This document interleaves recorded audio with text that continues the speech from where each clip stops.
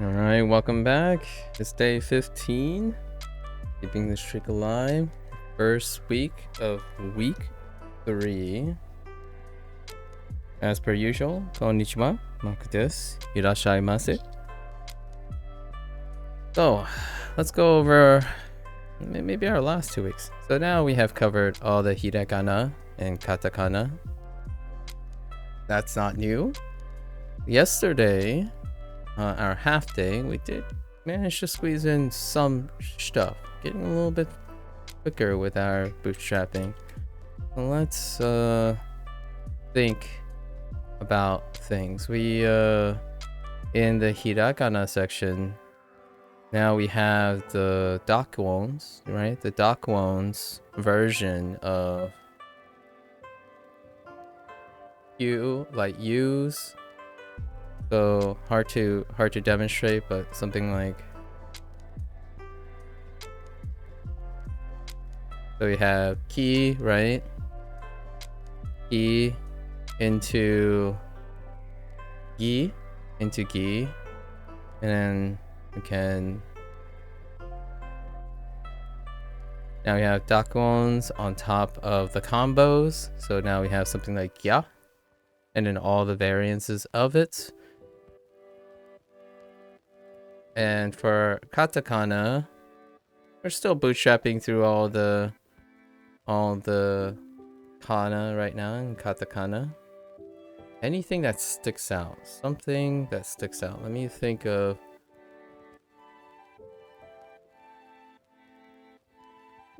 No, I think we're pretty good when it came to the katakana. Nothing new per se. And then in the language section, these ones are going to be a little bit tough. Let's see. We have. Let's see if we can apply the things we learned. So, into we haven't actually learned this formally yet, and I'm still drawing those circles counterclockwise. So I'm guessing for the katakana, it's you take the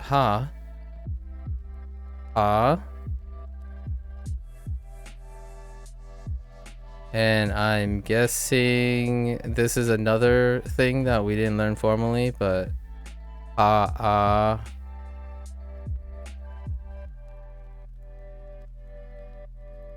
no.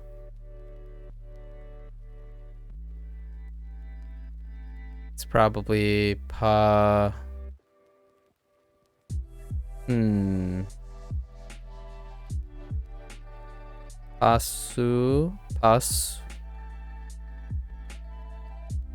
and then we take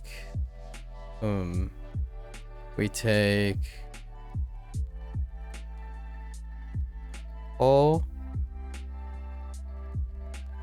maybe like this, and then this, and then add 2. This is one of the vocabulary that we have. Paspoto. It could be that. There might be something weird in the end, but this is what I remember from my memory. So paspoto. This is one of the first times where I didn't actually read the kana separately. I just recognized the grouping, so that kind of looks sort of close enough. Paspoto.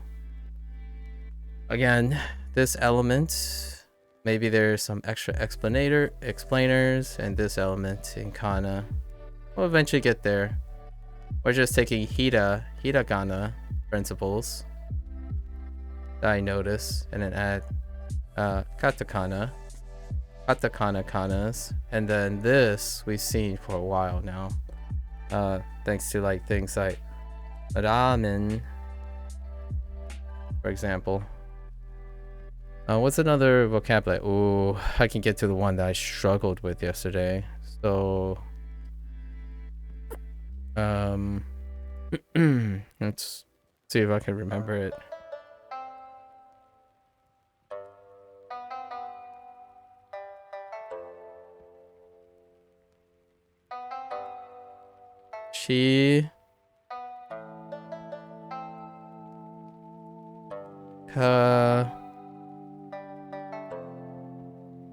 Chica.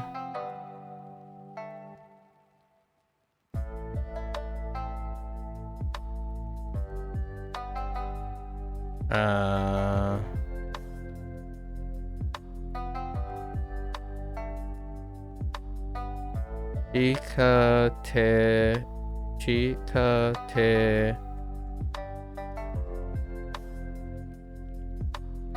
What's the last syllable? Konnichiwa, Indy. Konnichiwa. I'm doing pretty well. How are you today? What have you been up to? Oh no, it's not chi. Maybe it's she. Well, we'll just stick with this because I have to actually remember it. So let's just say it's chica te. I don't remember the last syllable. Something about the last. Oh, I remember now. Why the last syllable? This word gave me trouble with the enunciation because I couldn't separate the sounds very well.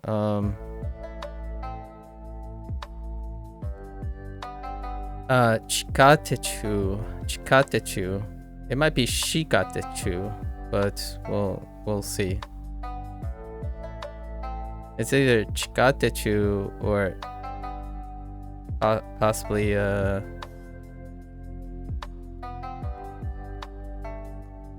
shikatechu, something like that. Shikatechu,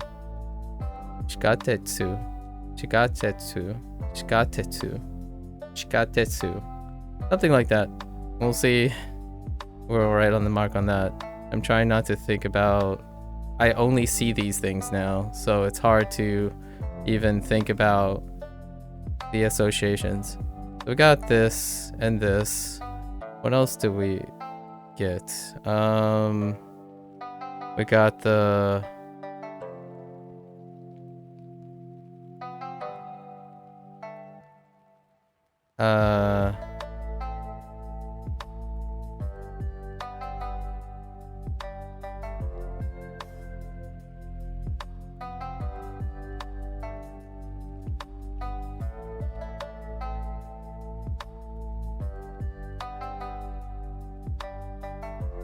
smaho.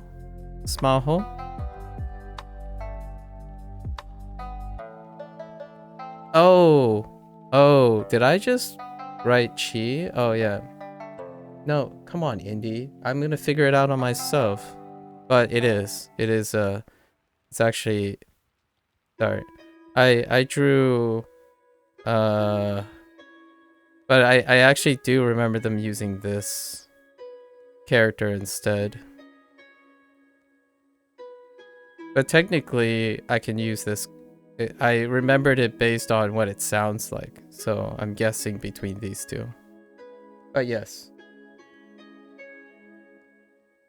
Yeah, so I wrote it this way because I thought maybe it's katakana, but they probably use, now I remember the first character, so they used a hiragana for this one.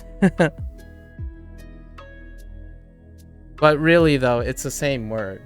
At least you got it from this, right? Because like this is exactly the same in hiragana, the pronunciation, right? Yeah, it means subway. Yeah, I know what it means. I'm not writing not writing English anymore deliberately, like, you know, like that's the whole purpose. So I'm trying not to write any English words here on my total recall. The beginning is always total recall, so it's always using only kana and, but this is technically how you write it in katakana. Since I'm looking at since I'm thinking of katakana, I basically wrote subway in katakana instead of hiragana. Which more or less, if you say the word, it's probably subway still. And then we have smaho, which I'm confident this is katakana. And I'm confident this is, katakana. And I'm pretty sure this is katakana too. And then what other vocabulary we did in a half day? There's definitely more than this. Oh, this one's a little... okay, so...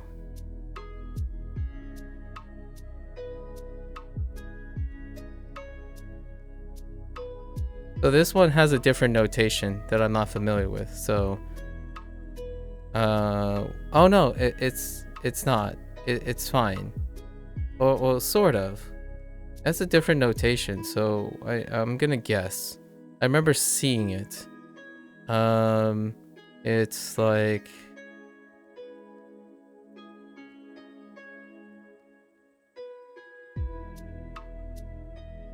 If I remember the image in my head, it's kind of like this.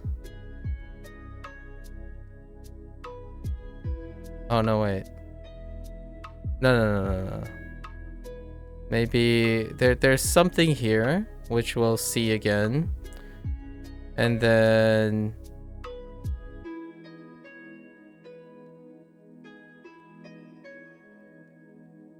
Oh no, maybe that is maybe that is the kana. And then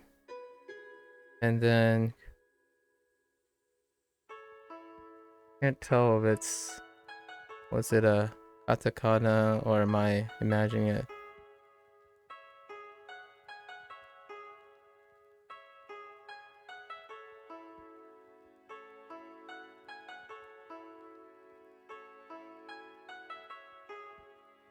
This one's gonna be a blank. So it's actually ki pu. This is ticket. So there's this half symbol here, and I'm guessing this is pu. It's a dakuon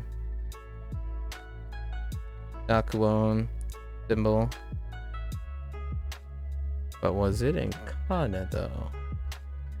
I mean, was it in katakana though? It was not. Yeah, it was in hiragana.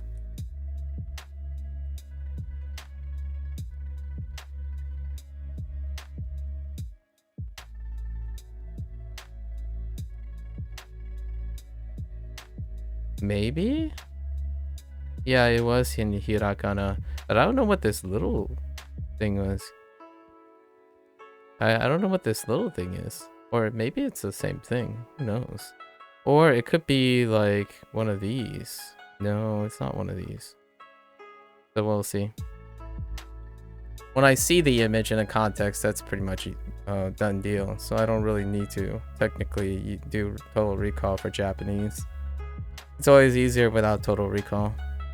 It's kind of like trying to figure out what an English word means. Like what's a synonym for serendipity, right? Oh, it's a tsu. Oh, it's a small tsu. What does that do?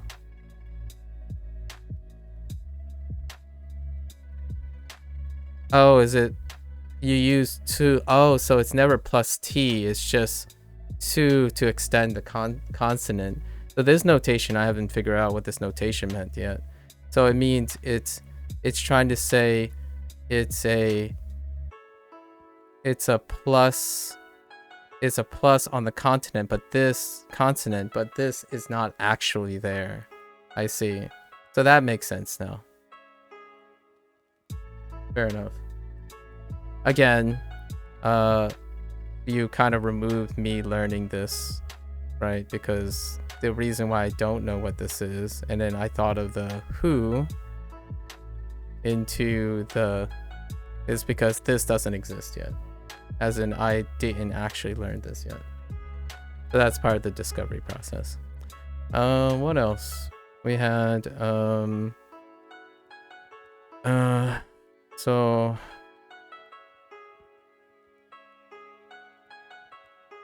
we had Passporto, right? At least that's what I think Passporto is. We have Chikatetsu,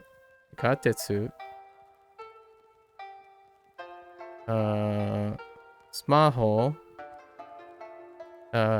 Kipu,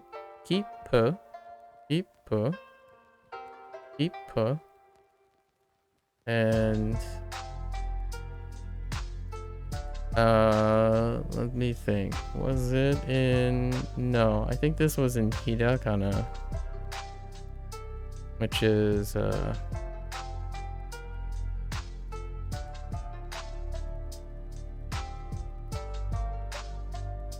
Ku.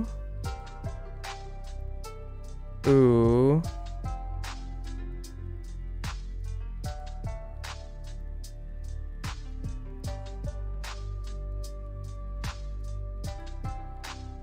Do.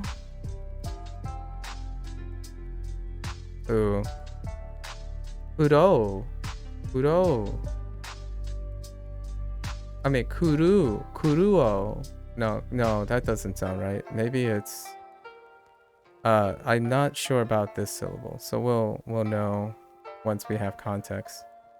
But... Kururo. No, that doesn't sound right. So this might be a question mark right here. And we already know what word we're trying to say here. Since we only did one lesson for those, or one set of lessons. I thought you learned that somewhere because I remember telling you that small is like... Yes, but I didn't think it was a small icon. So I didn't think it's a small she. Oh, and the kick doesn't help with extending consonants. So kick is not an example of extended consonants. Like, but I know you said that before, but we didn't talk about it. Yeah. And I already know that it's a space because I listened to ki-pu. That's the thing you missed yesterday. So you weren't here yesterday. So it was already, yeah. So we already know that. Because I streamed yesterday. So all of that, yeah, it's already in yesterday's stream. Let's see. Yeah, these are actually spaces, so not extended K's. Like kick is ik is actually 2 syllables, in my opinion. It's kind of like diphthongs. I feel like the closest thing I can think about is diphthongs, where there's actually 2 separate sounds here in English. But diphthong's not a great example when you have like vowels next to each other. Ow, right? But everything sounds like a diphthong in Japanese, really. They just don't run together. I feel like there's more. What am I missing? Let's see. Airport. Subway. Passport. Smartphone. Ticket. It was quite a lot. And now they moved up to 5 lessons. 5 lessons a set instead of 4 lessons. So that's what happened yesterday as well. I do remember something else. We do have other things. That's also, we do have something else. Last things, and this hasn't been described yet, but it's probably in the kanji section, so we're probably gonna go to the kanji section in a sec. So the day before, you know, we had tell time, right? Ich ni san, right? Or actually, san, right? And then actually I really need to take a better look at the san. I'm pretty sure these are like about the same length in kanji, but we'll notice that. And then we learned just the combination of them, not the separation of them, and they weren't ascribed any meaning yet either. So I'm gonna try to apply my stroke knowledge from kana and see if I can guess their stroke before we go to the kanji section. So I'm gonna guess. We saw this in one set, so Yamaguchi. So I guess this is a box. So if it's a box, I'm gonna do it this way. So I'm guessing that's Yamaguchi, something close to that. And then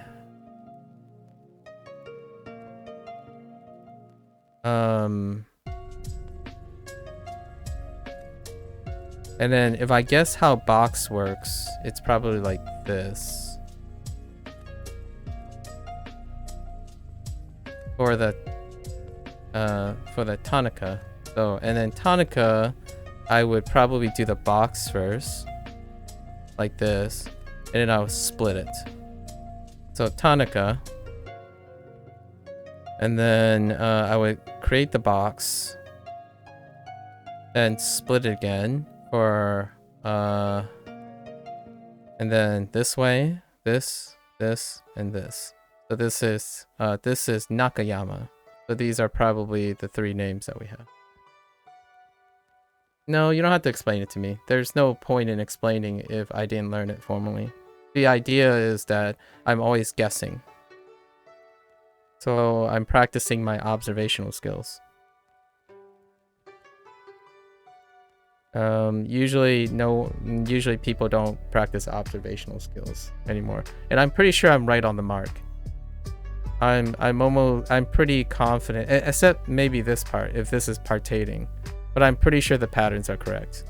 The rules are, when you draw a box, probably, you do this pattern.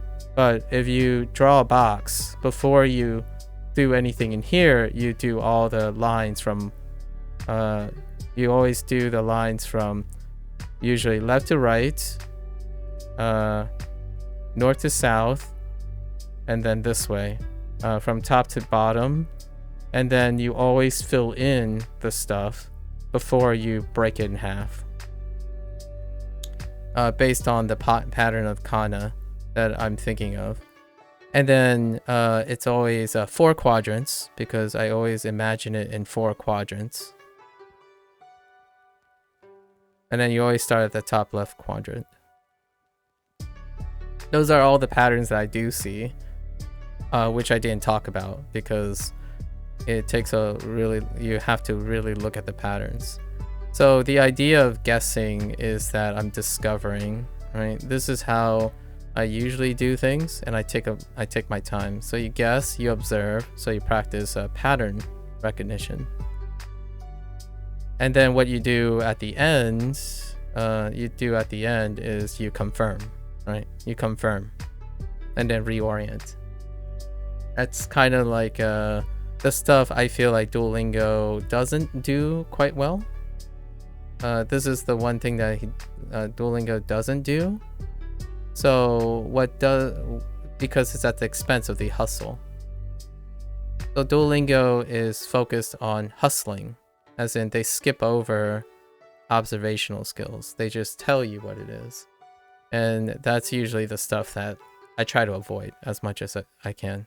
It kind of defeats the purpose of practicing this skill.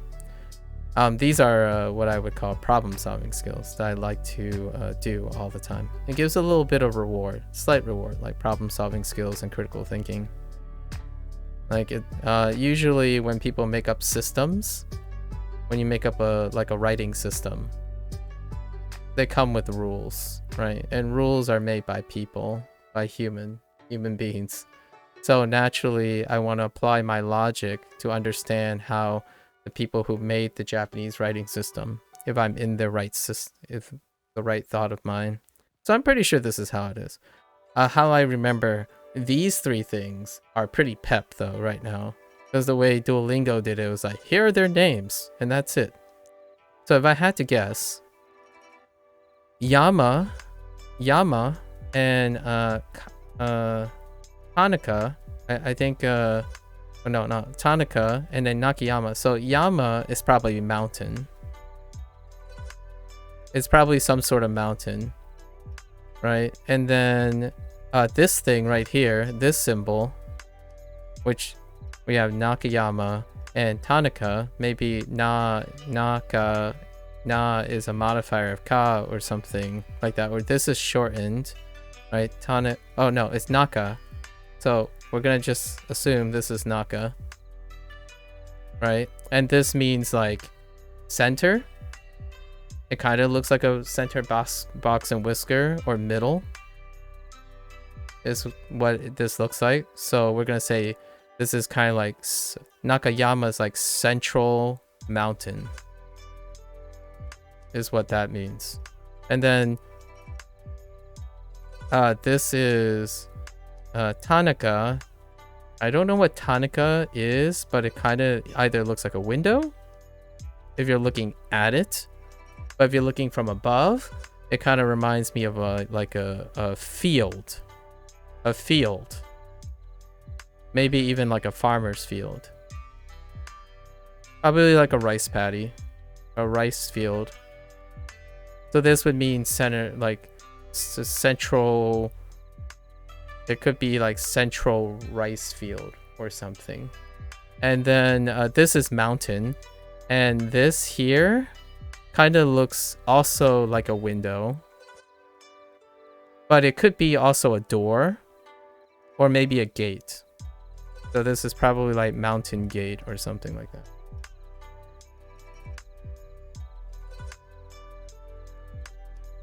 that. That's what so it is easy just to look up the definition, but it's not as fun trying to figure out what it means. This reminds me of a central box and whisker plot. I don't know if you've ever done statistics before, Indy. I don't know if you've ever done statistics before, but if you ever seen a box and whisker plot, it gives you the range. And then the center, like the average, median with the SDs, like standard deviation, is the center somewhere. So it kind of looks like this. And this is what I mean by center. So it's like the middle of something. It's highlighting the middle of a range. So what I kind of feel like is it's telling you it's the middle of a mountain or the center of a mountain. Because if you connect these, ranges, they kind of start looking like mountains. And usually the whole like triangle thing, it could be even a roof. I mean, there's a chance this could mean like a roof or a field or something. And then this one is, I always think of it, if you look at an eagle eye view or dead on. When you're looking through a window, it looks like window pane. But if you're looking from top to bottom, like on the field, it kind of looks like a farmer's field where you're looking. So that's kind of all the kanji that I learned yesterday. And these are the thoughts that I have. And I'm pretty confident I'm like 80 to 90% sure it's something like that. Like the meaning is something like that. Probably not the exact meaning, but probably. And these are only presented as names. So they're still just names. Yeah, so you're caught up pretty much. In the first like 5 to 10 minutes of every day stream is everything I did yesterday. So I only talk about just the things I discovered yesterday. And then I try to guess, as in use total recall. Total recall sucks. It really does suck. And when you get older, total recall is just worse. So what you do most of the time, or what I do most of the time, is I use associations. So it's not about trying to get eidetic recall.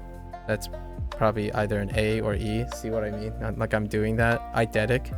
But the idea is you're doing it. You're actively doing it in writing, hearing, and listening. So it does. Association is consolidation. So what happens is your memory is like blurred together. It has like a blurring effect. So a lot of times I try to think, what did I see?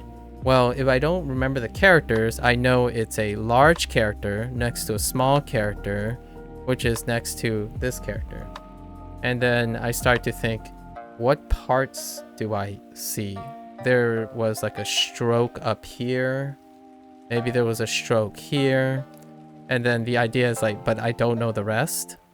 And I think this type of system is going to lean really well into kanji. As far as I know, kanji always appears to me as multiple elements when they build more complex kanji. So we're going to use this technique over and over again. The eidetic stuff, though, is usually for kana. because kana is inflexible, right? Kana is inflexible when it comes to their stuff. But generally speaking, this is what I do in the beginning. So you're pretty much caught up. It took a little longer because I kind of wanted to play with it, because we're getting to kanji, and kanji requires stories. I love making stories with kanji. Or anything pictorial. All right, and we have new approaches. So we're gonna warm up and do our routine in reverse, because I think leaning in is a lot better than jumping off of a cliff. So let's start with the routine that I think will keep the learning process fresh. I think that's the most fun part of learning kanji. What the...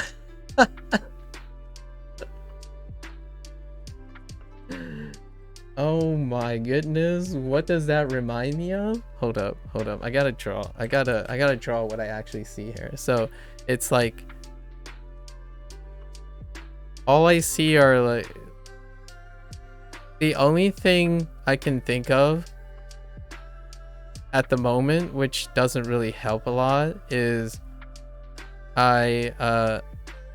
these are like this, and then I have to complete this image. That's all I see at the moment. You see, do you see what I'm drawing here?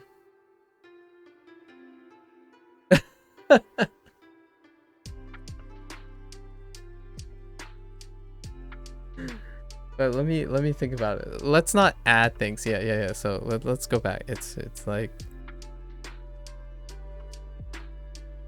what the heck? Oh, that's a mirror image too. So like, it's mirrored here. There's a mirror here. You have no idea what this is? Wait, my image? Sorry, I was trying to erase this. So let me erase this and help you out here.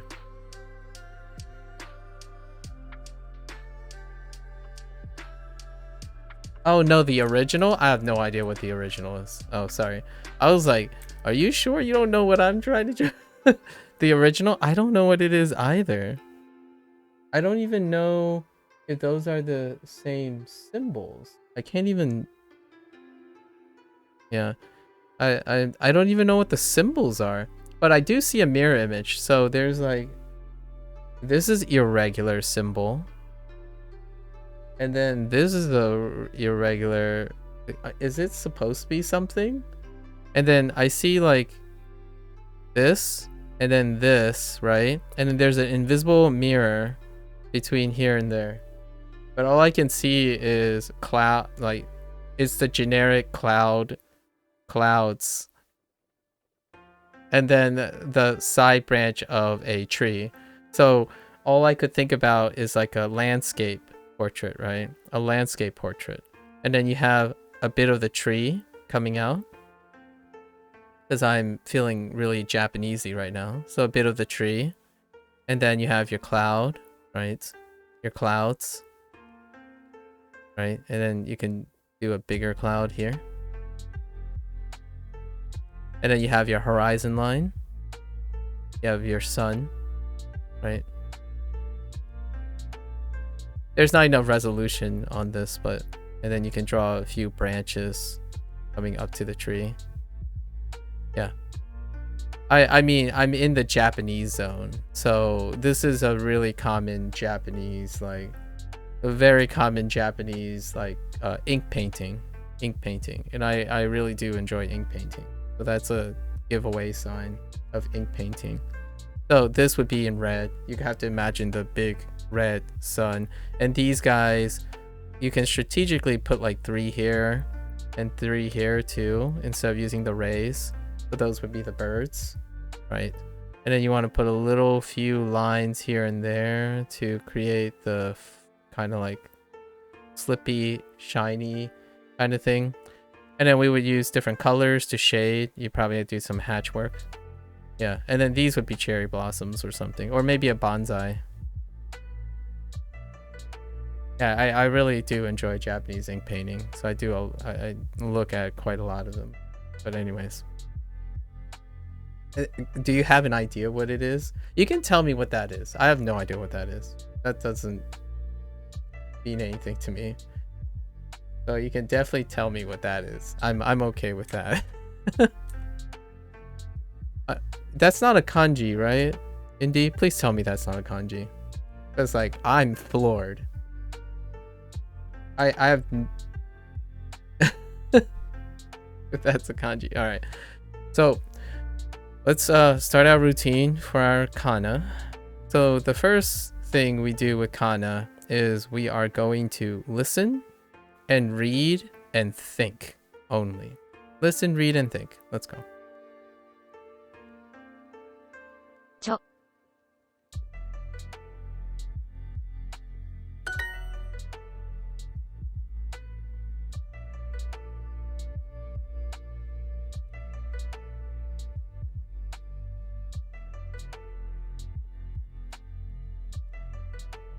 旅券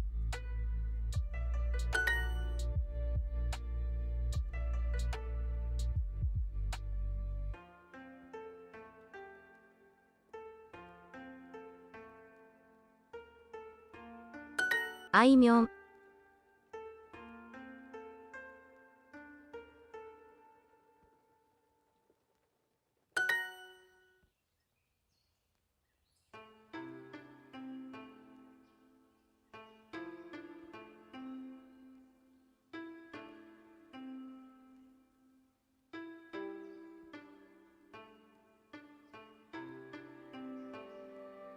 巨人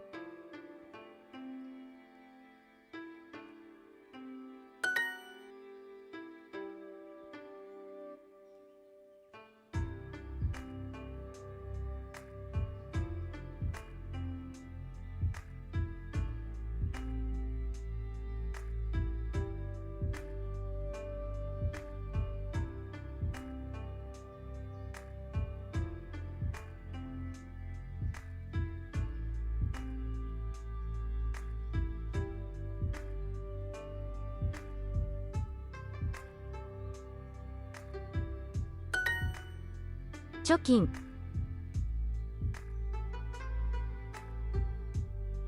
ちきん貯金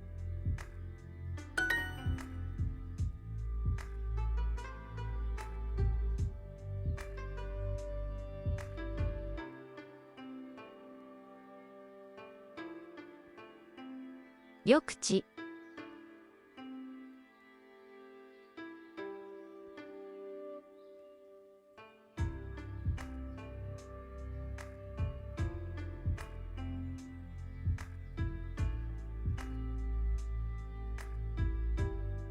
旅館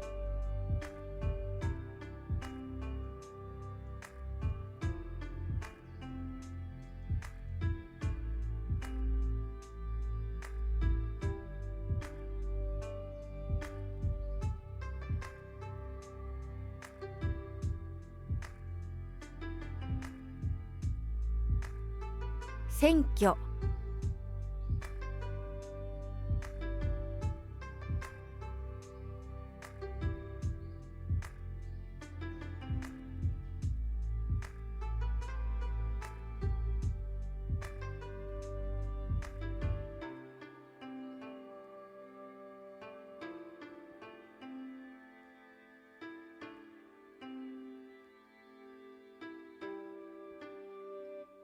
あいみょん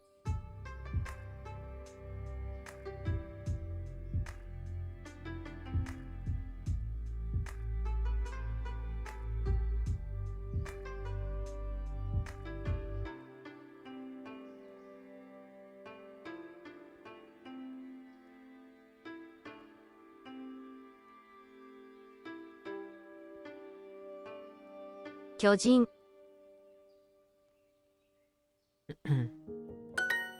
ポニョ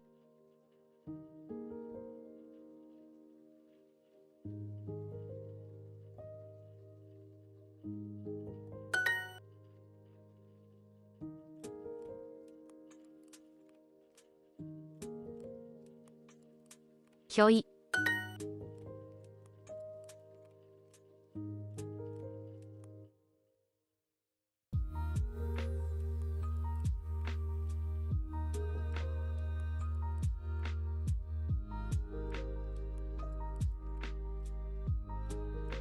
にょ、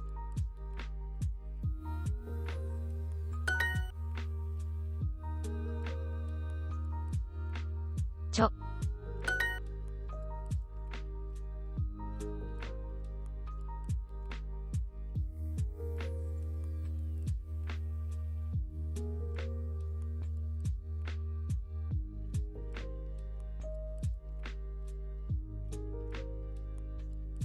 免許、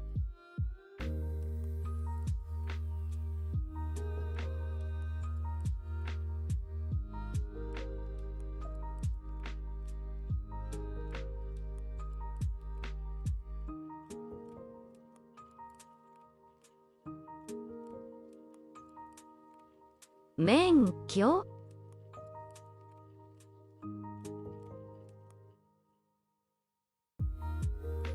め、ん、き、免許、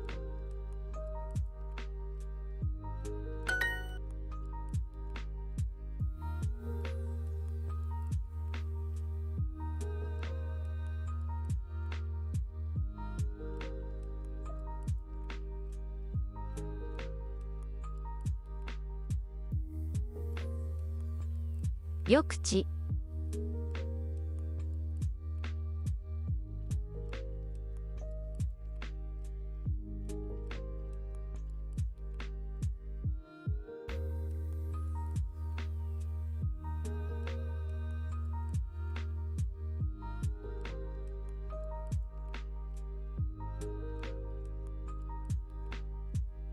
職場、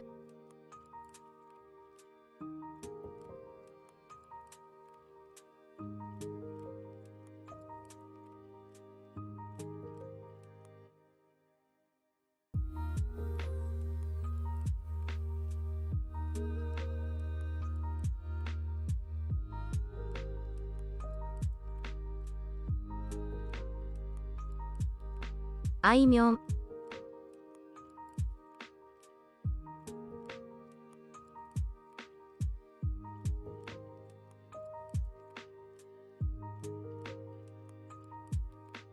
諸君、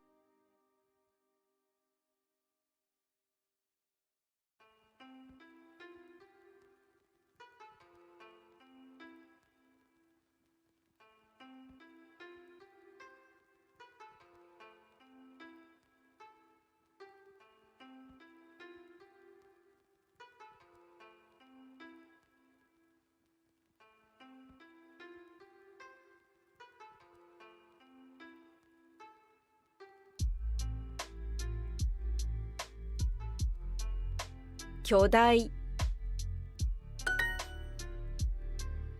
ひょい、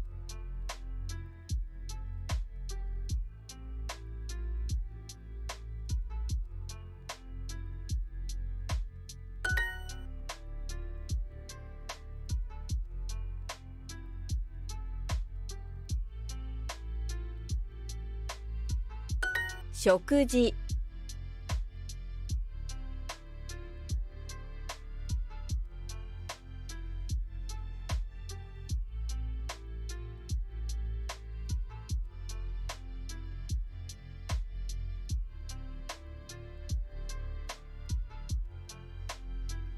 食事、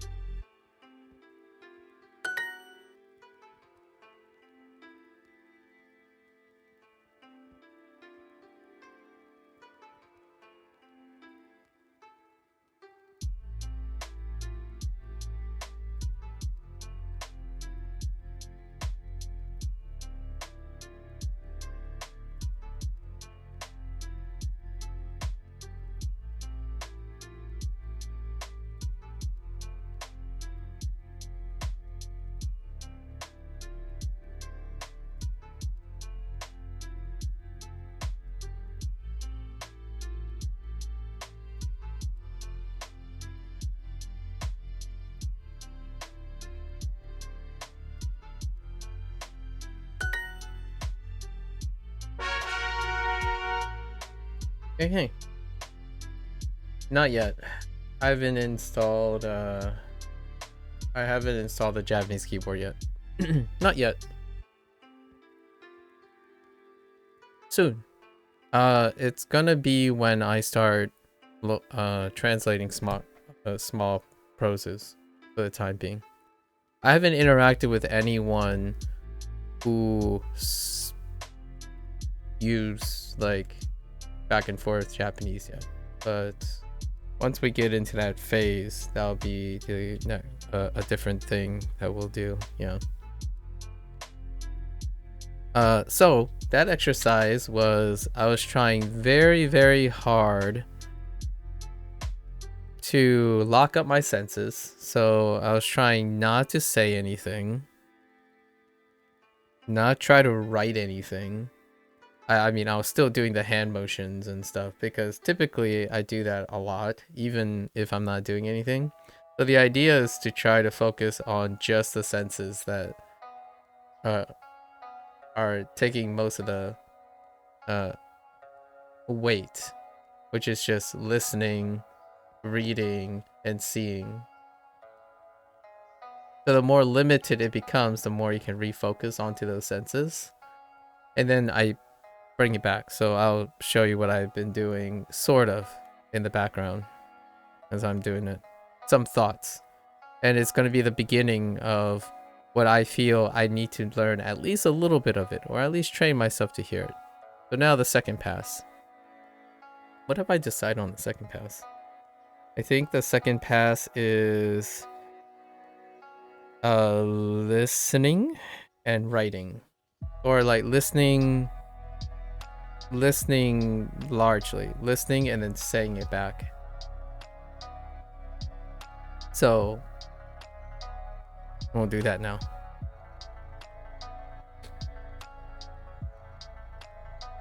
Yeah. Yeah. Ja. Ja. Ja. Ja. Ja.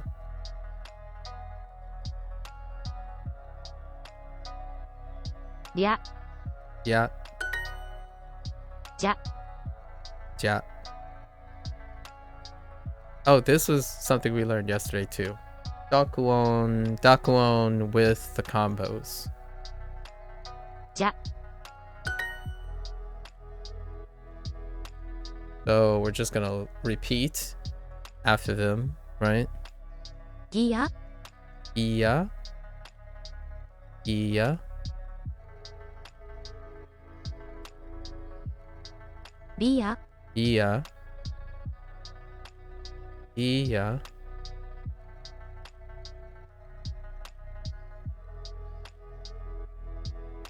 Ja. Yeah. Ja. Ja.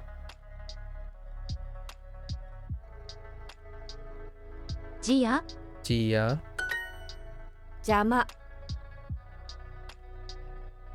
Jama.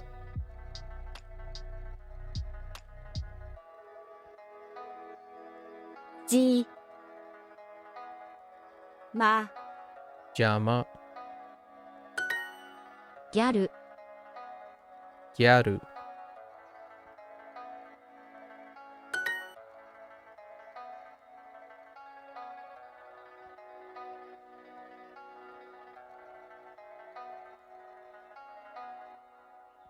ジャム。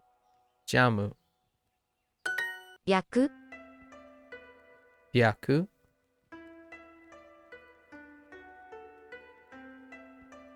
白。 Yaku.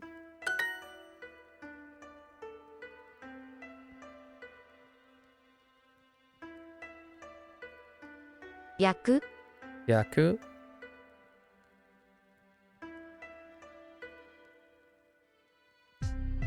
ジアル。 Giaru.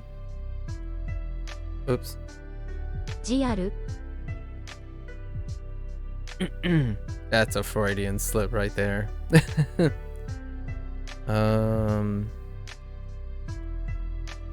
ギアル。 Giaru. Giaru.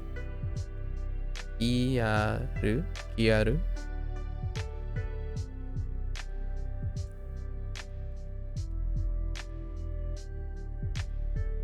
砂利 Jari.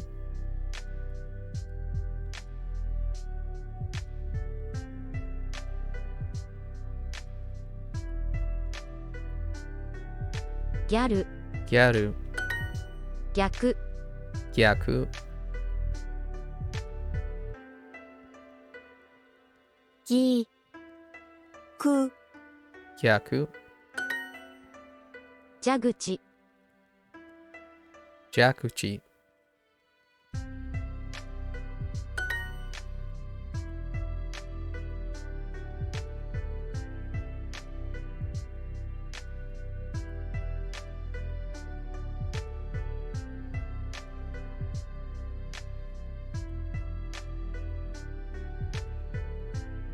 神社 Jinja. Jinja. Jinja. アンギャ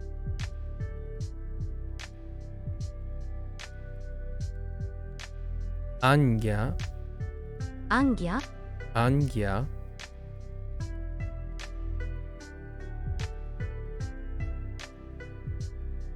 アンギャ Anya.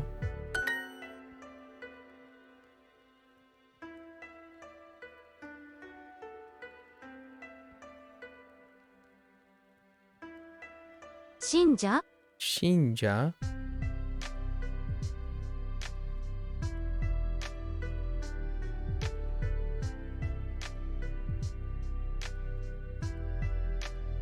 忍者 Ninja.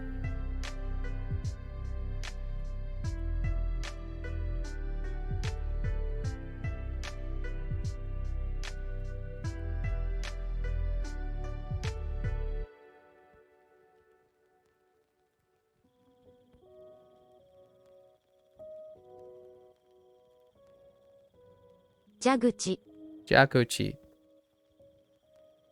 Jakuchi. Okay.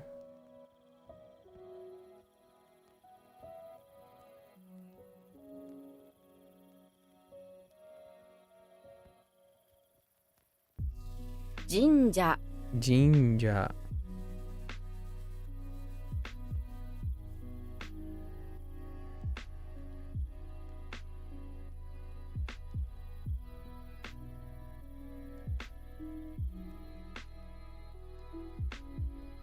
患者 Anja. 白夜 Yakuya. 白夜 Yakuya. Yakuya. Yakuya. Yakuya.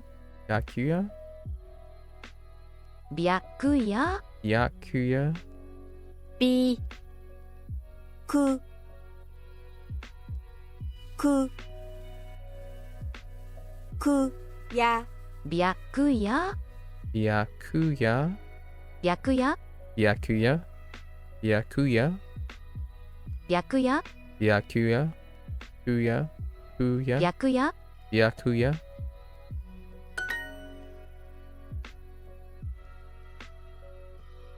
And then no sound. So we'll just pick the solutions.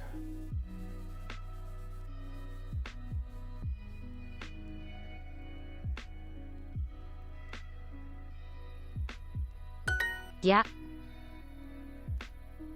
や Oh, except for these. Yeah. Yeah. Yeah. Yeah. Yeah. Yeah. Yeah. Yeah. Yeah. Oh, wait. Right. やや Dang. ややや That is interesting sounding. や Still need more ear training.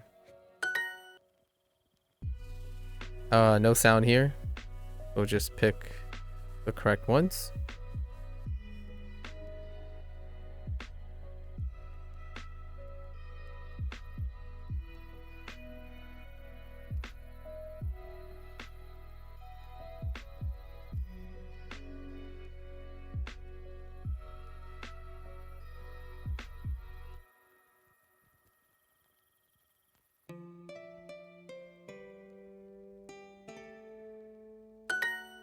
神社、神社、神社。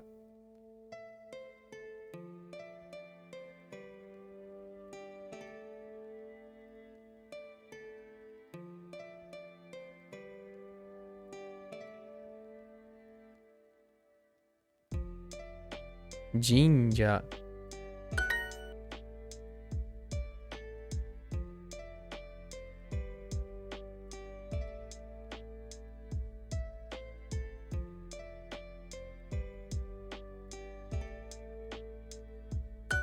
忍者、忍者、忍者、忍者、忍者、忍者。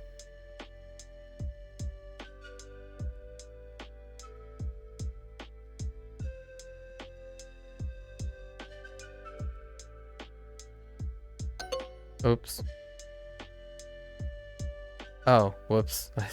I picked a she instead of a ni. Okay. No sound here, we're just picking, right? So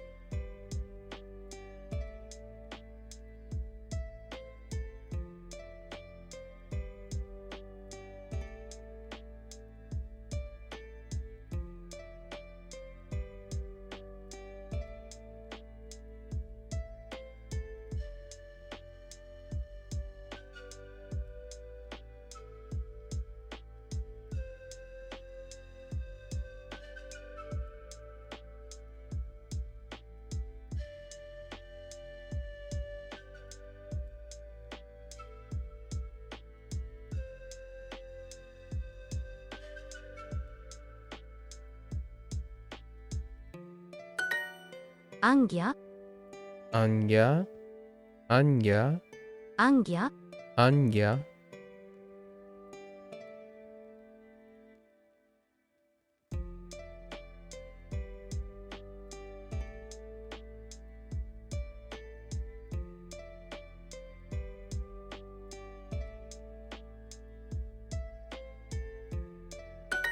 ninja, Ninja. Let me mispick this. Alright. That's number 2. Now we are going to guess. We are gonna try to guess stuff. Oh, and then we have the Dakyon with use. That's fine. We actually haven't covered this yet. The Dakyon with use. Which are still the same Dakyons, just with you. Dakuons. Yeah, Dakuons. Alright. Gyu, Right. You. You. You.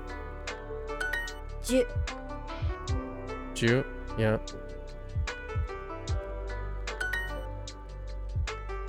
You. You. gyu, ju, Ju. You.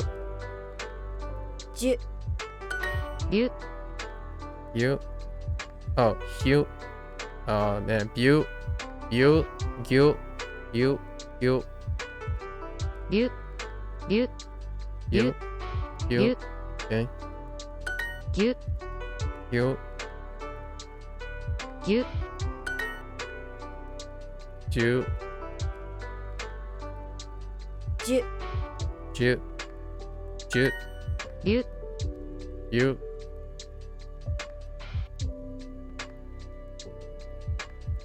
ryu, You. You. ryu, ryu, ju, Ju. The other one. You. ju, You. ja, Whoops. ju, pyu, Q. pyu, pyu, You. Right. You. You.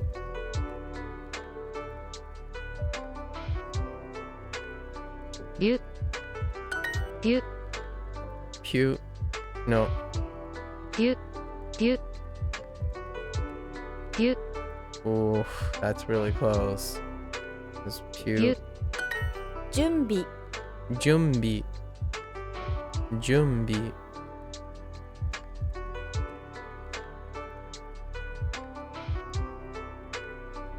Okay.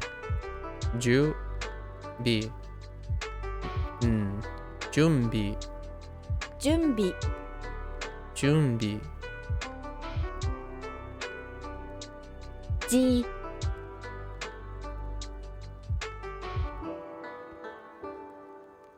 び準備 Jumbi. Oh, wait. I must have missed the yeah. I forgot about the 1 second.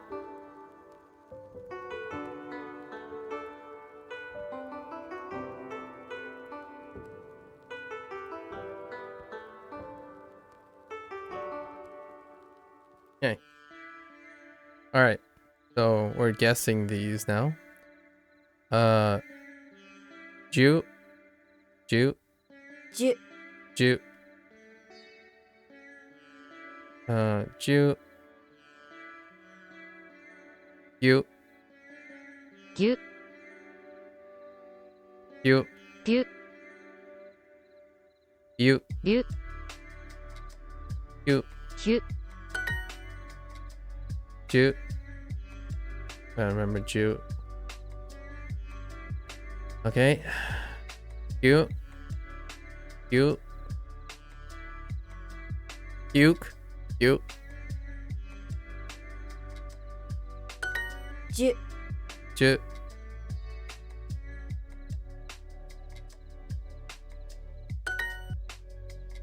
And we have 2 Jews, of course. Jew, right?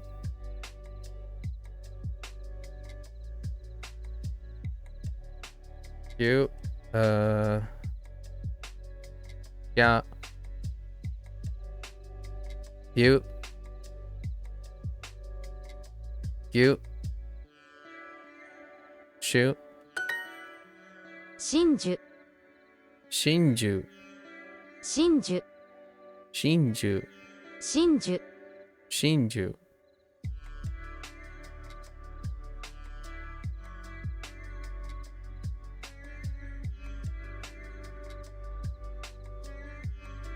Shinju.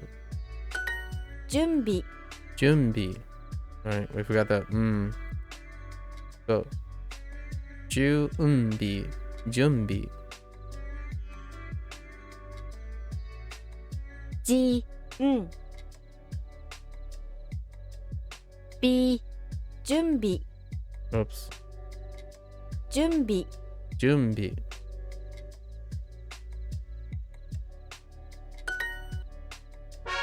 Oh yeah, Junbi. Preparation. Yeah. That's right. Alright, and then we do our last pass. This one will take the longest. So, I want to add in a little bit, so we're going to take a little guess. There's still a guessing point.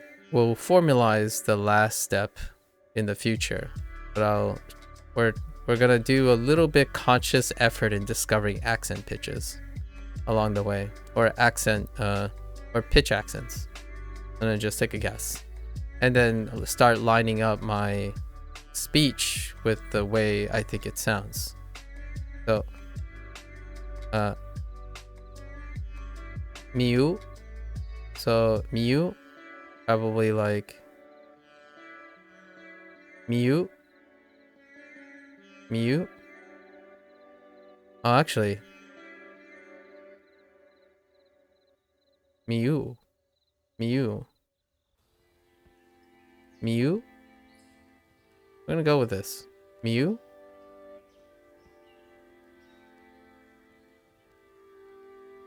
And then of course, we have to draw it too. This part, we're not gonna lean too heavy into yet. Just to start treating, so, Now we're gonna do our writing stuff.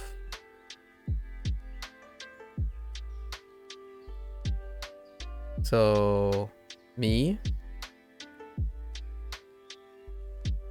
you. That's a little small, but me, you. That's a little too small. Mew, Mew. And then we have she. And then Eret, yeah. Sha. Me. Yo. Just mio. Mio. And we're only gonna do the one that is designated just to train this. We're not gonna do all of them because that'll take ages. The U. Sorry, that U kind of was borked. Oh no, sorry, that is a yo. What am I doing? Ryu, Ryu, Ryu, Ryu. It's the smaller one, right? And then me, you, Mew. That's what we're looking for. I feel like I'm gonna, let's change the color. What's a bit more pleasant color? Let's use like, oh no, green will kind of blend, right? Use like a,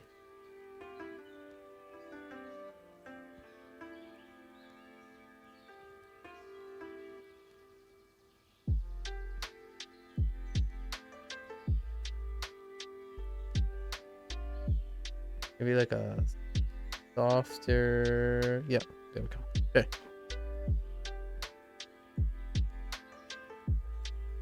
All right. Okay. Mute. Mute. Mute. Oh. Yeah, so it's going down. Mute. Yeah, it's going down. Mute.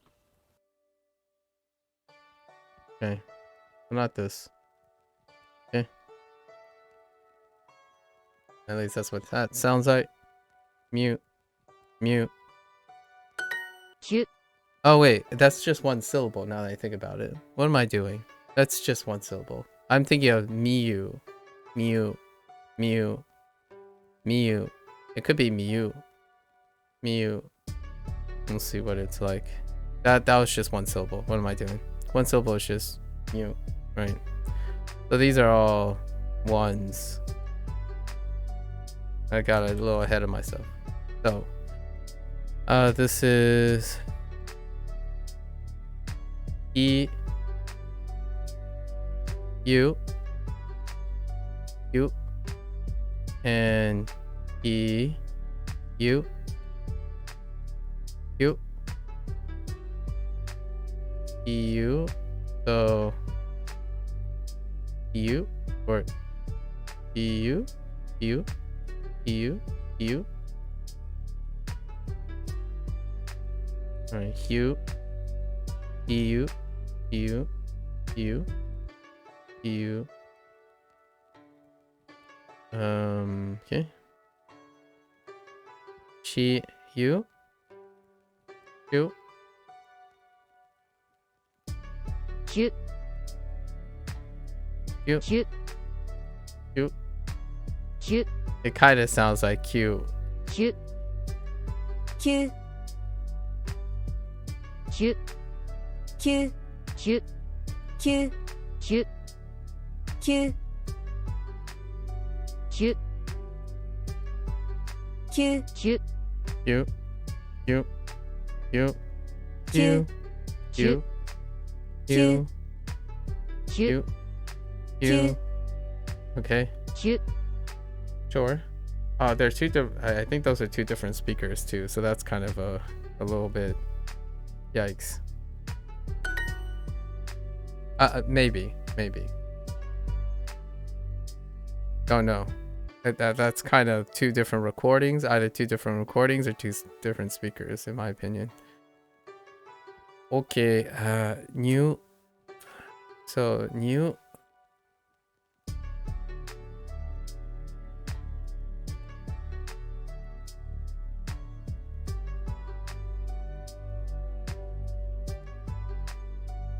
New.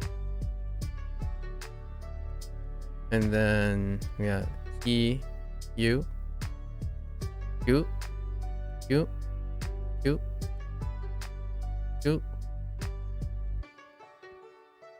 Ni, Neo, Neo, Neo, Neo, Neo, Neo, Neo, Neo, Neo, Niu. Oh, Ni and you? Yeah, that's what we're looking for. New, new. And this is Ni Ya.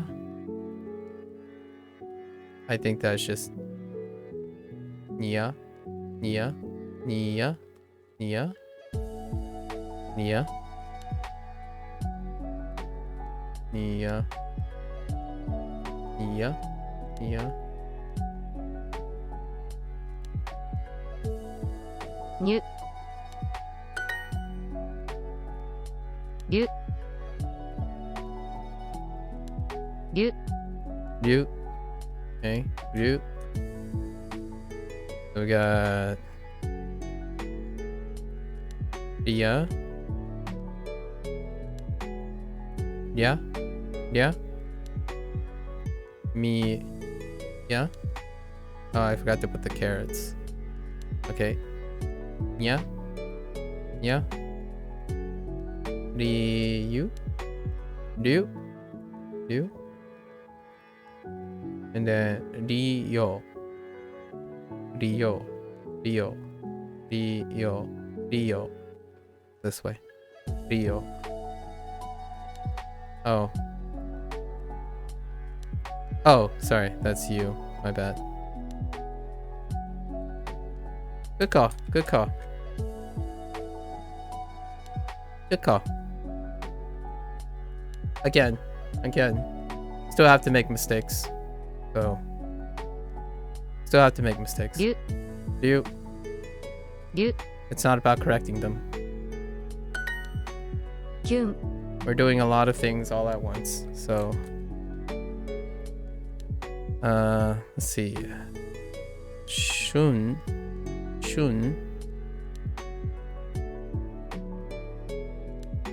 We'll talk about accuracy and consistency over time versus FCing. So there's gonna be probably I'm gonna break down correcting as you go versus accuracy. Oh, correcting as you go versus about accuracy versus mistakes over consistency over time. Consistent over time. And usually I favor this. It's about consistency over time versus correcting as you go. In my experience, for me personally, accuracy does not improve. Accuracy does not improve as much if I'm correcting as I go versus focusing on accuracy. Or focusing on consistency. So if I make mistakes over time, that's perfectly all right. The idea is you're increasing consistency. Yeah. It is worth it though. It is worth it, Indy. You are more than welcome. You are more than welcome to write in because I'll read it afterwards. So I'll read up the correction afterwards.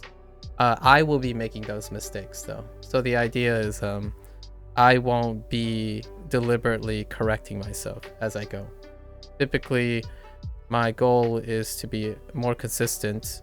If I make the mistakes, hopefully the % mistakes go down as consistency goes up.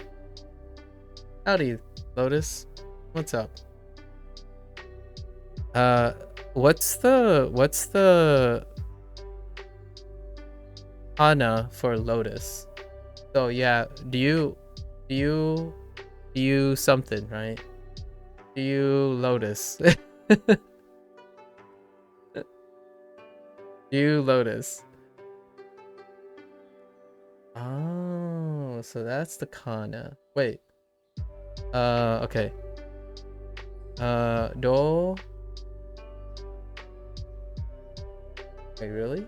Oh yeah, yeah. Do te su. Notice. Oh, notice. Okay. That makes sense. Dodo. Dodosu. Dodosu. Because it's a name, it's katakana. I see. So, do you notice? Okay. Do you notice? Or would do Japanese people say those as two different things? So, what is Lord? Do you dodo? Dodu? Lodu? Do? So, do you dodesu? Dodesu?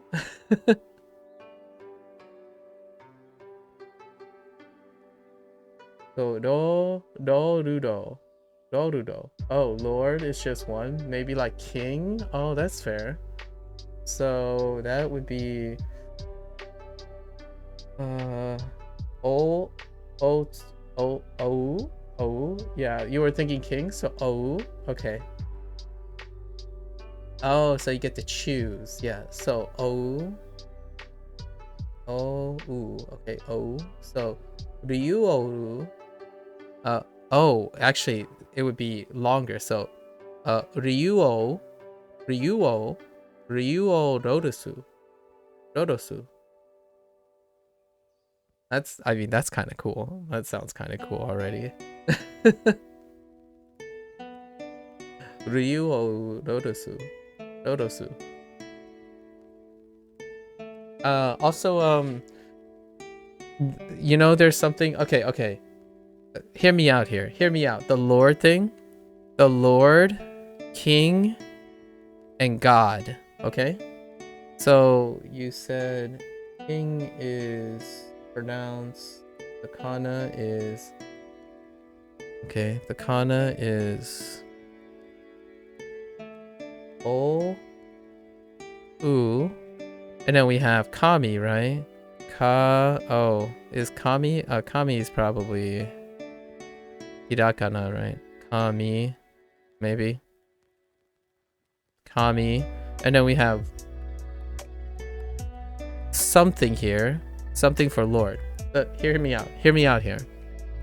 The reason I bring this up is because in the game Tekken, in the Tekken game series, you have ranks, right? And while King is absent in the ranks, they don't use the word King.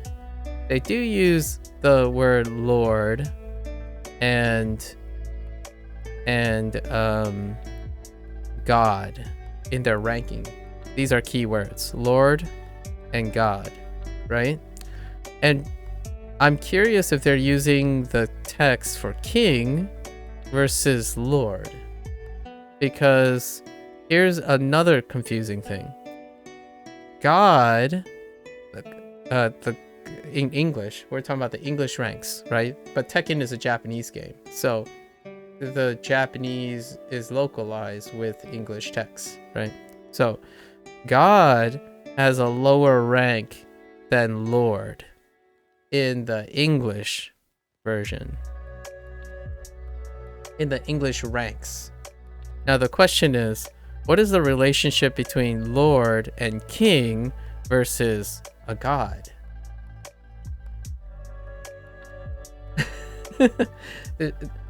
I'm not looking for an answer. Just thought I'd let you know. It's the weirdest thing. Yeah, it's the weirdest thing, but just throwing it out there just for fun. Just for fun. But in this game, the English, right? The English places the god rank, the actual god, like implicit noun, right, as a rank that's lower than the Lord. So just saying, that's what it translates to. So I know the English side of things. For Lord, there's two meanings, Esquire, and then the Christian God. Yeah. That's not what this is, though. But we'll but oh, then what is this? What is Kami referring to? Are they really placing this over this? Because I mean, it can't be Esquire, right? We have to remember that this rank is higher than this rank.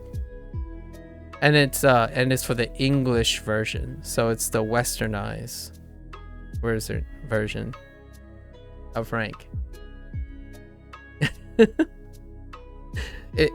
It came out randomly. It just came out randomly. This is how I remember things, because I have a friend who plays lots of fighting games, and we look at ranks a lot, like rank names. And oftentimes rank names, when you westernize rank names, one of the most unhinged ranking systems is Tekken. Kami is like the Japanese gods used for Shinto gods, yep. Or monotheistic, yes. So you've explained to me what I've already known about these words. Now the question is, what is the relationship between Kami and Lord that would allow them to lead to the localization where God is less than the Lord? Just as a thought. It might not actually have any deeper meaning, but the idea is this is a ranking system. So Lord is above God in rank.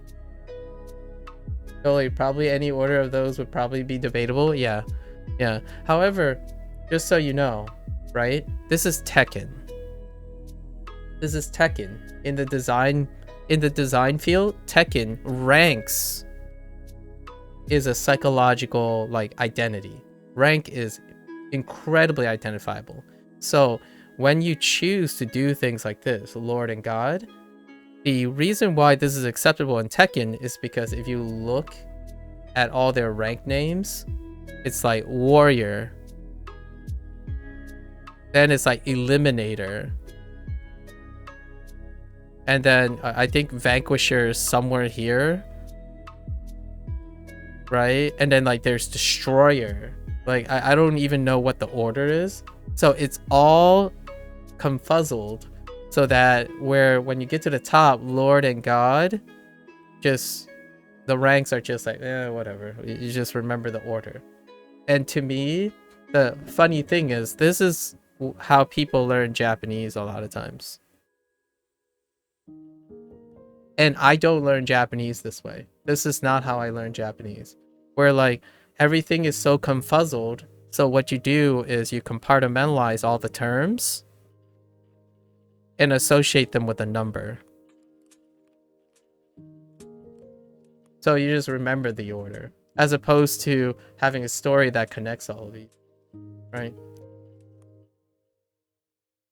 That's Tekken, though. This is a fun little digression. It's just a little bit of thoughts that I think about most of the time. That's Tekken, and this is by Bamco. I call it Bamco is because it's Bandai Namco, right?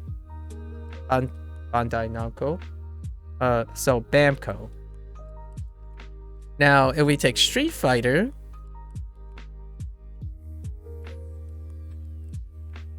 which is Capcom,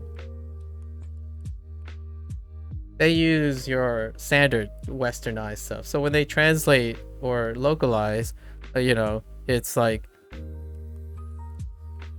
it's like bronze, silver, gold, and then you go into plat, diamond,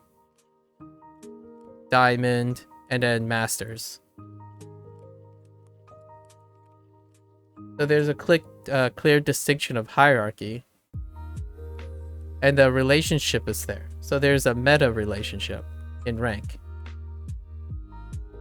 Just thought I'd throw that out there. These are the fun stuff, because we have to remember that Capcom is also a Japanese developer.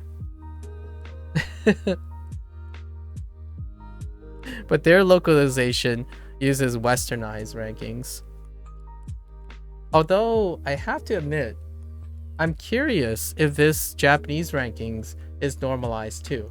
Like, what I mean is, when people think of rankings, you know, you still think of Olympics, but Olympics is not classically that way to go. So, you know, when you think of martial arts, right?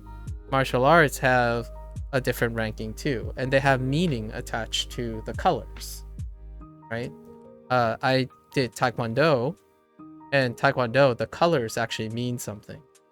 Oftentimes, these are kind of a westernized deal, right? So my fun question is, I'm curious if the Tekken ranks has something to do with Japanese culture, and then it just is lost in translation in English. Because, like, I have no idea. What do you think? A Vanquisher, Destroyer, or Eliminator? What order do you think they are in?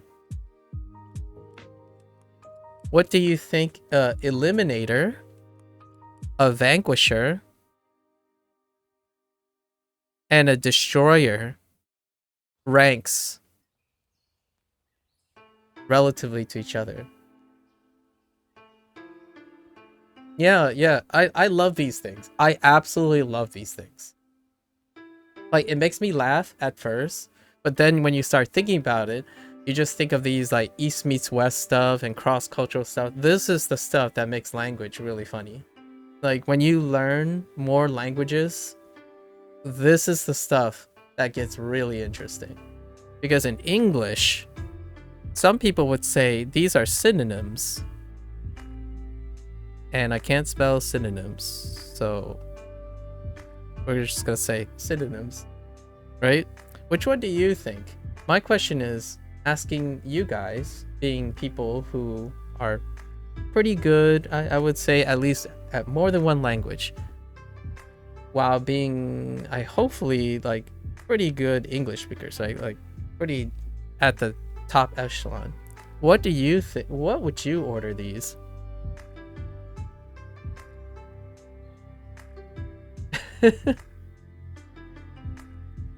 I actually don't remember what the order is. I don't remember what the Tekken order is. But when you try to translate these in Japanese, I'm just genuinely very curious if there's an order of emphasis. Order what? Hein? Order these words: Eliminator, Vanquisher, and Destroyer. From Impact. Eliminator, Vanquisher, and Destroyer. And then curious if Japanese people have emphasis ranks. Because in English, there are emphasis ranks. Implicit emphasis ranks based on their words. So Lotus, you're suggesting Eliminator, Destroyer, Vanquisher. I actually think that's the order. Eliminator very strong, Destroyer second, and Vanquisher third. Interesting. Yeah, see, that's what I mean. It's all right. I don't know anything these in Japanese either. It just came up because of Tekken, and we're just doing a little fun little exercise. So for me, as a person who primarily speaks English and like enjoys the connotation, nonsense. That's not alphabetical order. So let me double check. I'll tell you what their order is first. I love this stuff, guys. If you ever find this stuff interesting, learn new languages, because that's that's what it gives my jammies in a bunch, you know? Hang on. So the order that Tekken has is Vanquisher first, as in like the lowest rank is Vanquisher. Of these three, the lowest rank is Vanquisher, and the next one is Destroyer. Actually, Eliminator is not even on this. Wait, is this not comprehensive? Hold up. Where is the Eliminator? Because I know I've seen it. Hold. So Destroyer is above Vanquisher, and Eliminator is. Oh no. Hold up. Some of these are from top down, and some of these are from bottom up. Wow, that's really confusing. Let me see. Oh, I'm wrong. It's not Eliminator. They use the word Vindicator. They use the word Vindicator. So Vindicator instead of Eliminator is the lowest rank. Vanquisher is higher than Vindicator, and Destroyer is at the top. So basically, what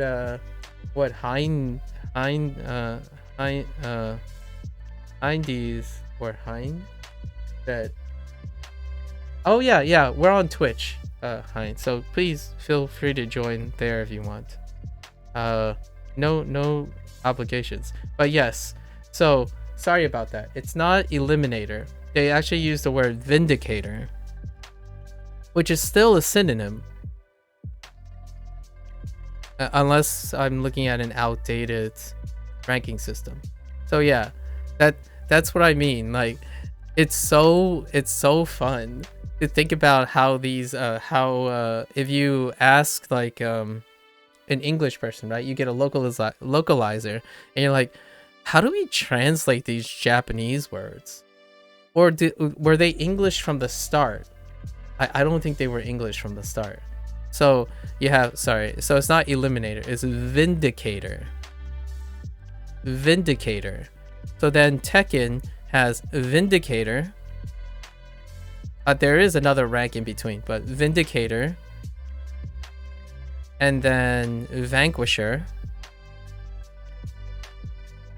and then Destroyer at the top. And low-key, what I would think is so different from this. Destroyer is not specific. Like my ordering would be, it's non-specific, so it is indiscriminate. Sure, indiscriminate, and I feel that's what gives this a higher rank. People will rank Destroyer a little bit higher because it's indiscriminate. If I'm reading into this, and the reason why I'm saying it's indiscriminate is a Destroyer is a destroyer of everything, right? And then Vanquisher has piety. Piety. So when you vanquish something, there's a piety to it, like almost a purification to it. Like when you're a vanquisher, you are a little bit more selective. And then when you're a vindicator, it's kind of like a vanquisher, only when you vindicate, you are removing, and oftentimes it's revolving around like evil, right? So vanquisher and vindicators are both somewhat selective. So if you're thinking about a rank in a fighting system, right, you go by the one that does the most damage. So Destroyer would rank higher because you're more indiscriminately destructive. And in a Vanquisher and Vindicator, yeah, that's kind of debatable. These both have like piety stuff. Like when you're a Vindicator and you're a Vanquisher, You are looking to do evil. Like to do evil in, take out evil. Right? That's kind of the idea, at least. So I can get that. However, I would go with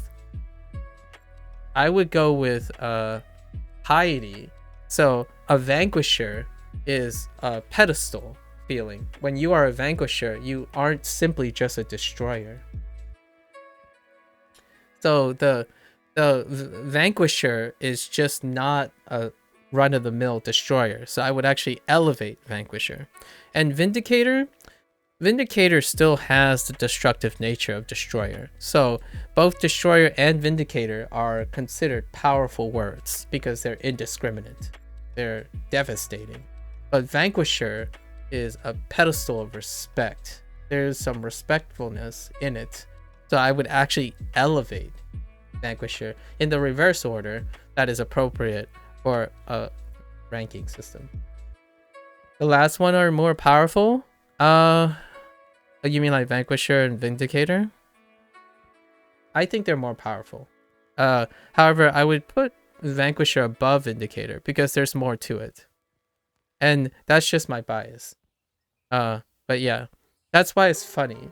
I find it super funny that I'm learning Japanese and, a lot of games come from Japanese developers. And you have the previous year, you had Tekken and Street Fighter come out at the same time.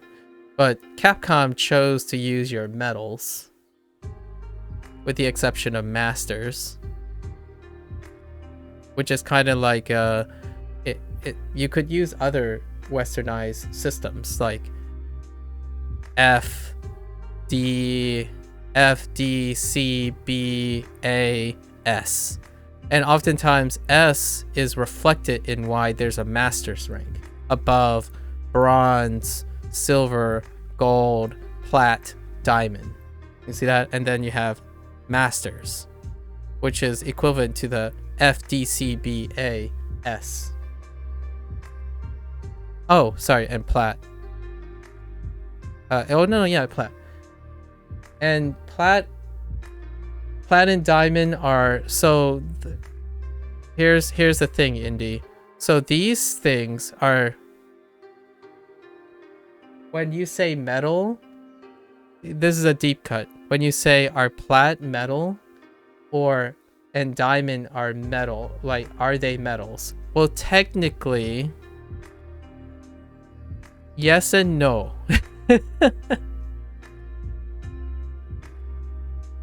So it depends if you're thinking about it as a science thing or a colloquial thing. And it gets pretty deep here. So you're talking to a scientist, right? So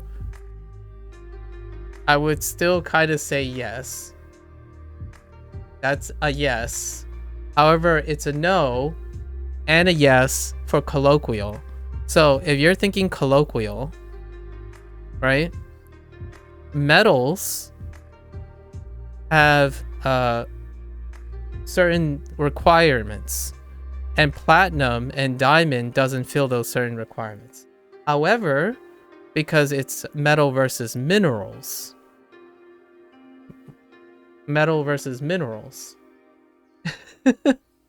so it's the duality of metals versus minerals. But generally speaking, this is where the colloquial falls apart, because the way you classify what's a metal and what's a mineral, that's when they have overlap. And you have to arbitrarily determine if these are metals, or oftentimes it's confused with metals with a D.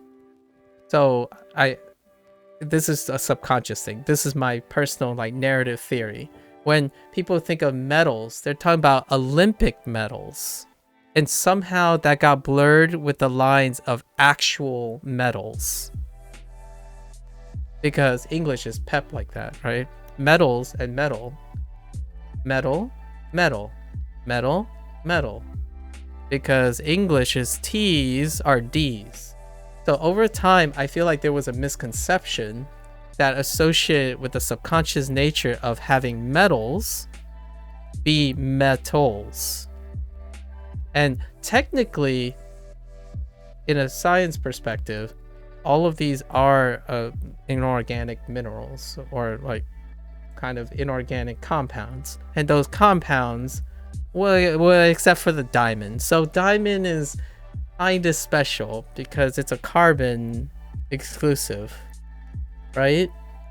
So you could make an argument that diamond is not.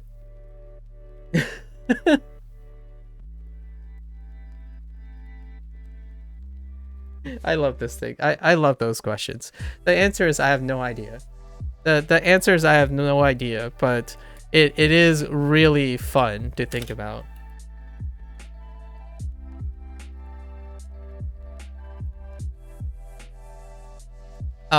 So to answer your question, and I know what you're thinking, to answer your question about what I would say if you're asking for my opinion, right?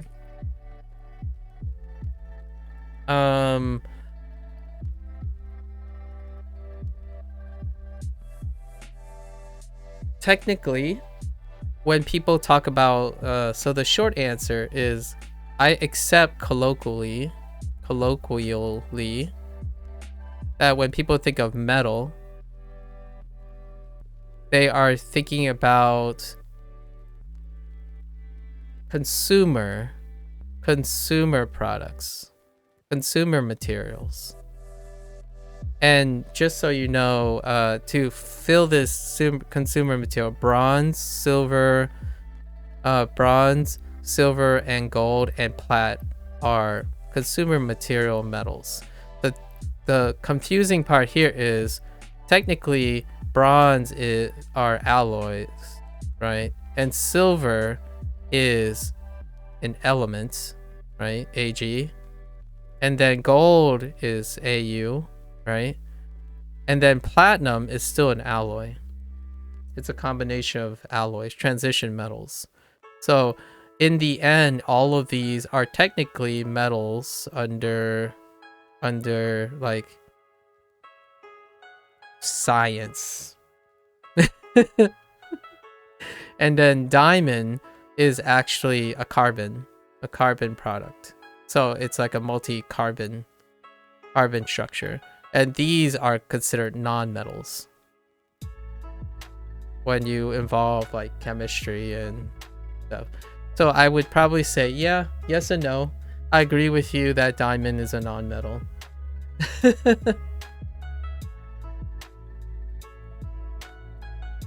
Yeah, no, well, so this plat, right? The reason why this plat, I'm not saying is an element, is because the plat that everyone's thinking of is an alloy. It's a mix. It's a transition metal. So it's not just pure platinum. You don't really have pure platinum most of the time. But yes, it would be an element. There is the platinum element as well. Gold, on the other hand, usually doesn't come as an alloy. Silver, actually, a lot of silver actually comes as an alloy. Like it's a mix, but largely silver. So all of these, in a way, you could argue, the reason why people think of metals is they're thinking about alloys, not pure products, right? They're not thinking about a pure gold metal. At least I don't think those gold metals are made of pure, but it could be. I mean, there could be 20 karat gold metals. I have no idea. In this case, but these are all mixtures of actual categorically metals in terms of science. So I would go with this. And yeah, diamond is a non-metal. But what the heck is a master metal? I'm just kidding. Don't don't read into it. But no more deep dives. I need to learn Japanese.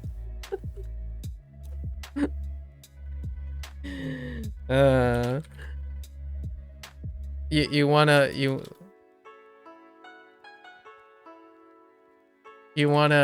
get even kookier? You wanna get even kookier about gems and minerals? You know, the difference between gems and minerals and metals? Holy heck.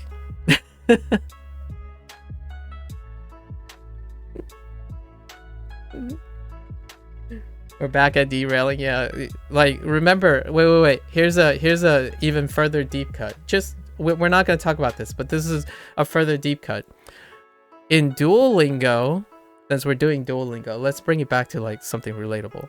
In Duolingo, the leagues are bronze, silver, gold, right? And then it falls apart into sketch territory where they start adding gems like ruby, sapphire. I think there might have been a pearl. And now you're going to have to ask yourself, are these metals? Or what are they even? Are they made of non-metals? With metals? And then I'll spark your interest in chemistry, because the answer is yes and no.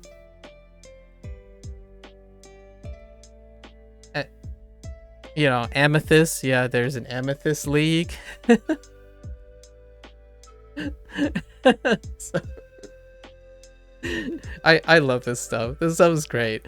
And when you guys were talking about like if there's like a Japanese like kanji, I can't wait to like tackle these questions in Japanese. We're trying to figure out the Japanese name for the ranks, but it's a hard thing to Google for. I keep getting characters rankings or pro. I see. Yeah. Onyx is the top one. Oh, Onyx. Oh my gosh, Onyx is interesting too. And just so you know, as a clarity, I actually don't know if I'm accurate. I don't know if I'm accurate because I don't study mineralogy or something like that. Or I guess it might be under geology, possibly.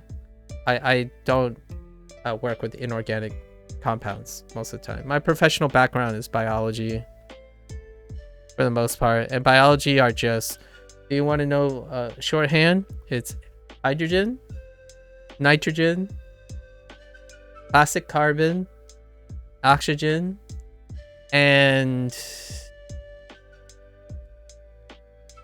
that's about it.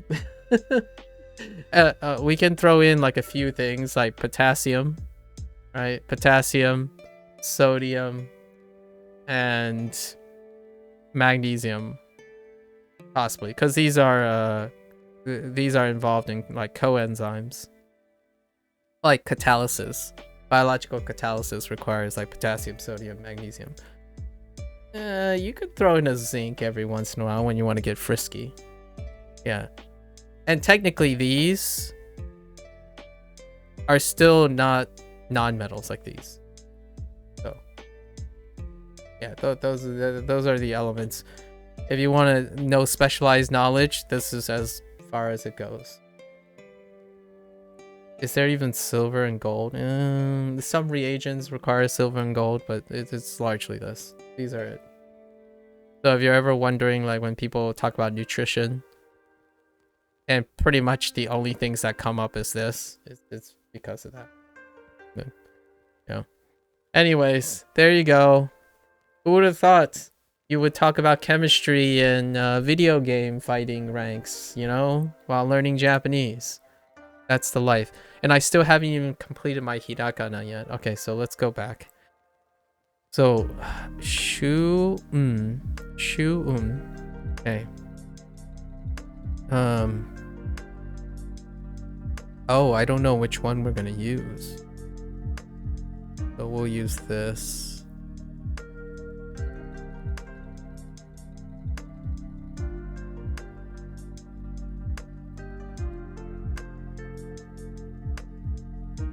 Right? Or it yeah. Shu, right?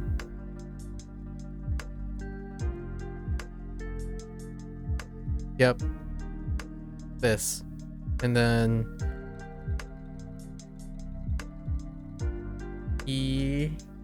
Yan. Okay.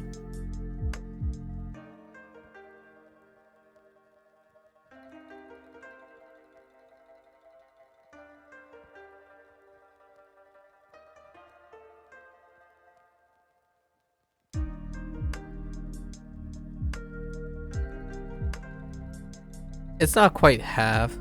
I feel like they make the letters about 60% tall, 66%, so about like 2/3 of the length of the one. I just cut in 50%. That's just because I want to exaggerate the stuff first. And then Hyun.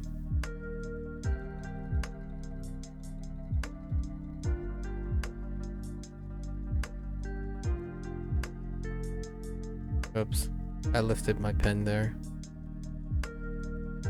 Right. And then this is what we're looking for. Kyun. Kyun. Kyun. Kyun. Kyun. Kyun. Right. So Shun. Kyun. Kyun.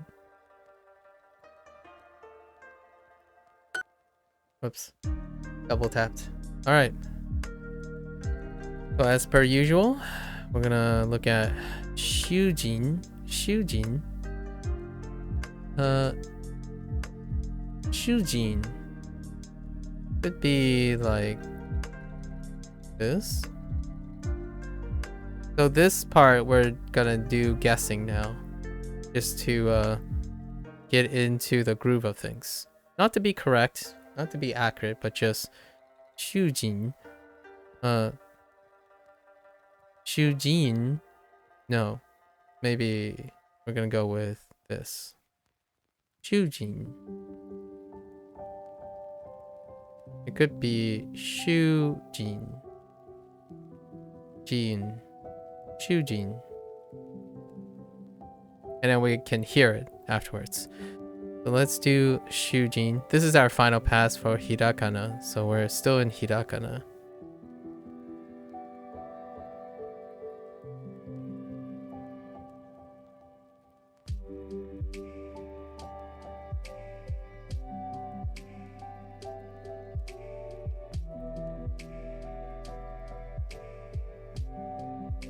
And then now we try all the romaji of these things, right? Shi, ya, carrot. So sha, shi,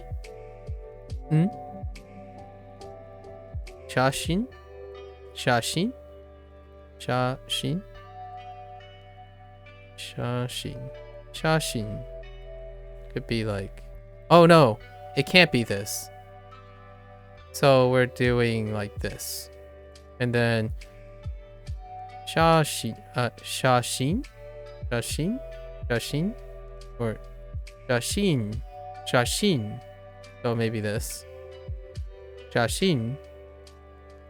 I wouldn't do pitch shashin to be accurate, by the way. I've heard several that are wrong. That's fair enough. I don't think I would probably disagree that it's wrong, but different.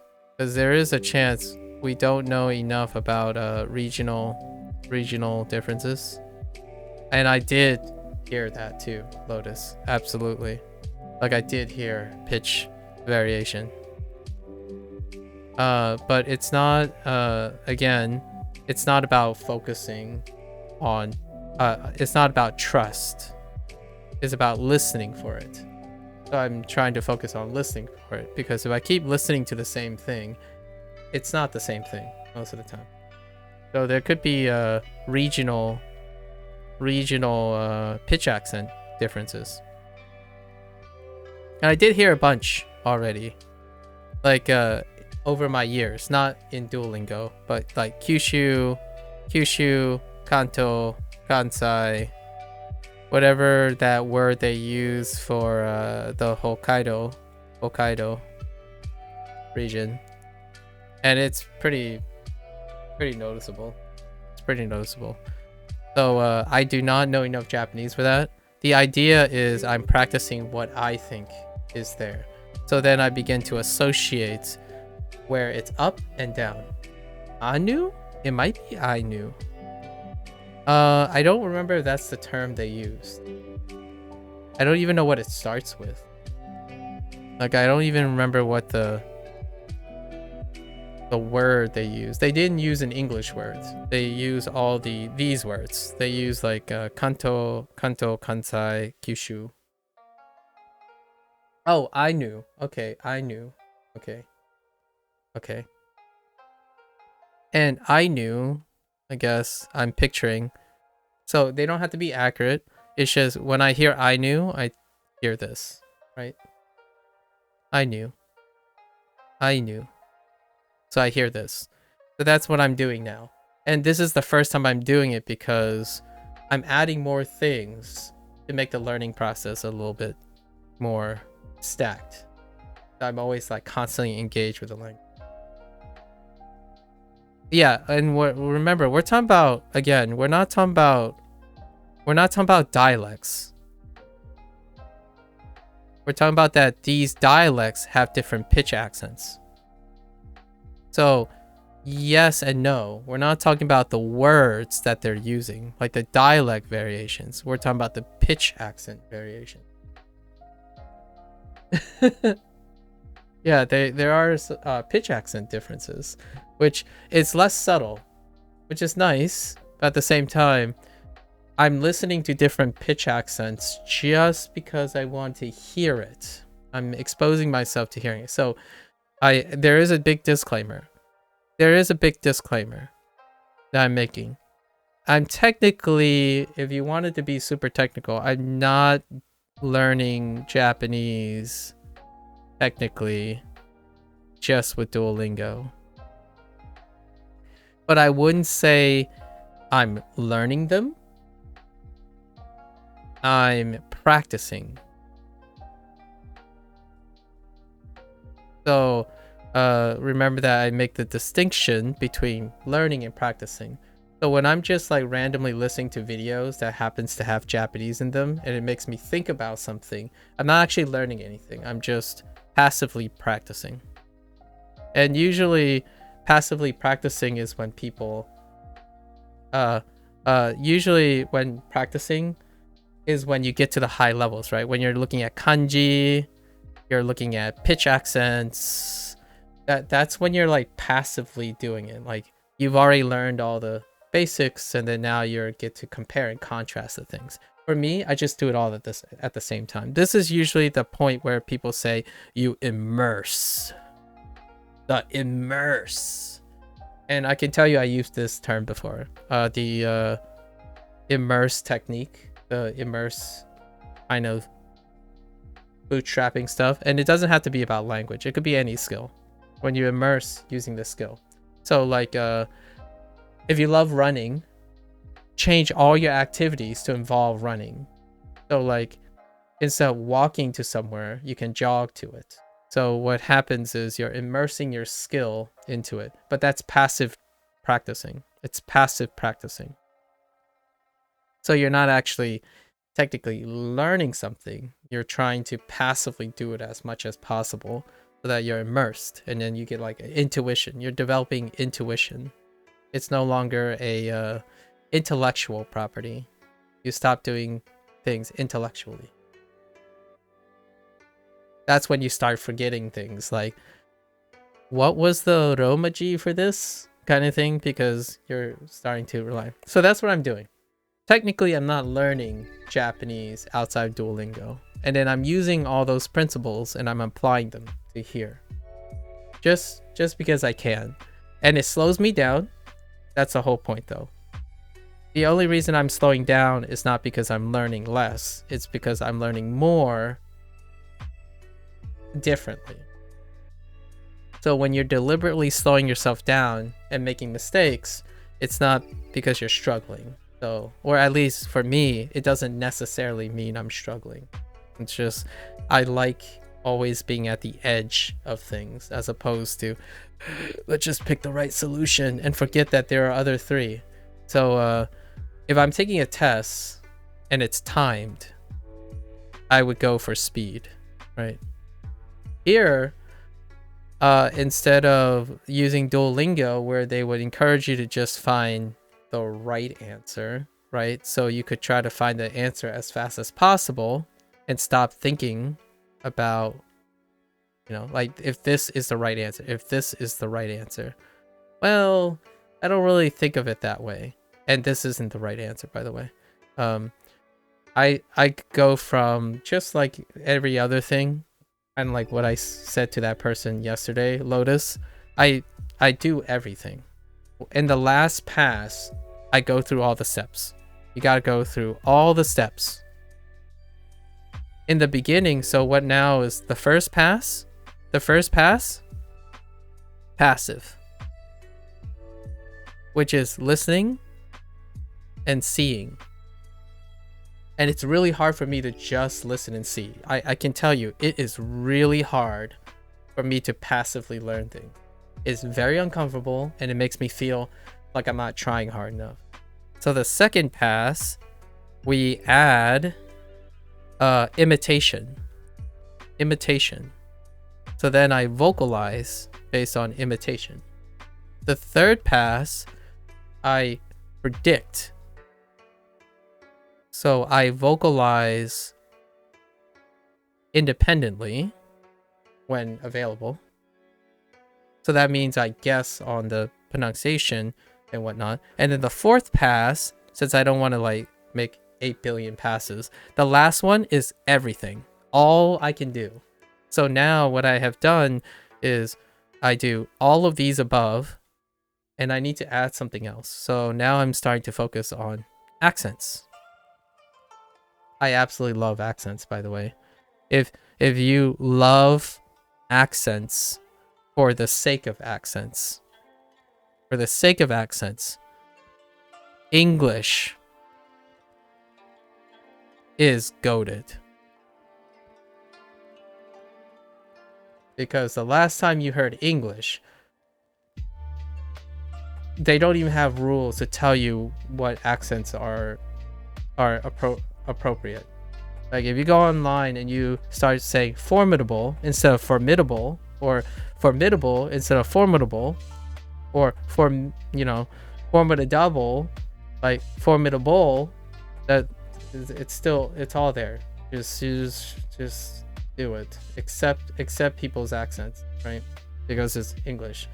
Meanwhile, when we think about Japanese, we kind of start thinking about correct accent pitches, right? Or pitch accent. And that's fair enough. And to me, I take my interest in English, and I'm playing around with Japanese. So eventually, maybe I'll pick up the right pitch accents. It doesn't really matter to me. I just like hearing people have different pitch accents because I love English. There's a reason why I continue to use English. When I talked about this. This is going to be a slight digression, but I talked about this before, where since I'm an English native, right? And you're online, say you're online on an international community. This is a psychology thing, because we're talking about learning languages.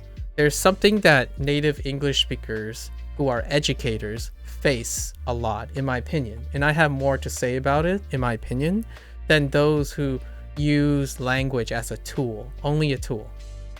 Okay?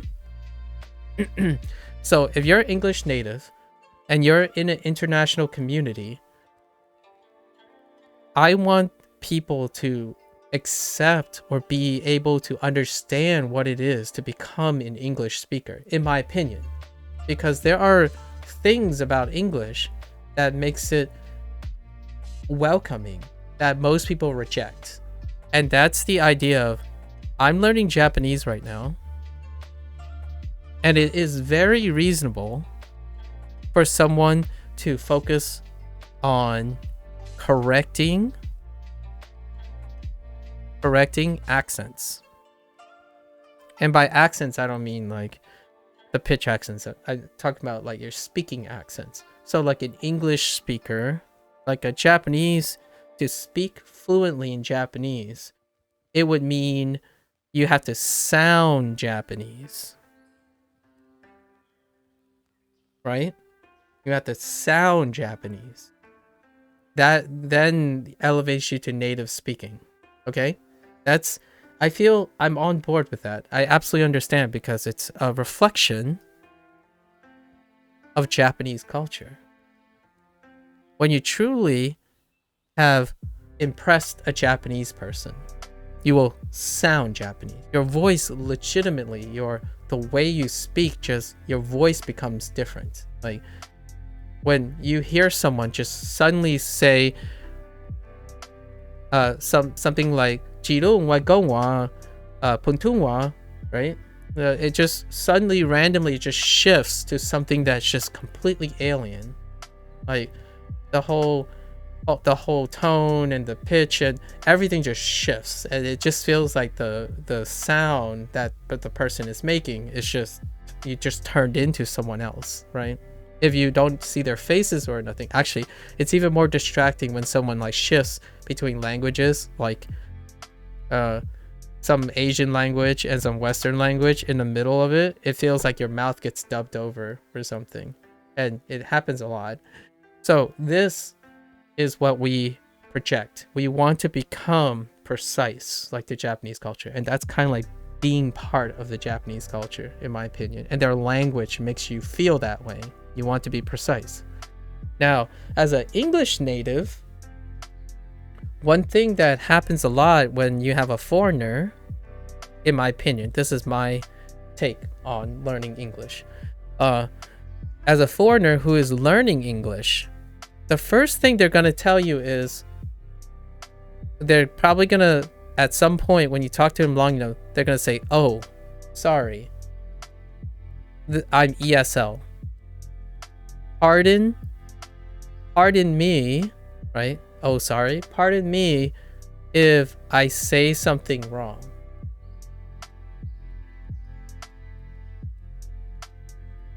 Or how I said it is wrong.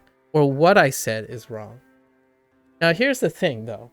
As an English speaker, you're gonna say like, actually, your English is pretty good. Like, you typed, it's pretty good. Like, I understand you. That's all that matters. Like, or that matters more than saying this. But because, and here's a hot take, because most of the time, native English speakers argue about the language already, all the time.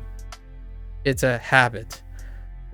We just went over Eliminator, Vanquisher, and Vindicator, and I'm sure most of us have command of the English language to be able to define and try to like distinguish between the three of them, right? So this is normal.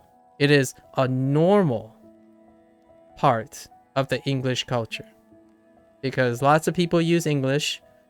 So naturally, lots of people will have different rule-bending things that make it weird, but we're still able to communicate. So while we try to be Japanese and focus on like, did we get it right? It creates that insecurity. And the funny thing is, it gets translated when someone learns English. And the techniques that I am using right now about like promoting making mistakes, but it's all about increasing the accuracy of expressing your sentences, right? In English, the goal for a foreigner, if you want to encourage, in my opinion, one of the biggest barriers for a foreigner, so we're doing a role reversal. When a foreigner tries to learn English, the first barrier you have to break is what I would call the Asianese barrier. And it's not just Asianese, but it's very exaggerated in Asian cultures. I would say this still translates to like European countries where they're so caught up, in my opinion, in being precise But the barrier is that English is just imprecise.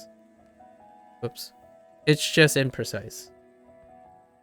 So when someone says like, "Oh, I don't know if I'm getting my point through," it's like, yeah, you're getting your point through for sure. And then you're naturally going to have questions because English is a descriptor language. English is a descriptor language. So the moment if someone asks a question about what you said, right? It means they heard enough to be interested. So oftentimes when we think about as English speakers, if we're English speakers and we're learning a foreign language, if we get it right, you get it right. We are told and conditioned, if we get it right, there's less questions. So the idea is like, oh wait, is that the right way to say that? Because if it is the right way, you ask less questions. In English, I actually think it's the opposite most of the time. When a foreigner tries to learn English and they get an English person to ask a question, then they did something right.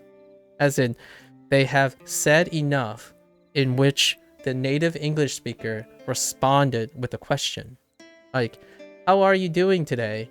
If you said it completely, somehow messed it up completely, the English speaker would be like, Nani? What? Oh, okay.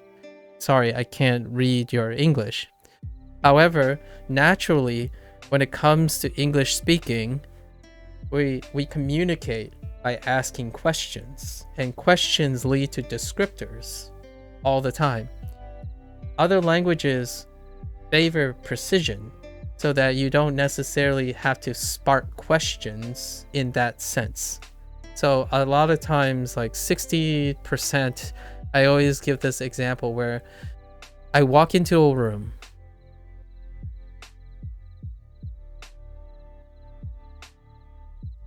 Yeah, just teach them a foreigner, hey yo, you're good. Yeah, that's it. So check this out.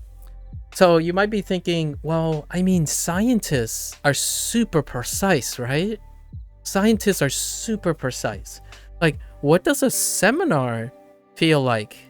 Like a true blue seminar. Well, I walk into a room. I spend 10 minutes in the beginning introducing and qualifying terms. Like just straight up terms already. Like, okay, today I will be talking about the following topics. 1, 2, 3 on the PowerPoint. And then I would slowly use all the language I have to describe in a shorter format what I'm going to do in those points. Legitimately, the introduction is to define the stuff that I'm already using words to use. And then you think, oh, that's where it stops, right? No. Then you talk about methodology. And what do you do there? You spend most of the time defining what the techniques do. So like if I say, I use the electrophoretic process. So what is that? So you spend the next like 10 minutes describing all the words that you used in English again. And at the end, you get like results, right? And results would be, here are the results. And what do? You spend a lot of words describing exactly what they are, right? Again. So, in my opinion, a lot of times this bleeds into casual conversation, even at the highest level, if you want. Generally, you're always describing you're describing words you used already. And it's because, in my opinion, English is a descriptor language. It focuses on being explicit. right? Very explicit. When I'm learning Japanese, it's like context. But these are, when we talk about complex, they're implied context. When you get to the higher levels of English, you become more and more explicit, as in you become less and less implied context. So what does that sound like? It sounds like heckin' dry 1 hour's worth of technical babble that if you're not invested already, you're going to fall asleep, because it takes a really long time to communicate certain things, right? But that's where the precision comes from. The precision comes from being explicit.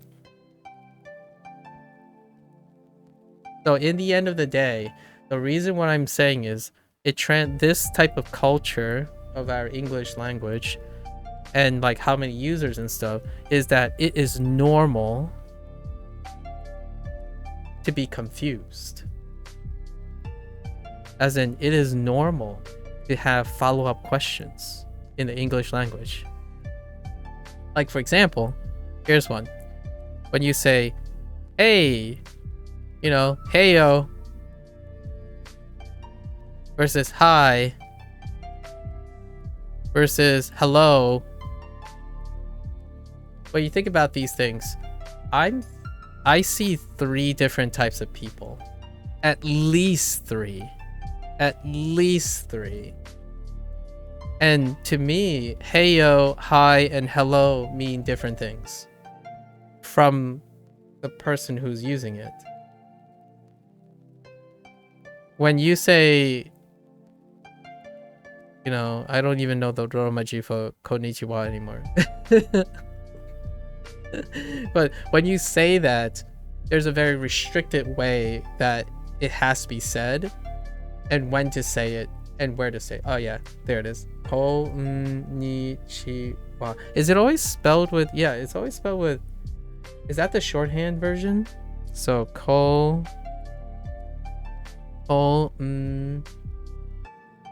ni. That's not the shorthand version, right? Chi wa, right? And when you use these things, there are really strict use cases. So it's so precise. Like, if you say konnichiwa, then it's just, it's still only restricted to one thing most of the time. So, and you get like a head nod. It's like, foreigner. Oh no, foreigner. In English, in my opinion, if you want to become a native speaker, like truly, and what I mean by native speaker, I don't mean just from a mechanical standpoint. And I don't think this is true for Japanese. So this is not how the impression I'm getting from Japanese. But for English, if you want to be a mechanically English speaker, the idea is you have to be comfortable. Not just mechanically, but also be a native in culture, as in you're embracing the culture of English. You have to be comfortable with understanding that there's a lot of noise. It's just really noisy. It's a messy language. And messy language makes it welcoming. But it takes a very long time for foreigners who use English, who learns English, to be like, oh yeah, full send your English, full send your English, and immerse in English. So it's kind of the opposite of what Japanese, when you're learning Japanese, it's like, oh yeah, you got to make sure you don't develop bad habits. You got to make sure you don't like practice this stuff and whatnot. It's like, I'm fine with that. So what happens is in the end of the day, I'm a native English speaker. This might sound prideful and arrogant. And it's more like acceptance. I'm okay with sounding like an English person speaking Japanese. And I actually truly believe that Japanese people and English people, like their natives, can meet halfway. Where if I can get Japanese good enough to still sound like an English speaker speaking Japanese, but they can understand it, that's great. In English, when you're meeting towards English, everyone has their idiosyncrasies. In fact, the funny thing about this is while Japanese have clear segregation like Kanto, Kansai, right? We were just talking about like regional, even pitch accent things. English, as many as you can. As many as you can. Because the reason is English, there's too many users. When you try to put them in a box, if you keep trying to box it up, you're gonna drive yourself insane. Foreigners, whenever I try to help people, right? Because I'm not really great at a second language, but oftentimes I would say my English is sufficient enough. Yeah, right. The UK has more than 60 accents in 4 countries. So the idea is it's not whether it's hard or not. In English, live like an English speaker. Because whatever you do, that habit you form, it literally tells a native English speaker where you're from. Like you want, in my opinion, I know there are people who are refractory to it, like repulsed by it. But when accents have become beautiful in English, it is absolutely acceptable. So when you say something quote unquote wrong, and someone asks you a question, it's not really because you said something wrong per se. It's because they're interested. It's very super normal to be tolerable. It doesn't label you as a foreigner. It just labels you as someone who speaks English differently. And that's the greatest part, in my opinion. The contrast. It's the selling point about English. It's not necessarily, I'm not saying it makes English better. We're not comparing English and Japanese about its pragmatism, right? We're talking about if you want to be an English speaker, there are things that will happen, things that you will encounter more likely. Things that you will likely encounter. And one of them is that English accents are just there. It's acceptable. It's absolutely acceptable. It's a part of the social norm.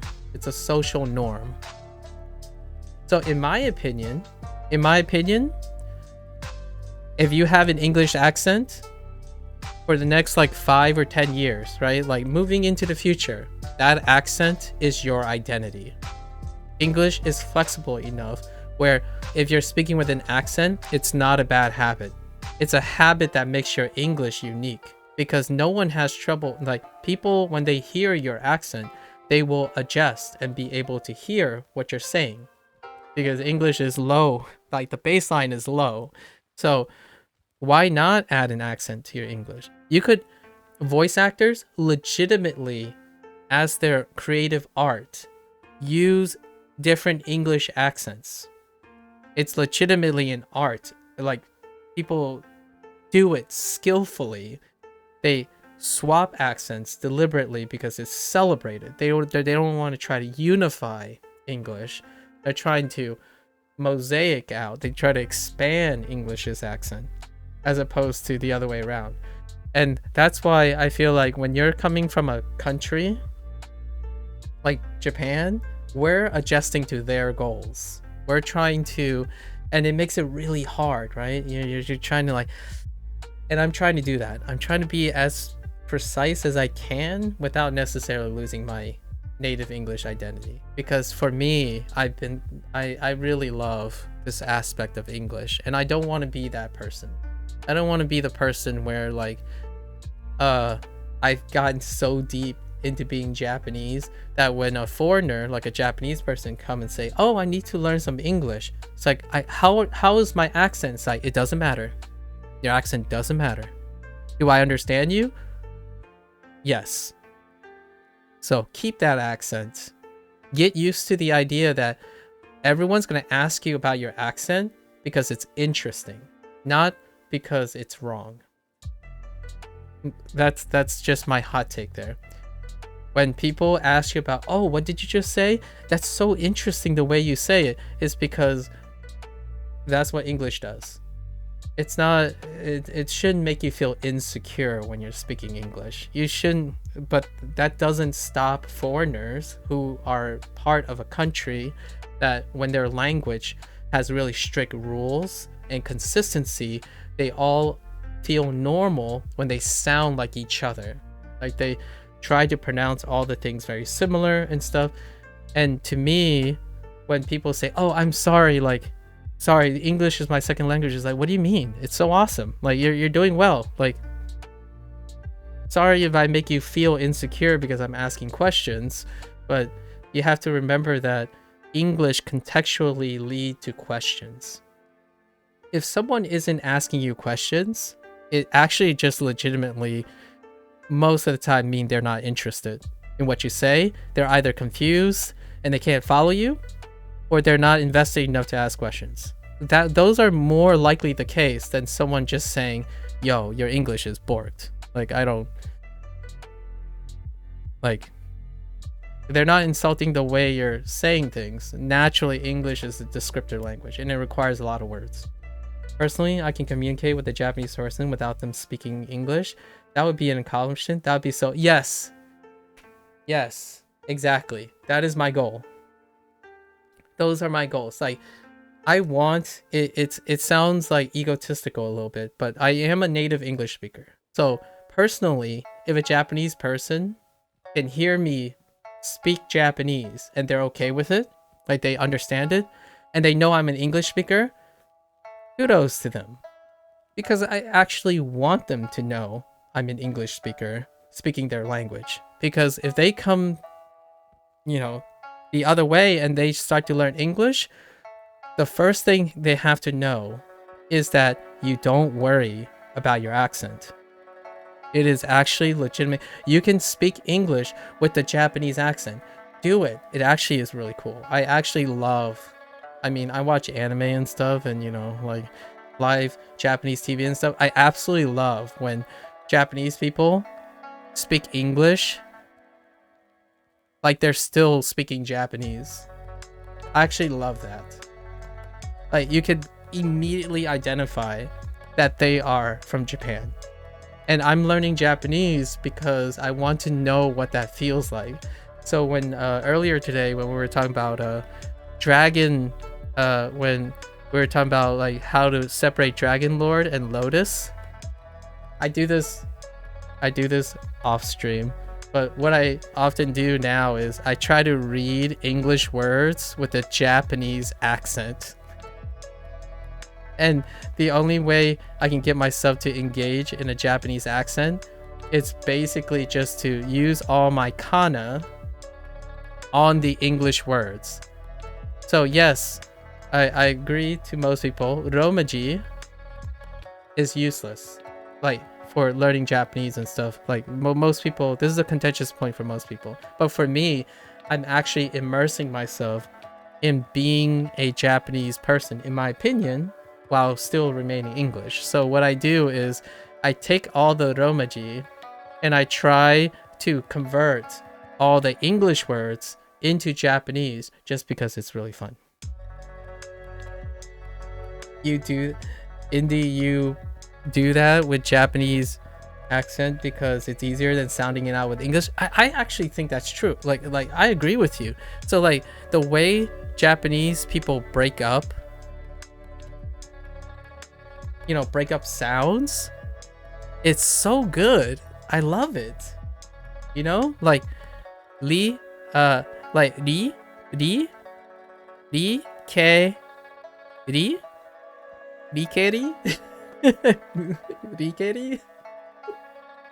I so that's how I feel about the weird role reversal, and I love that about English, but I also love that Japanese is different. I don't want Japanese to be like English, but I also don't want English to end up being like Japanese. I want them to stay different. And for me, as an Asian American, I blend both of them all the time. Like when I say Spanglish, I legitimately, when I was Spanglishing, I legitimately like start pronouncing English words with the Japanese, with the Spanish sounds a lot of times, not just interchanging words in sentences. I do it all the time. And it's kind of funny, but in English, it's really acceptable. In Spanish, not so much. So those are the cultural clashes, right? In English, if you start saying like, I'm thinking of, I've been watching an Italian American couple, like an Italian American couple where one is Italian and one is American. And whenever he says something like, I don't know, molto bella, I don't even know what that means, but the way he said it with English words around it, I'm like, that's English. Like that dude, that Italian dude has embraced the English culture, like people who speak English. Because when you start putting your native, whatever your native language is, and wedging it in between English, that's what English does. Like English complements your native language most of the time. And I can't experience that because I'm a native English speaker, right? But one day when I learn enough Japanese, I hope to try to learn English with Japanese. That's what I'm kind of doing. I don't know if Duolingo is offered, like their interface is offered with Japanese, but it would be kind of cool to like download the Japanese Duolingo app if that exists, or like the Japanese thing, and then go to the English course and learn English with a Japanese UI. I don't know if that exists or not. If not, it does do that. Awesome. That's what I'm gonna do. When I learn enough Japanese, I'm gonna try to learn English with Japanese. And another future project is obviously I'm going to play video games in Japanese. You know, because I want to know what it's like. So that's kind of the idea, right? And English, man. When someone says like, I don't know, like I ask, how are you? How are you? Right? And someone says, Poco good.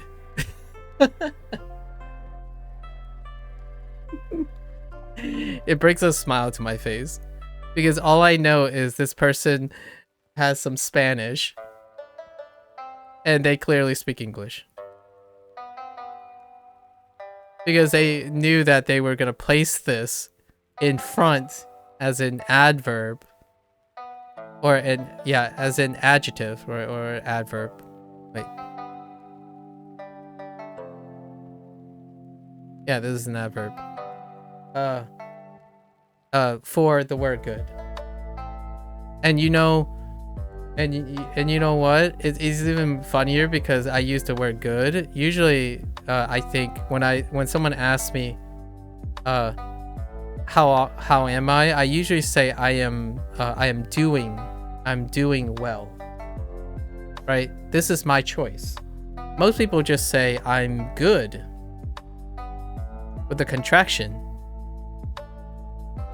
Or sometimes I get like bien, right? Bien or bueno. I can't complain, right? Oh, you totally did the heckin' American thing. So this, sorry, Indy, I'm gonna put you under a bus here. It's under a lens. When you use a double negative for emphasis, This is multi-generational American. When you use a can't phrase, like a cannot phrase, and you contract it, and then you modify a negative word. So when you can't complain, it double emphasizes by double negation, and that's something that is so multi. Like for me, if I can't complain, I would say I'm content. So because of my mannerisms, I say I am content, which is the closest capturing of I can't complain, but in the affirmative, right? This is affirmative. So I'm telling you what I am, but not what I'm not. And this is what I mean. I love this. I absolutely love this. And if you can read into English, you learn a lot about them. To me, when you try to get into the mindset, like truly get into the mindset of Japanese, you're trying to conform. So all the things that make me a native English speaker, in my opinion, all the things that I have to understand as a native English speaker, I have to abandon for conformity. And I'm kind of meeting halfway. And that's why I personally think that's where the difficulty comes from. A lot of difficulty comes from when you contrast Japanese and English. And it's not really about semantics. I actually think people who choose to learn languages, they're smart enough. A lot of time people talk about are you smart enough or hardworking enough? That's not it, in my opinion. It's the idea that you have to let go of your loosey-goosey. You constantly have to let go of your loosey-goosey, and get into strict right and wrongs. And that's exhausting. That's super exhausting. Like, if you're telling a native English speaker you need to do everything precisely all of a sudden, this person, the older you get, you spent all those years using a language that is flexible. So yeah, it's gonna take a long time. Your mindset is borked. You're legitimately trying to flip mindsets. And for me, I'm okay with that. Like legitimately, instead of fighting an uphill battle, right? Like English is down here. The baseline for English is here, right? Just say that. English has a huge range. But Japanese is up here. But that's their baseline. And their range is confined because they have rules. All the people's averages collapses on each other because they're expected to know the same things. And that's where Japanese is. So yeah, even in a baseline, you have to... It's an uphill battle. When you think of the reverse, it's the funniest thing. The reverse, if you say like you start at Japanese, right? So this is psychology. I'm just applying psychology. We're not talking about like the literal stuff. So if the baseline is higher, the entry baseline for Japanese is higher because their tolerance is lower. They have to understand a foreigner. It's anywhere in this line. There are lots of different lines here, but English has one of the lowest baselines of entry, but with an incredibly huge variance, right? And as a linguist, I say it doesn't really matter. It's interesting for sure, but not in every day. Also, you're not progressing your learning. Yeah, that's fine. Thanks. Thank you for chilling as a linguist, right? Unfortunately, I'm not a linguist. I'm more of a psychologist. So we're just talking about like learning techniques and motivations.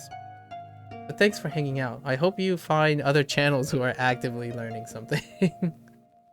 I really appreciate you stopping by. Yeah. Good luck.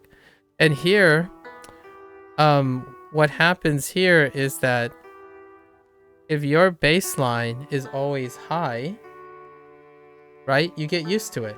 So it feels uncomfortable voluntarily dropping your baseline. So expectations creates an artificial barrier, in my opinion. An artificial barrier to a language that, quote unquote, I hate to use these relative words, easier to start, right? Easier to start because it feels uncomfortable. And it's funny because this barrier is actually really low. So oftentimes whenever you hear a foreigner try to learn English, they're always expecting a baseline that's super high, like super high, or at least above the baseline of English, anywhere up here. And I find myself often saying the same phrase over and over again. No, your English is sufficient. Keep using it. That's it. Like, keep using it. That's the way. And obviously to contrast a linguist, right? We'll just say to contrast a linguist. I fully understand that it doesn't matter to them. Absolutely. I can definitely see the pragmatism flowing through that. For me, I educate people, in my opinion. I'm not a linguist in the sense of someone who is an expert, perhaps, in the language, in the actual language portion. I'm an educator. You can definitely disseminate all the informations and intricacies, and layers of all the languages you know when you are an expert and when you talk to other experts. But an educator is focused on how to get people to learn first. So naturally, I respect comments like it doesn't matter. To me, as an educator, this is all that matters. If you don't get your foot through the door, it doesn't matter how smart you are, what your level of competence is. You don't get to educate that person. That person is not going to take the first step. You can shove it down their throats and make it mandatory, right? You can make it mandatory, certainly. What's mandatory? One native language that is universally used. That's what happens when things are mandatory. You become efficient. Well, we're talking about learning different languages here. So if you're going to encourage people to learn more than one language, pick up more than one language, escape and go into multiculturalism, I agree to disagree. The things I'm talking about are number one. It's not even close. The value of being a linguist is dependent on people willing to learn different languages, not the other way around. It's a chicken or the egg question. It's a hot take. But if you don't have people who are willing to learn different languages, what is it necessary to be someone who actually knows different languages? There's no pragmatism behind it. Just my 2 cents. So anyways, that's a good digression. I'll docker it up and whatnot and get back to learning Japanese. In contrast to a linguist who would practice languages, in my opinion. Alright, so. Okay. And most of my digressions are 1 hour. So it's not a coincidence that the person said, I haven't learned anything in an hour. I usually keep my digressions to an hour. An hour to 2 hours. Something like that.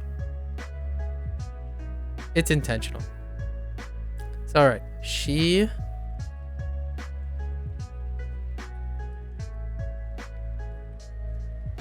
right? This is she and you.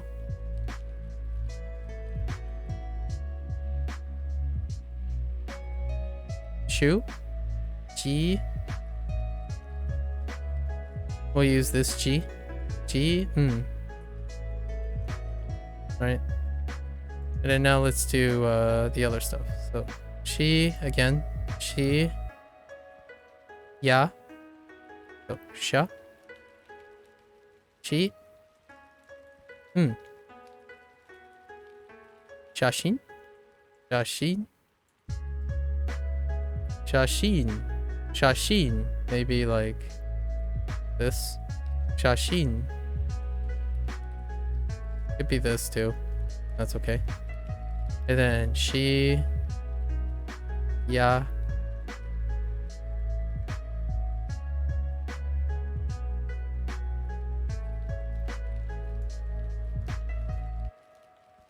right, this is what we're looking for.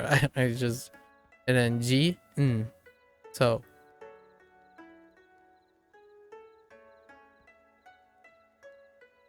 Shajin, Shajin, Shajin, maybe this, Shajin, Shajin, or sorry, not Sha, she, oh wait, yeah, Sha, wait, Shu, sorry, Shu, I messed up, this is Shu,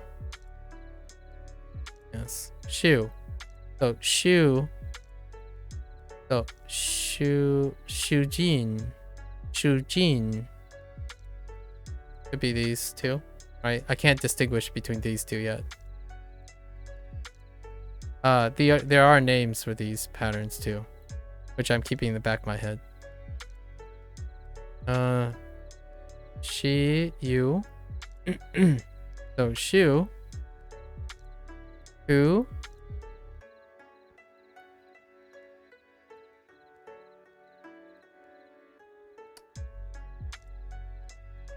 zoo. So sukutsu, sukusu, sukusu. Well, if sukusu is like, it could be sukutsu, shukutsu, shukutsu, shukutsu, shukutsu. Wow, that one I won't be able to tell still. Well, we'll click on it in a sec. And this is she, you, shu, shu,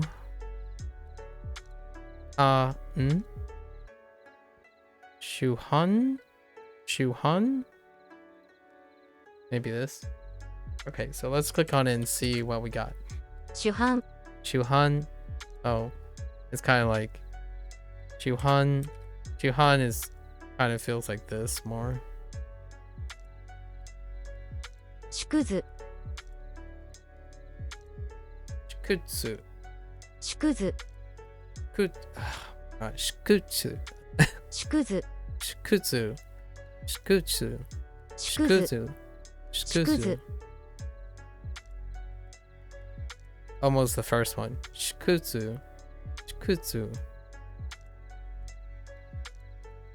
Yeah, it's almost like the first one. 主人 Shujin, shujin. 主人主人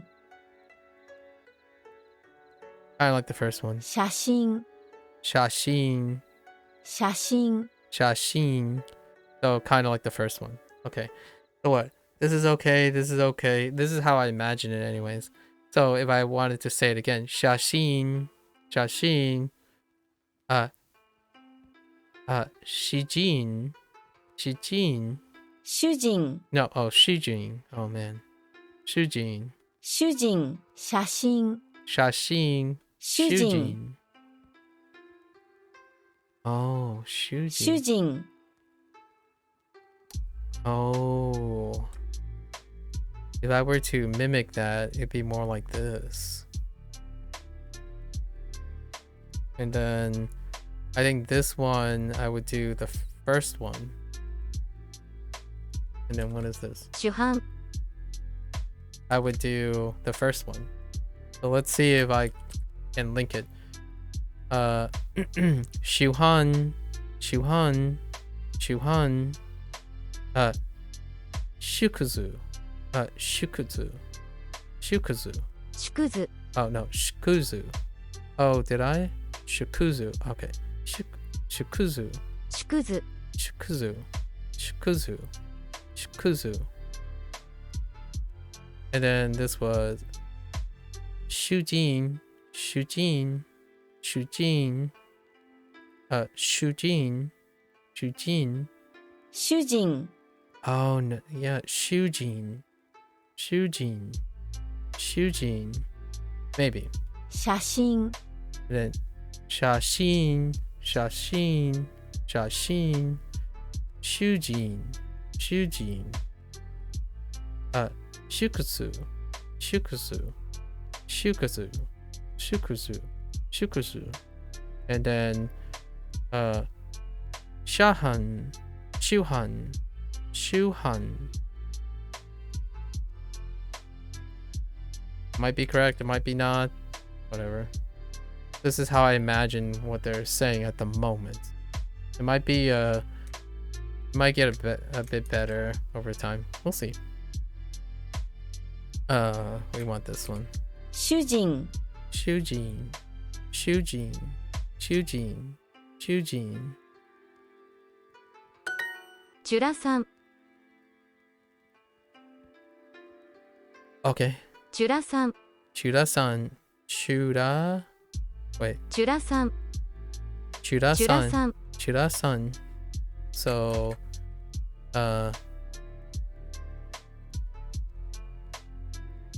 Chu. Da. Sa.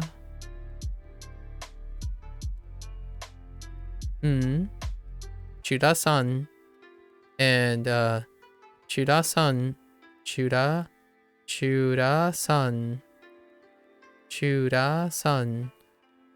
Chura-san. It kind of feels like this, right? Chura-san. Chura-san. Chura-san. Chura-san. I mean, it could be that too. Chura-san. Chura-san. Chura-san. Chura-san. Yeah, it's probably it's closer to this if I'm hearing it right now. ジュラさん Chura-san. Chura-san. Chura-san.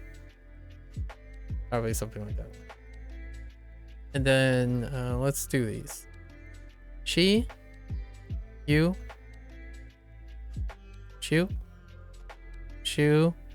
Ku. Te. Wait, is that Te? Oh yeah, that's Te. Ki.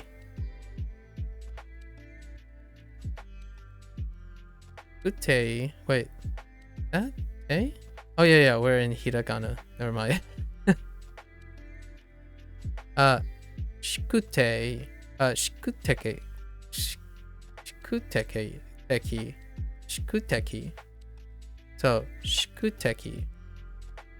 Shikuteki.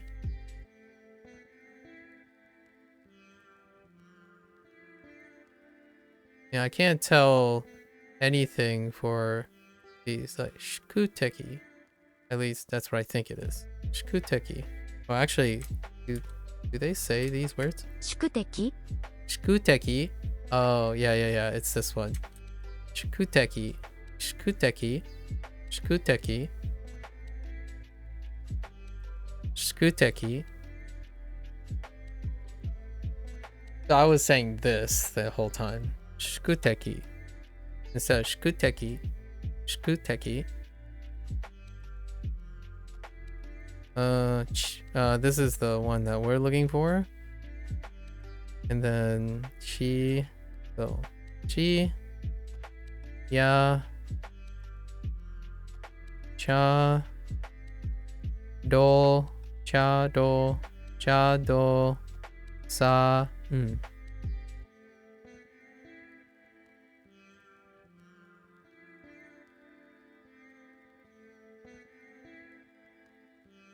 Charo-san? No. No. Charo-sa... Isn't pitch accent regional? Yes, it is. It can't... Yeah, it is. Technically, yes. I am practicing the different syllables going up and down for fun. So I'm trying to see what pitch accents I'm doing, or what I think my voice and my listening is doing when I'm reading these words. So when I'm saying Chiro-san, or Charo-san, I feel like I'm saying Charo-san, Charo-san, as opposed to Charo-san, Charo-san, Charo-san. I feel like I'm saying Charo-san. And let's see what they say, what the speaker says in this one. チャルさん Charu. Oh, wait. Whoops. That's Charu. Whoops. This is Ru. Charu-san. チュラさん Uh, チャルさんチャルさん Oh, yeah. It just stays up. So, Charu-san. Charu-san. It just stays up. And then this is she, you, carrot, chew, ri. We're in hiragana. Okay.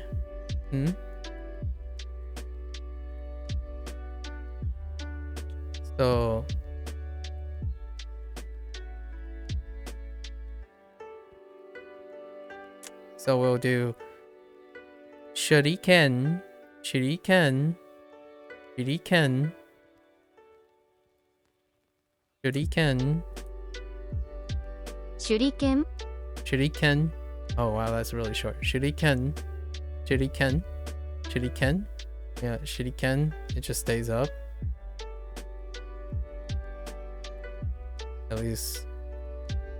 And then what チュ am I- ラさんチュ We're ラ looking さん at Chura-san. Chura-san. Chura-san. Chura-san. Chura-san. Okay. Yeah, I'm aware. Ru and Ro. I'm aware. There's a lot of things I'm doing right now. Thanks. Yes. Ru and Ro. Yeah. You're the first one's Ro and the second one's Ru. I get it. Thanks. Hideyoshi.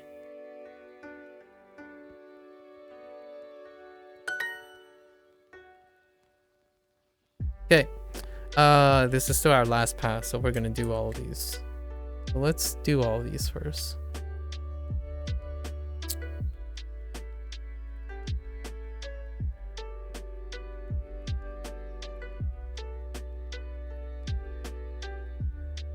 U, Chi,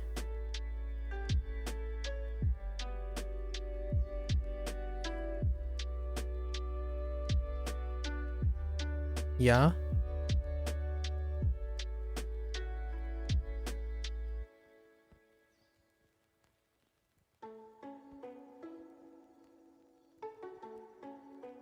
okay, Ucha,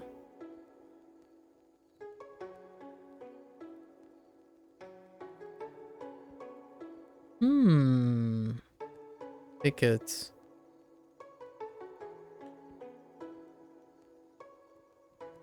I think this is the second stroke. I'll review that later. Cha.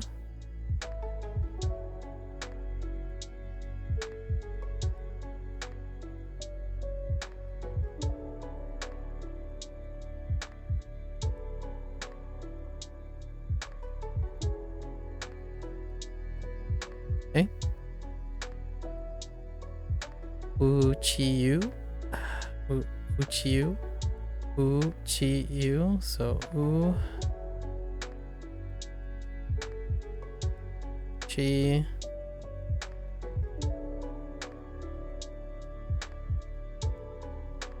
You.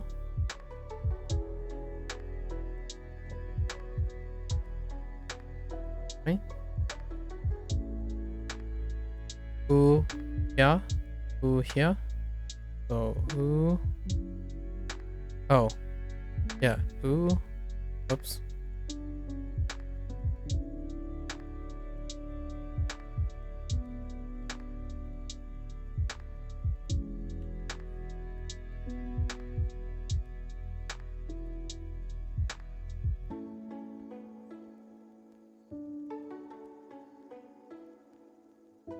U here. Ocha. Ocha. Ocha.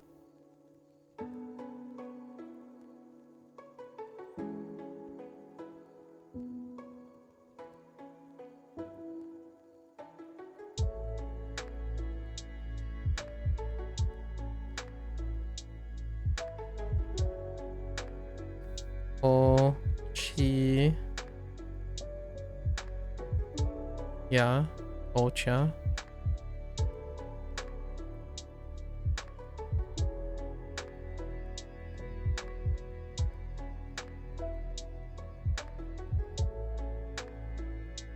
Okay. Okay. So. Ocha. Ocha. Maybe.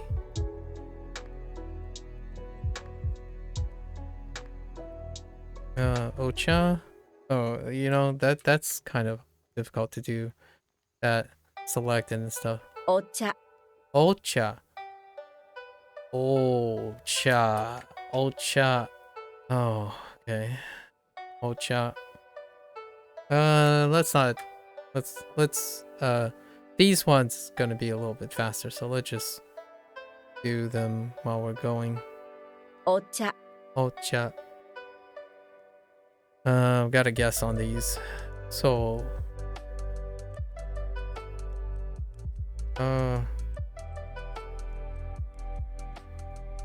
Uchiya. Uchiya. うちや No, Uchiya. Okay, Uchiya. Alright,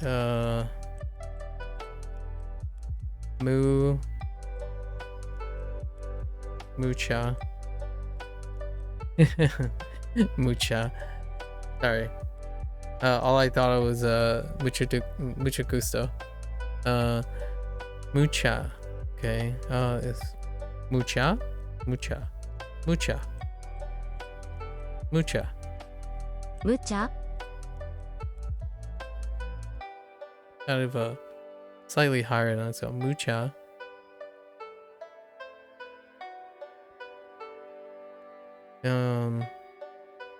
Uhia. Uhia. Uhia. Uhia. Uhia. Uhia. Uhia. うひゃ Uhia. Uhia. And then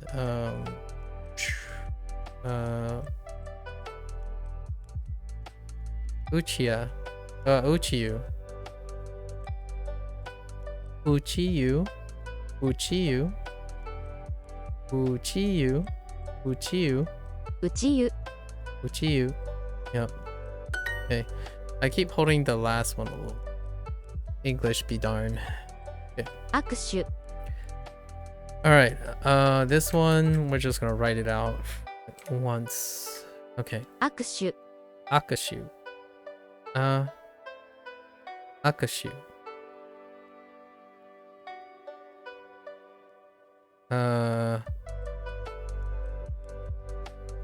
Gotta remember Hidakana, right? Hidakana. Akashu.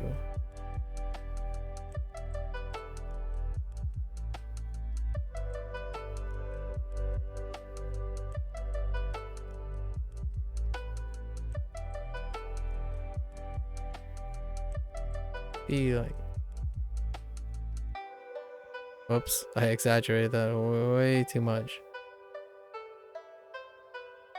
Whoops, that's not big enough.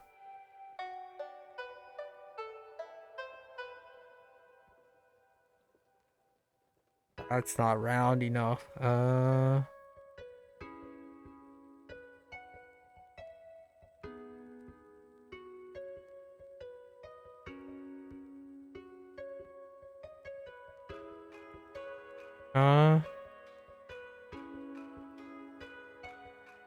握手 shoot.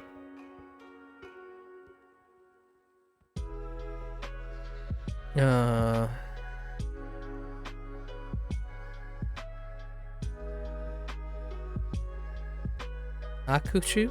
Akushu? 握手 Akushu. Okay. So shoot. We're gonna use this one.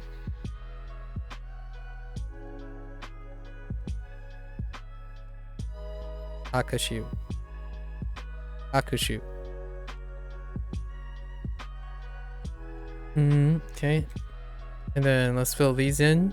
This is U, carrot, U, carrot, E, me, chi, ku, a, E. So a, ku, chi, U. So akushu. Okay. チュチュ Choo-choo. Choo-choo. Wow, choo-choo. So choo-choo. Or choo-choo. Wait. チュチュ Choo-choo. Choo. Choo. Choo. Choo. Yeah. Alright, well, let's try chi-chi. Oh, chi-chi. So...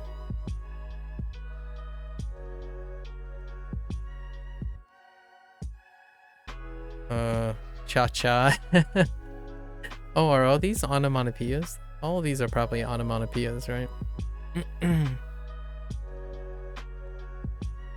Oh, okay, so...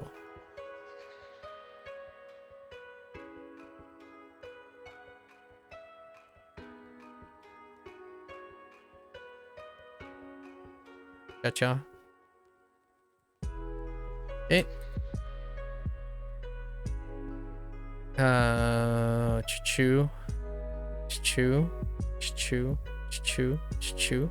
チュチュ Choo-choo. Choo-choo. Choo-choo. Is it the sound a train makes? Curious. Okay. Dutone. Dutone. Dutone. Dutone. Dutone? Dutone.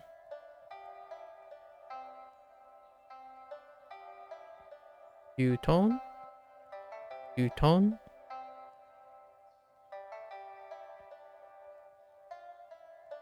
Okay. D?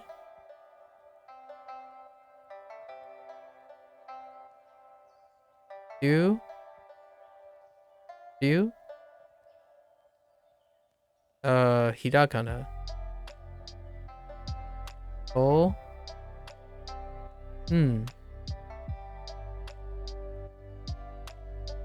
Dutone? Dutone? Dutone? Dutone? We'll find out.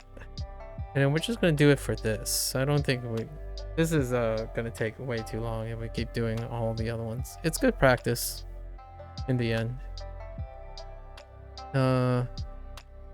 E, U, U, oh. Yunto, Yunto, Yunto, Yunto. Probably not, but the yeah.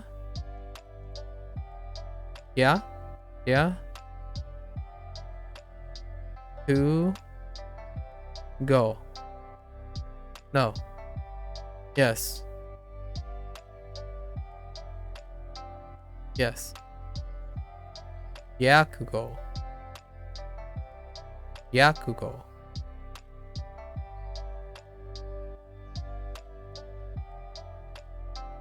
Yes. Yakugo.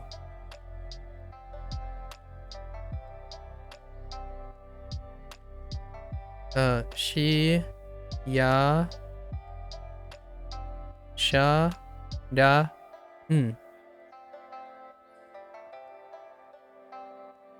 charan, charan, charan, charan, charan, charan, li,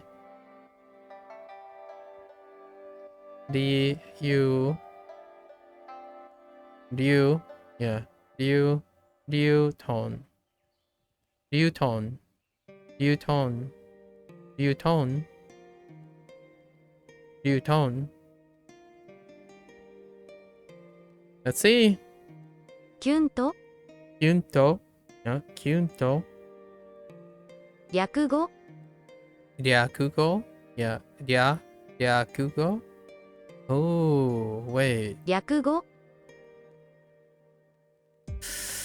略語 Okay. This is what I hear at the moment. Yakugo. Yakugo. 略語 Yakugo. Yakugo. 略語 Yakugo. Alright. シャラン Charan. Yeah, charan. Charan. リュトン Ryuton. Yeah, ryuton. リュトン Ryuton. Yeah, ryuton. So wow, this one. So what do we have? Kyunto. Kyunto. Kyunto. Rakugo. Rakugo. Rakugo. Charan. Charan. シャラン Charan. Charan. And then Ryuton. Ryuton. Ryuton. リュトン Ryuton. Charan. Ryuton. Ryuton. Rakugo. Rakugo. 略語 Rakugo. Rakugo. And then Kyunto. Kyunto. キュンと Kyunto. Okay.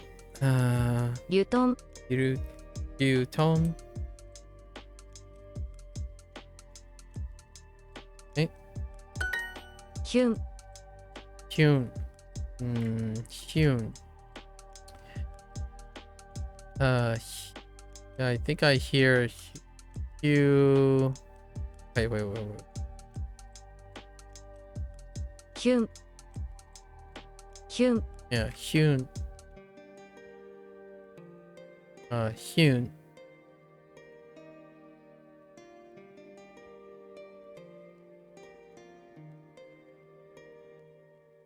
Hyun.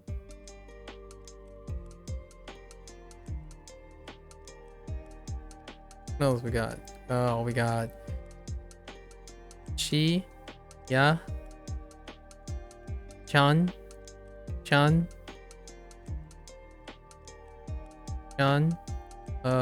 Ki, Yu, Hyun, right? Hyun, Hyun, Hyun, Hyun. And we have. Oh, wait. I'm pretty sure it's Hyun. Hyun. Hyun is what this person is saying. But Kyun, I still have slight overlap between these two sounds. And then she, you, Chu, Shun, Shun, Shun, or Shun. Could be Shun, Kyun, Shun, Kyun, Kyun, or Hyun. ヒュン Hyun. キュンキュン Okay, what is this? ちゃん Chan. Chan. Chan. キュン Hyun. シュン Shun. シュンシュン Shun. キュン Hyun. Hyun. Hyun. ちゃん Chan. キュン That's so hard. I don't know.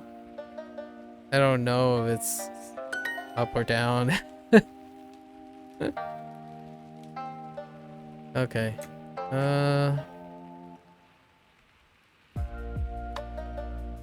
You. You.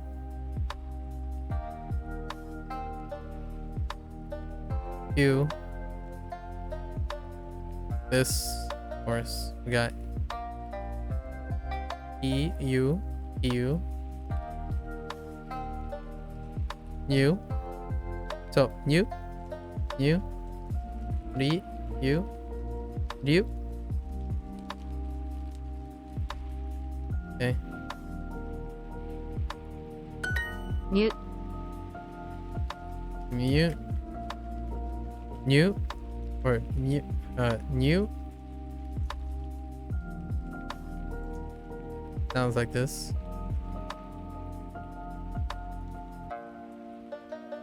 This one. New. Miu. Miu. Mew. I do have a trouble. I also have trouble between these two as well. So that requires more. Kiyu. You.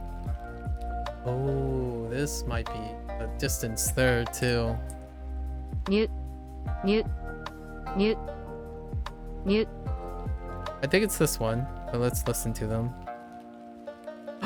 Oh no! It's the heart exercise. Oh no. Okay, hold up. ニュニュニュニュニュニュニュ It's freaking mute. Heckin' mute.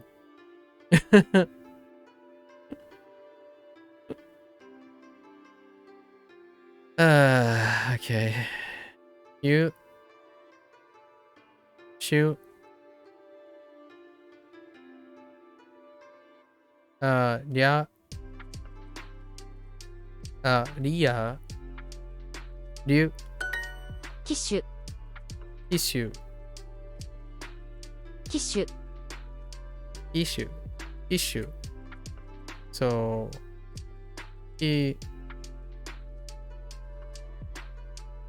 Shoot. Whoops.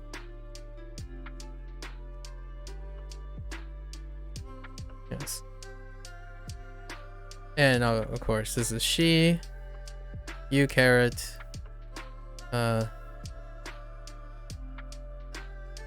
What's up with Ba being here? Ba. Do. I. Do. Kishu. Kishu.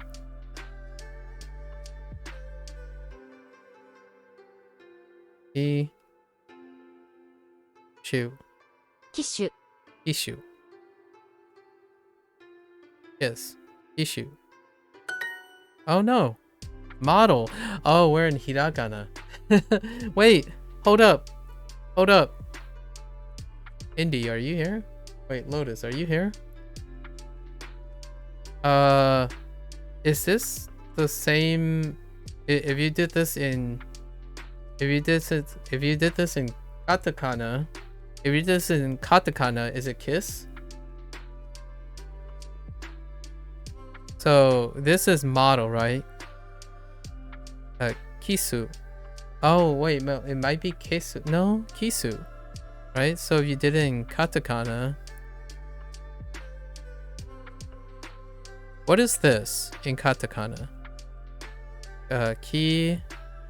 Oh no, it's sei. It's probably no. It's probably sei. Let me write it. So ki. Uh, she. I guess I can do this. What is this? Oh, it's kisu. Oh, kisu. Fair enough. Okay, it's kisu, not kisu. Okay. Okay. So okay. Got it. Oh, it's kisu. Thank you. Thank you, Andy. That's helpful. Got it. Kisu, not kishu. Kishu. uh, Kyonshi. Kyonshi.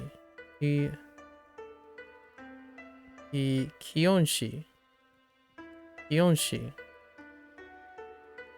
Kyonshi. Kyonshi. Kyonshi. Kyonshi. Kyonshi. Kyonshi. Kyonshi. Try. Let's. Oh wait, we can't even confirm this stuff. It's a hard exercise. I really like hearing these things. I mean, it doesn't really. I mean, hard exercise is just matching the kana with the romaji. Still. Chi, New, Shu, Ji, Shunji, Shunji, Shunji, Shunji, Shunji, Shunji. E, U, Q, Q, She.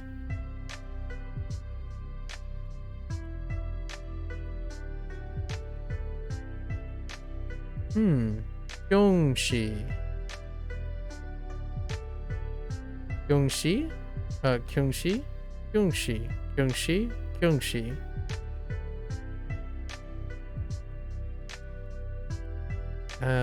Chi.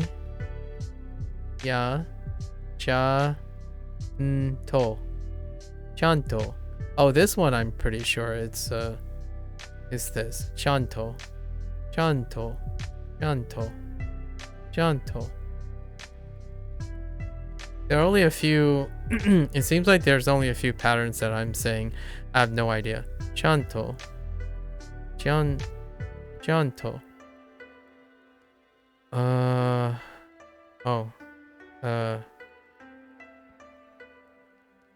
EU. Oh, this is a cute one. QQ. Wait, is QQ is QQ the same as QQ? That's probably not how you spell it. Is QQ the same as QQ? Like chewy? Like the chew meaning? QQ? I don't know if this translates to, because QQ, I don't know how to spell it in, I guess, Chinese, closer to Chinese, QQ, to meaning like the chewiness, that like element of chewiness. QQ. Okay. Where are we going with this? Kyungshi. Yeah, here it is. Kyungshi. Kyungshi?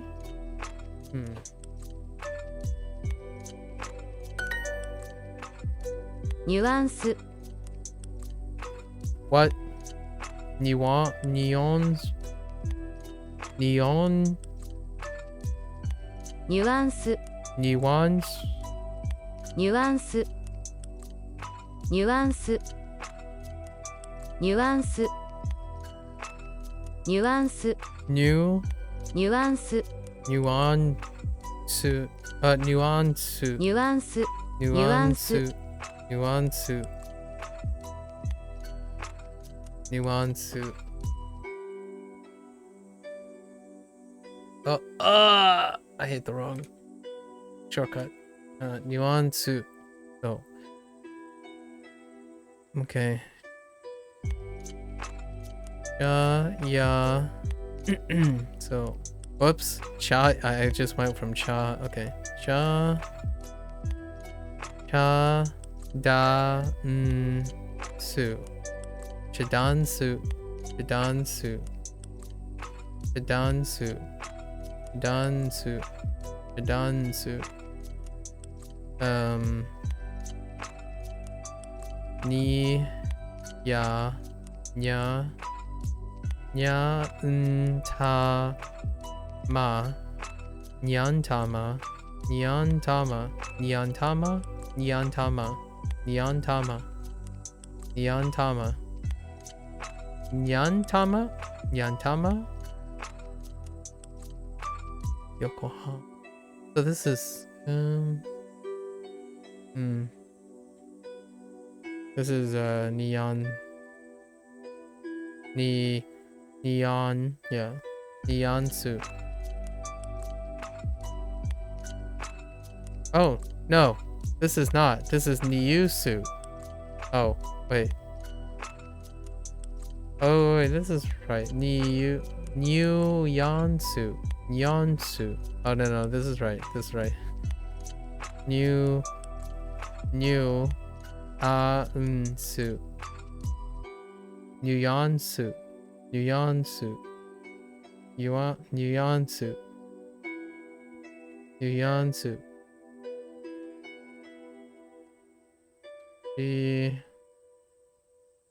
You Shada Su Ko.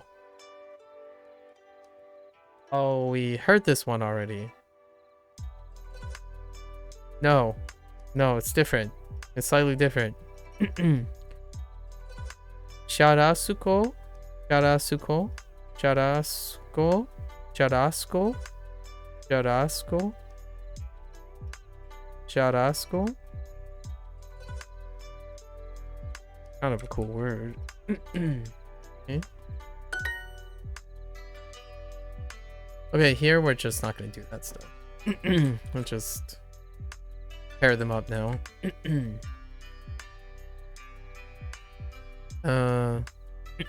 Kashu. Oops. Kashu. Isha. Oh. I keep selecting the wrong Romaji. Isha. Doctor. Choo choo. Choo choo. Choo choo. Alright, going up. Choo choo. Choo choo. Choo choo.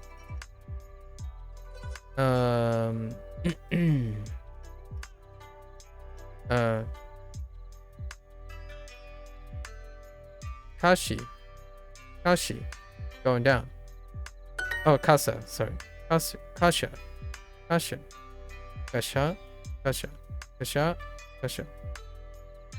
Maybe Kasha. I don't know. 主演 Shuen. What? 主演 Shuen. Okay. Shuen. Shu.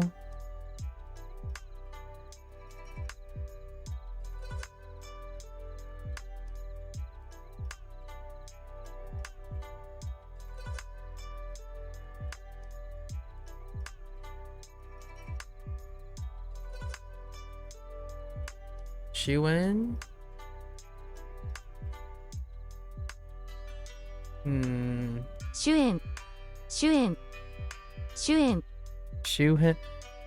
Hmm.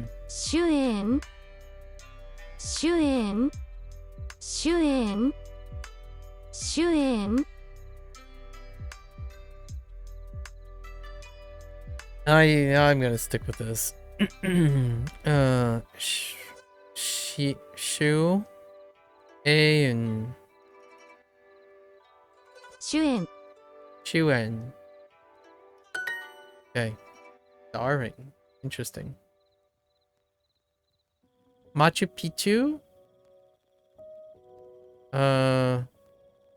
Machu Picchu? Machu Picchu? Machu Picchu. Machu Picchu. Machu Picchu. Machu Picchu? Machu Picchu? Right. Right. Ma Chi Ya So Cha. I think we're gonna skip this notation. No. Save some time. Ma Cha. So Macha Macha. Macha Macha. Macha Macha. Macha Macha. Macha Macha Macha. Macha Macha. Macha Macha. That's a cute word too. U Chi Na Cha. Uchinacha. Oh, Uchinancha. Uchinancha. Uchinancha. Uchinancha. Uchinancha. Uchinancha? Uchinancha. Wow, these words. Ma cha P. Oh yeah, this is Machu Picchu. Machu Picchu. Whoops, that's a U. Machu Picchu. Wa I na I Chu. Why not Pichu? Why not Pichu? Why what the heck? I don't know where this is going. Why not Pichu? Why not Pichu? Why not Pichu? Why not Pichu? Why not Pichu? Why not Pichu?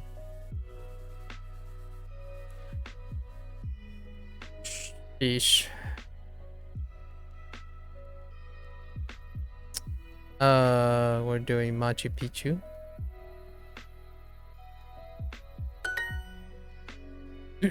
Thank you. Thank you. Of course. Wait. What? This is typically in katakana, right? Thank you? That's gotta be in katakana, typically.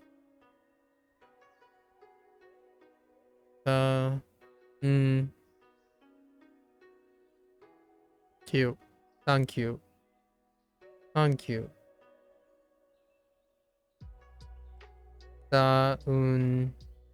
Chu. San chu. San cha. San cha. San Sankai. Sankai. Sankai. Sankai. Okay. Thank you. Thank you. Alright, let's just match these up.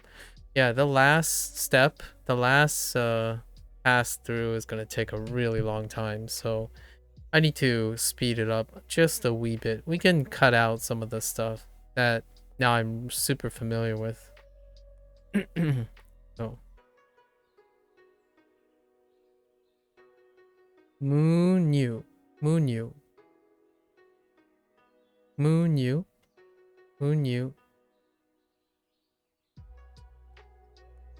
Who knew? Who knew? Oh, yeah, who knew? Menu. Menu. Menu. Menu. Menu.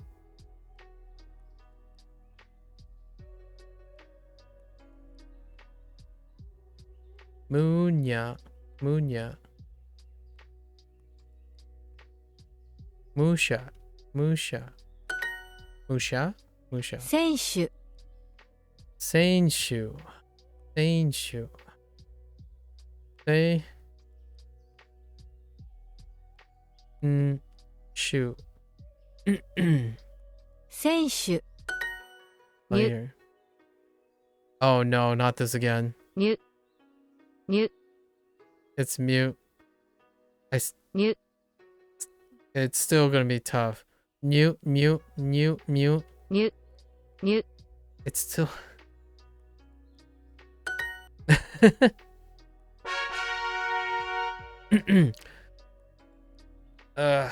Okay. So we're only doing one of those exercises each day for hiragana and katakana. I'm gonna take a bathroom break before. Actually, we're gonna do vocabulary in between.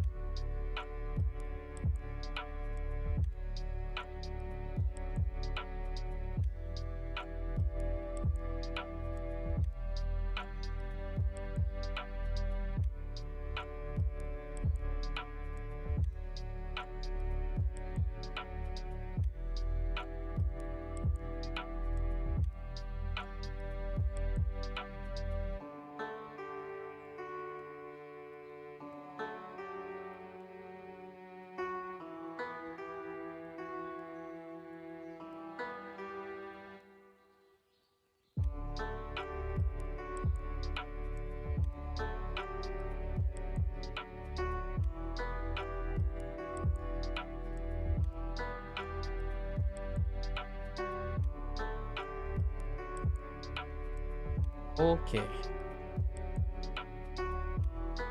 All right. Let's do lessons first. Let's get some vocabulary in.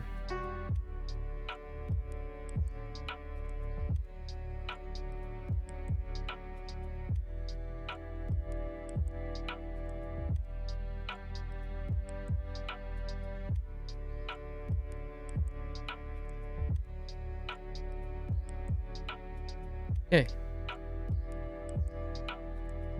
All right, what did we learn? Oh yeah. Paspoto, paspoto, and lots of other things that I'm still having problem pronouncing really.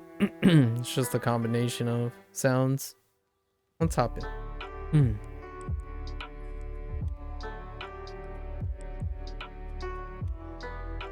Okay.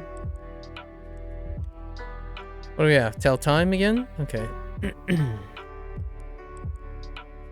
One, obviously. No, I'm just kidding. It's one. Oh, they're not gonna go straight to the kanji. Kanji. Ichi? 1 Oh, we're gonna do the first lesson without talking, right? No talking. We'll just rest. いいえ2時です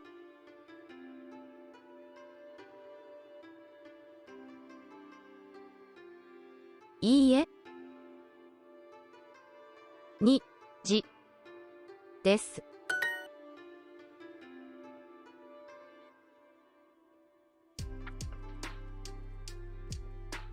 はい3時です3 3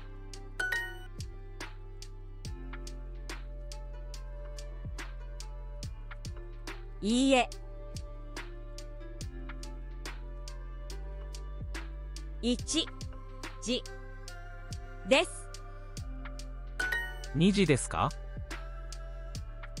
2 時ですは Oops. かに No one saw that. 2時です。2時です。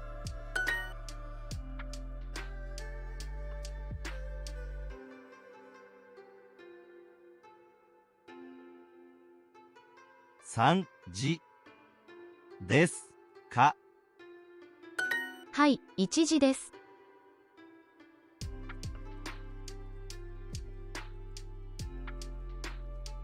はい。1時です。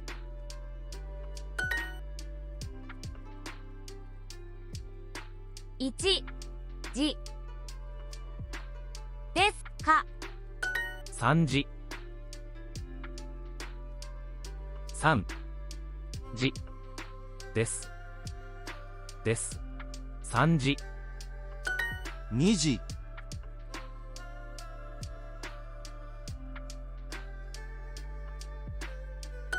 はい、2時です。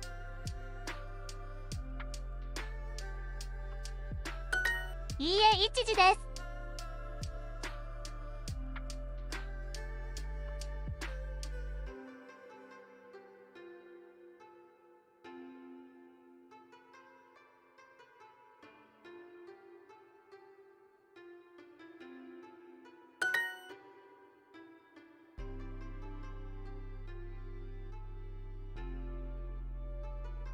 はい。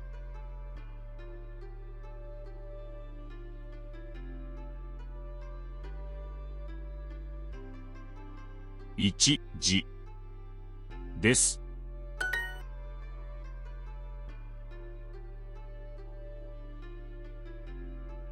いいえ。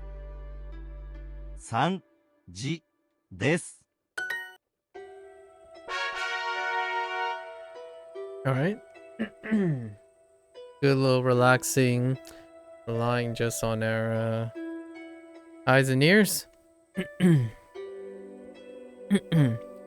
に2今何時ですか？今何時ですか？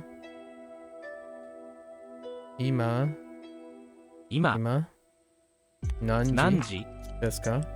ですか？今何時ですか？あ、3 3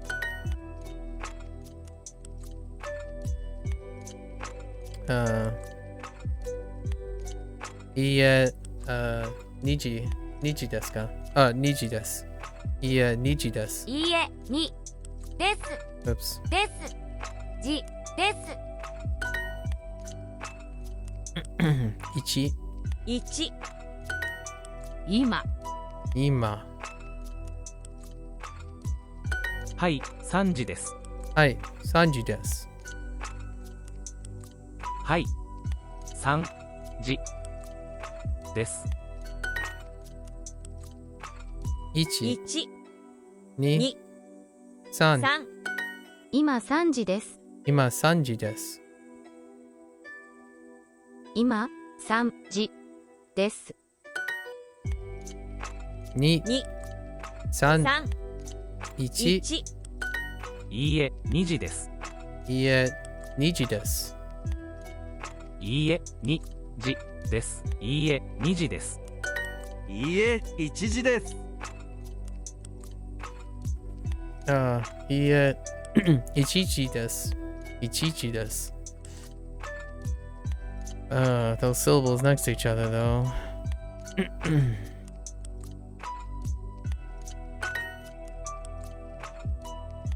Oh. 何時ですか？何時ですか？はい、1時です。はい、1時です。1時です。はい、1時です。1時です。Oh, 1時。1時。Okay.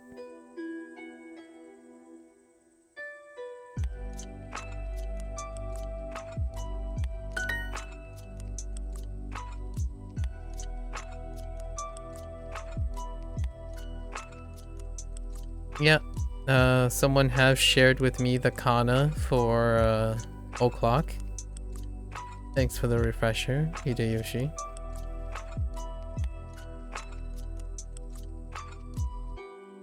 Iie. 3時 Sanji.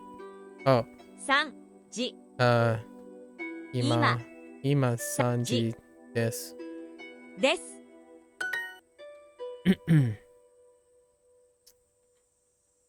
今何ですか？今何時ですか？今何時ですか？今2時ですか？今2時ですか？今、に、じ、ですか？ Okay.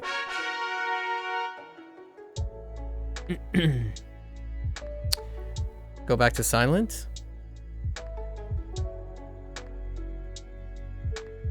すみません。 3時頃です。3時頃です。すみません。いいえ、2時半です。いいえ、2時半です。1時ごろです。1時半1時半1時半2時半今1時頃です。今1時頃です。今1時頃です。1時半すみません今1時ですか？すみません1時ですか？ Oh. Oh, ima. Whoops. I missed the now.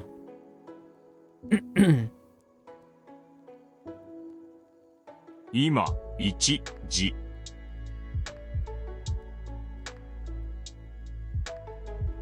ごろです。1時半です。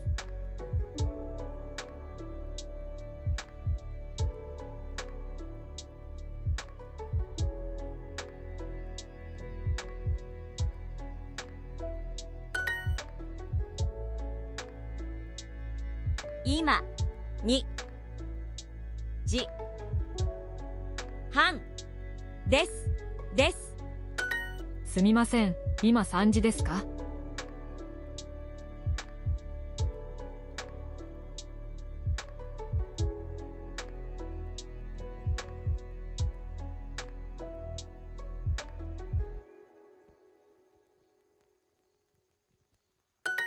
今3時頃です。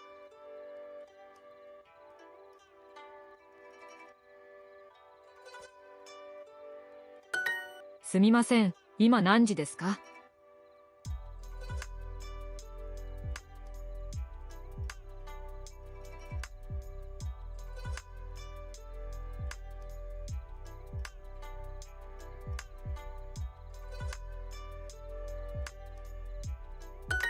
すみません。今2時ですか？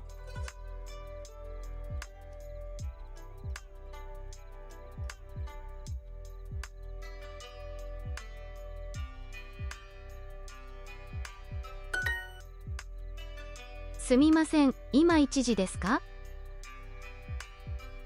すみません今1時ですか？すみません今1時ですか？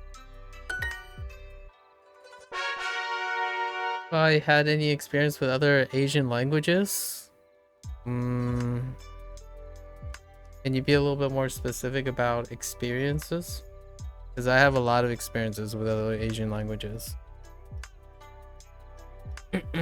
If you're talking about like blanketed statement on the word experience.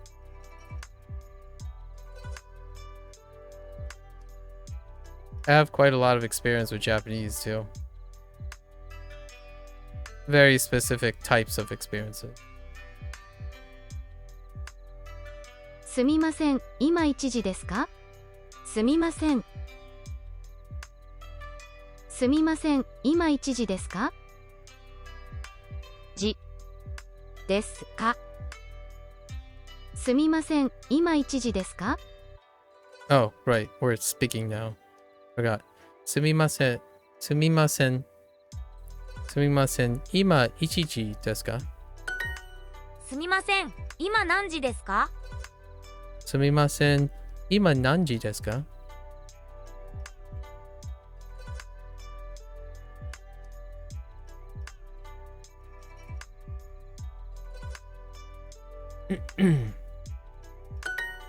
？2時頃です。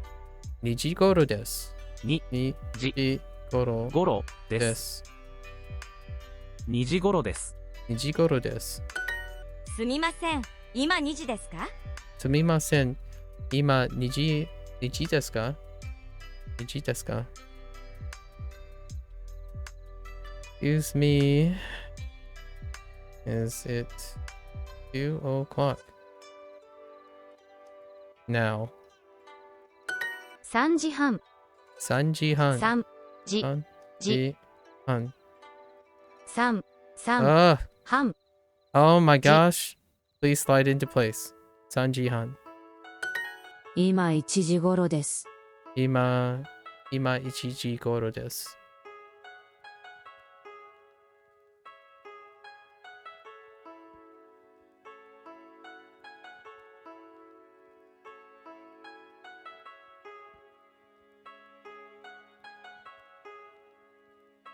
It's about 1 o'clock.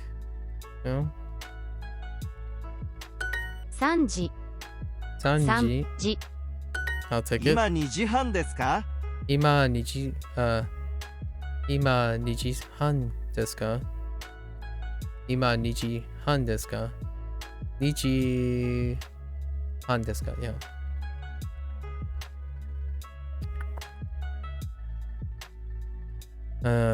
It, oh. It, you.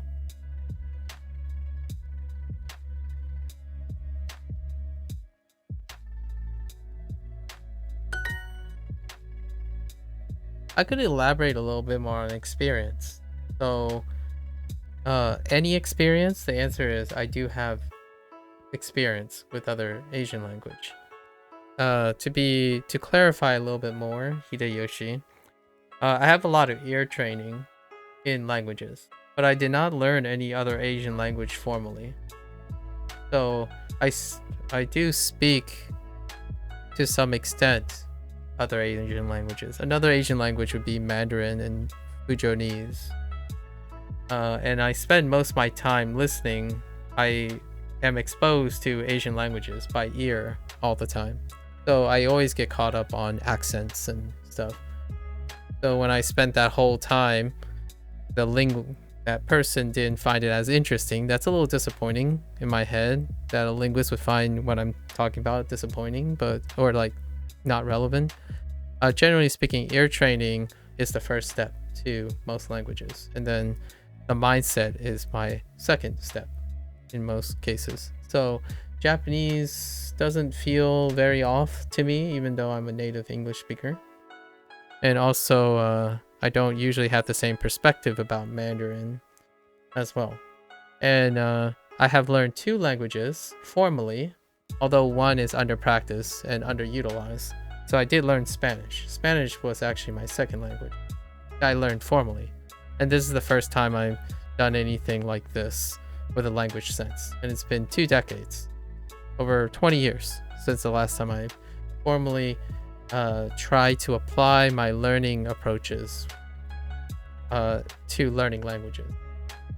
Back in the day when I learned English, I was a kid, so all that are mechanical learning.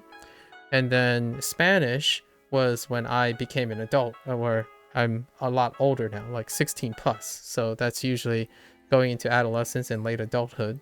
And that's usually applying strategies and taking in certain strategies that are of younger adults. And now I'm learning Japanese as someone who is 30 plus, and I'm using a lot of techniques that weren't available to me when I was younger. And most of my focuses while I'm streaming and learning Asian languages is the focus on applying learning techniques to Asian languages.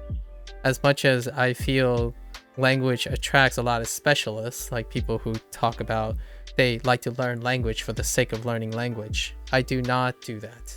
I am not focused on that. So generally, when I'm learning stuff, I take a lot of time and to work on foundations and work on motivation and psychology in a way to make learning a skill that's very well done.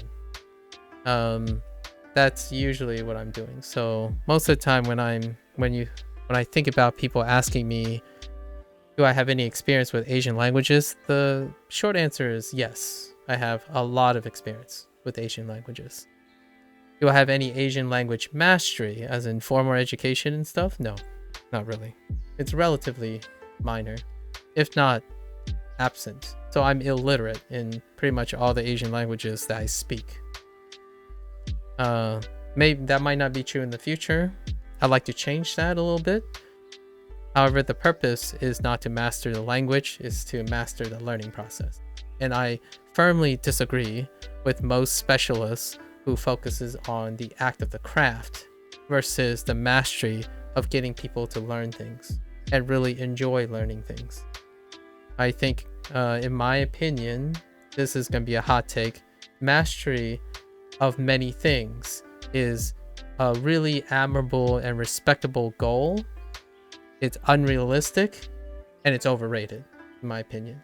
If you have the capacity to be able to understand how learning works in any field, one can live a long life being pretty decent and proficient at most things. I wouldn't ever call myself an expert at anything. So I wouldn't label myself as a biologist anymore, as a scientist. The closest thing I would say is I'm definitely more of an educator and teacher foremost. So whenever like a specialist comes by or someone who thinks they're a specialist comes by and suggests that the things that I say don't matter, that's a little disappointing because it tells me that they're not educators. That's fair enough. I mean, education is a hot take, very unrewarding profession, but I absolutely love it.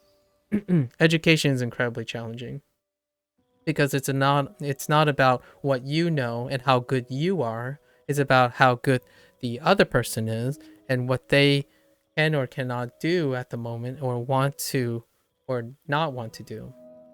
That's kind of the idea. For a longer answer to the whole any experience with other Asian languages. My parents speak Mandarin and Fujianese for the most part. They have broken English, and they have broken English since I was alive. So all 30 plus years of my life, they have broken English.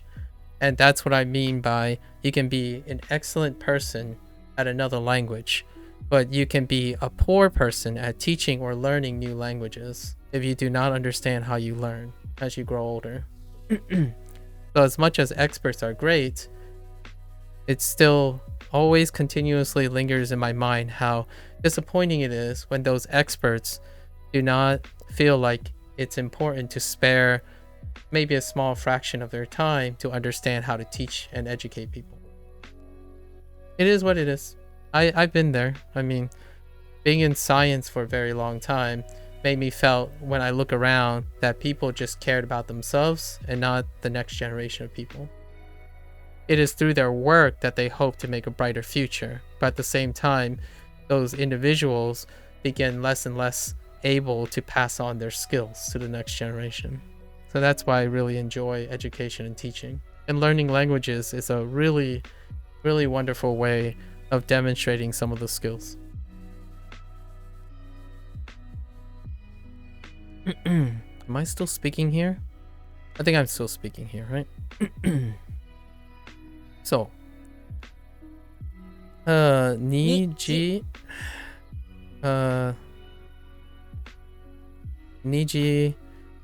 Nijigoro.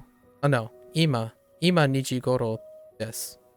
にじ今にじ Goro desu.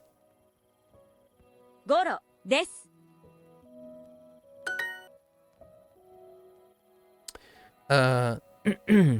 Nijihan desu. 1 Oh, I mean, sorry. Ichi ji han desu.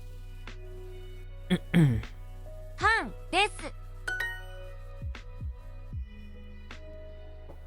Is 2:30 now. Ima 2時半ですか? Ima 2時半ですか? 今、2時半ですか? It's 2:30 now. So 2 2時半.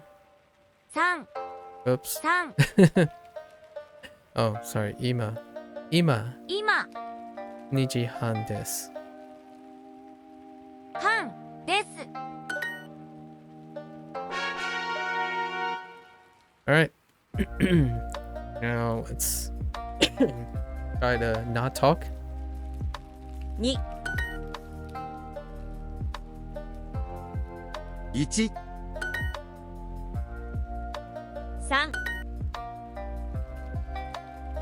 いいえ、2時です。3 1 2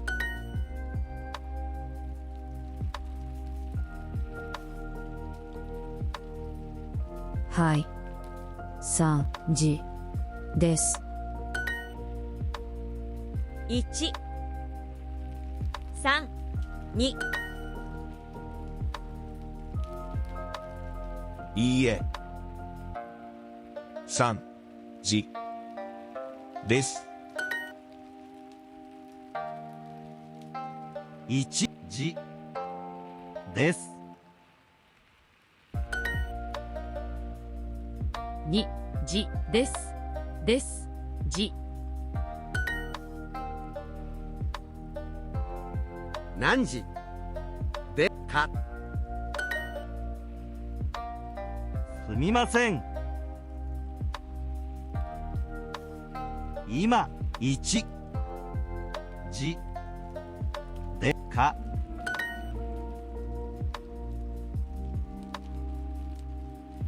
先生何時ですか今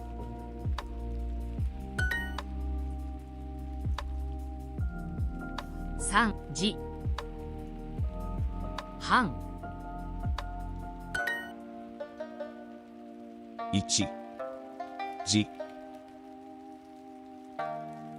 半1時ごろ今です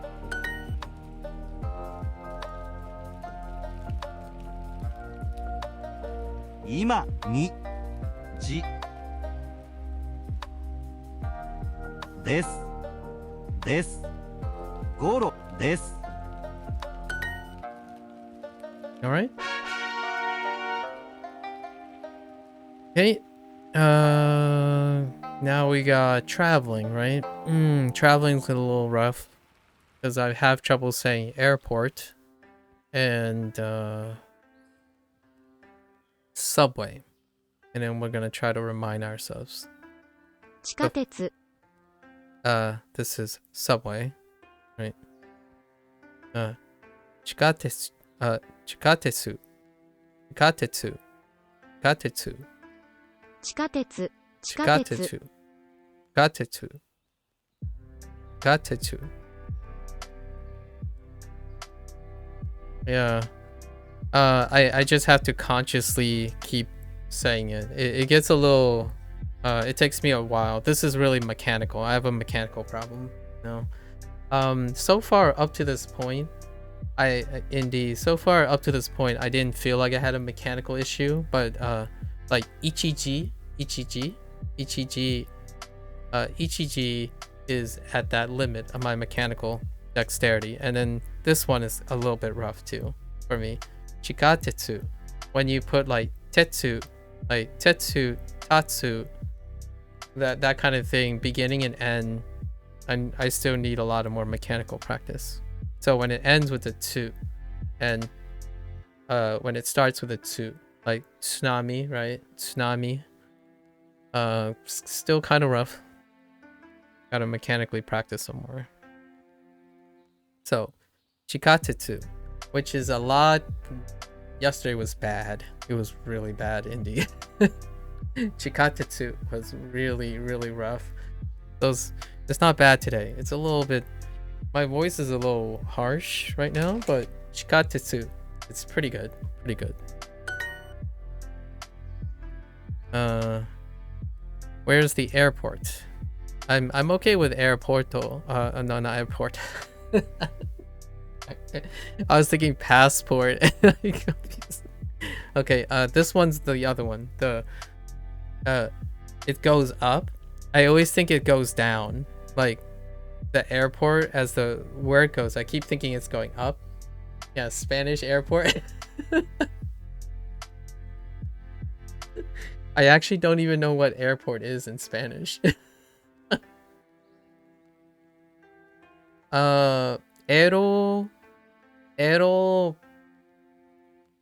Aeroplane. It's probably like aeroplania,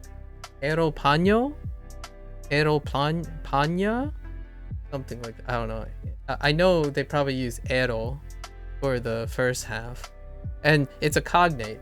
I'm pretty sure I'm thinking of airplane right now, but I'm pretty sure airplane is a cognate in Spanish, but I don't know what the airport is. It could be like aero station, right? Aero station or something. Station or whatever cognate for station as opposed to port. Or it could be porta. Aeroporta. Aeroporta. Could be aeroporta. I hope it's not like the biblioteca, right? Biblioteca, where the library just gets like they have their own word. Like la biblioteca for library. I don't think so. Anyways. It's gonna be a year before we get to Spanish, so I hope I still remember all my Spanish from 20 years ago. I only know broken Spanish now. It's all like casual speak Spanish. No more like, I never went to an airport and said airport in Spanish before. People don't talk about the airport when playing video games. Okay, so the airport word. So it goes up. I'm having trouble keeping it. Okay. I almost said something contextually lewd. I have trouble keeping the syllable, the pitch staying up. So kuko, I think it's kuko. Instead of, I keep saying kuko. Kuko. So every time I pronounce it, it was like kuko. Kuko. Kuko. But it's kuko. Kuko. Right? Kuko. Oh, kuko. Yeah, and then they end it short a little bit. Kuko. Spanish should be easy after you do that is my plan, right? Yes. Kuko. So I'm going from the thing that have the least amount of training, but the highest amount of exposure, to the one with the least amount. Yeah. Or the most amount. So Japanese, I have a lot of ear training, but I just have nothing. I have like, and it's the furthest away from English, right? And whatnot. And Mandarin is slightly closer because I have a lot of already built-in vocal ability. So when I hear it, it's easier for me to imitate, and I can feel Mandarin still. So I can still feel where the Mandarin, the tonation is happening in Mandarin, because I actually use it from time to time. And then Spanish is the thing that I legitimately practice, like reading, writing, comprehension, grammar, once I see the grammar and the sentence again, everything will come back to me. Like all the verb conjugations, the present participle versus past participle, all the tenses. I really love Spanish because the thing that people dislike about Spanish is the thing that I enjoy the most. So just like Japanese, like kanji, I'm looking forward to kanji. In Spanish, because kanji is the technical part, it gives my intellectual side a lot of fun things to grab onto. I love nerding it out to technical stuff. So Spanish, the thing that most people would say Spanish is a nightmare is it's verb conjugations, like tense conjugation. Is it ido? Is it ando? Like, what do you do to the end of conjugations? And that stuff, it's gonna come back to me like a flood. Like there's gonna be some massive nostalgia in Spanish, and specifically Hispanic, Latina Spanish. I was exposed to a little bit of Spain Spanish, specifically like I forgot what they call it, the Catalan or Catalan region or something. I forgot. There's like regional Spanish in Spain too, from time to time. And one of the biggest populations on Twitch and stuff, they're usually like Portuguese and Brazilian Portuguese, or Brazilian, I don't know what they refer to. And there is some overlap where I see it and get a little confused here and there, but you do get exposed to seeing structure, like Spanish structure, a lot of times in the United States. And I know I have friends who are Latina or Hispanic, so it helps. Yeah, and that's the plan. When I'm learning Spanish, I talked about this yesterday, the rollover. Yeah, there are tons of Portuguese in MMOs. Yes, tons of Portuguese. Like a lot of times when someone speaks to me, I'm like, I actually statistically assume that kind of looks like Spanish, but it's probably Portuguese. The thing is, it allows me to read it enough that when I say something, the person can use broken English back and we can get to the solution in a video game. That's pretty sweet. That's kind of like the neat thing about learning language. Like if you bubble through it, as long as both parties are willing to communicate through their broken things, it's so rewarding. And I do play live service games a lot. Yeah, same. You're like, I know Spanish and that's not Spanish. Exactly. And I find it's one of those things, like you really meet people if they're there and they try. Those are the best moments in multiplayer games, especially MMOs. I do play specific games that when they get updated, they'll come up again. They're like 10-year-old games, 10-plus-year-old games. Actually, Hearthstone turned 10 years old. Not that that's a good example of it, but Hearthstone just turned 10 this week. I've been playing Hearthstone for 10 years. It's hard to believe, but 10 years. There's another game that's turning 11 that I play, and there are quite that game, the server is international. So you usually teeter from Russian, Slavic, Italian, French, and then Portuguese. Not as much Spanish, interestingly. Oh, and Polish, or whatever you call that. They might be relatively. So even the chat can be filled with just random things on periods. I always play during a time when it's not the United States, so not English speakers. It's often really interesting. I always wanted to know what they're talking about. Because it's a video game and I know enough about the video game after playing it for like over 10 years, you can contextualize it enough, and it kind of gives you exposure to that. I always lived to since I left the nest, so just to elaborate on what Hideyoshi asked, after I left the nest, my parents provide the source of other language exposure. Ever since I left the nest, I have always been around an international group of people. So even when I went to college and it's like largely multi-generation white Americans, there were Latinas there. And I naturally found the one or two Asians there too, right? My roommate happened to be an Asian at first. Actually a second generation Vietnamese. And then that's been my entire life. Then I moved to like the city, and then I went to graduate school. Pretty much the other language that I would say is far more common at a university, especially in the United States, like top university, you hear a lot of, it's a combination. I can't tell the difference, but it's either Punjabi or Hindi, because there are a lot of Indians, right? Lots of Indians.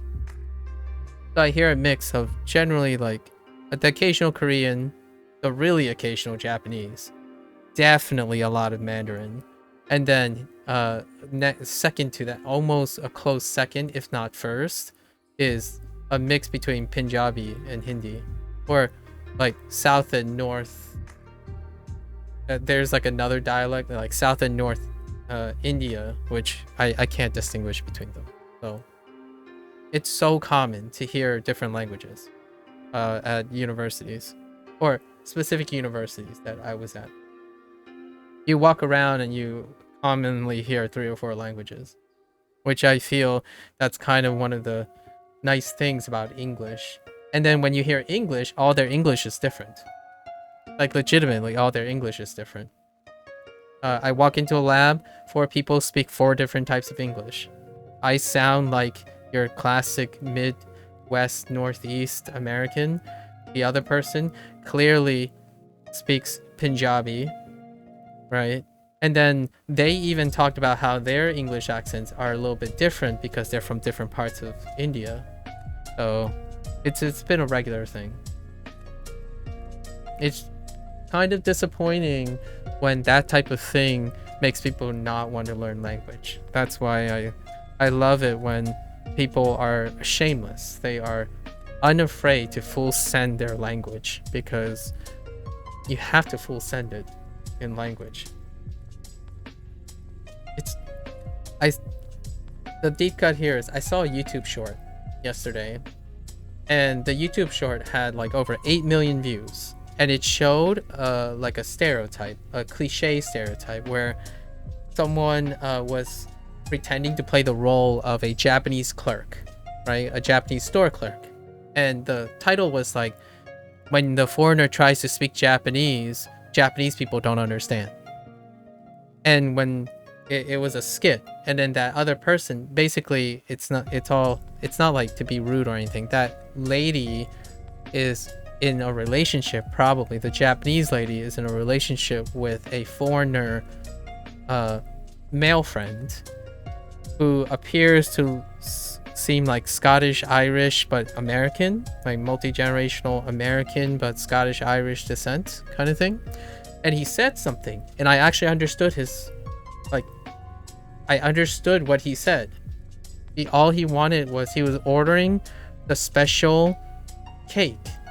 They were at a cake shop, and then the skit was to demonstrate that native Japanese people would be like, what the heck are you saying? And then the couple, she was the couple with the person, and she repeated what he says, like, okay, the accent pitches are different.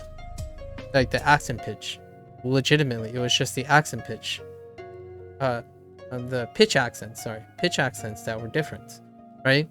And to me, if you're a native Japanese speaker, I'm pretty sure it's a double duty, it's a double whammy. The cliche is that most native Japanese people have a level of comprehension of their language that's so much above English's baseline that most people who operate Japanese business, I think it's disrespectful. Like it was a low-key disappointing, because I actually have high regards of Japanese people.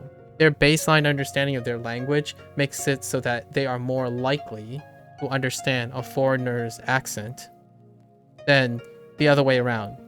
And even I, with just less than 2 or 3 weeks of Japanese, like rigorous Japanese exposure, I knew what he was saying. So there's no way someone who's way more skilled than I am, there are some psychological, I could back it up with some counter arguments. But generally speaking, I say statistically, it's not the stereotype, the statistical norm for a Japanese person who operates a business to not understand the accent, the pitch accents, or in English it's more like the stress pattern of an English speaker speaking Japanese. It's less likely to happen because they have better command of their language. So it was a little disappointing. It's one of those things like when you look in the comment section, the first comment was like, oh, if this is the case, you just convinced me not to learn Japanese. It was one of the top comments. It's actually the first comment. Well, if this is true, I'm not going to bother learning Japanese. That's so disappointing. And I don't know what the intent of the YouTube video is, but it got 8 million views, so I don't think Japanese people are that like mean. They're actually incredibly tolerable to foreigners. They're polite, like Asians have public decorum. So it kind of like worked. It had the opposite effect. So it was viral for the opposite reason, in my opinion.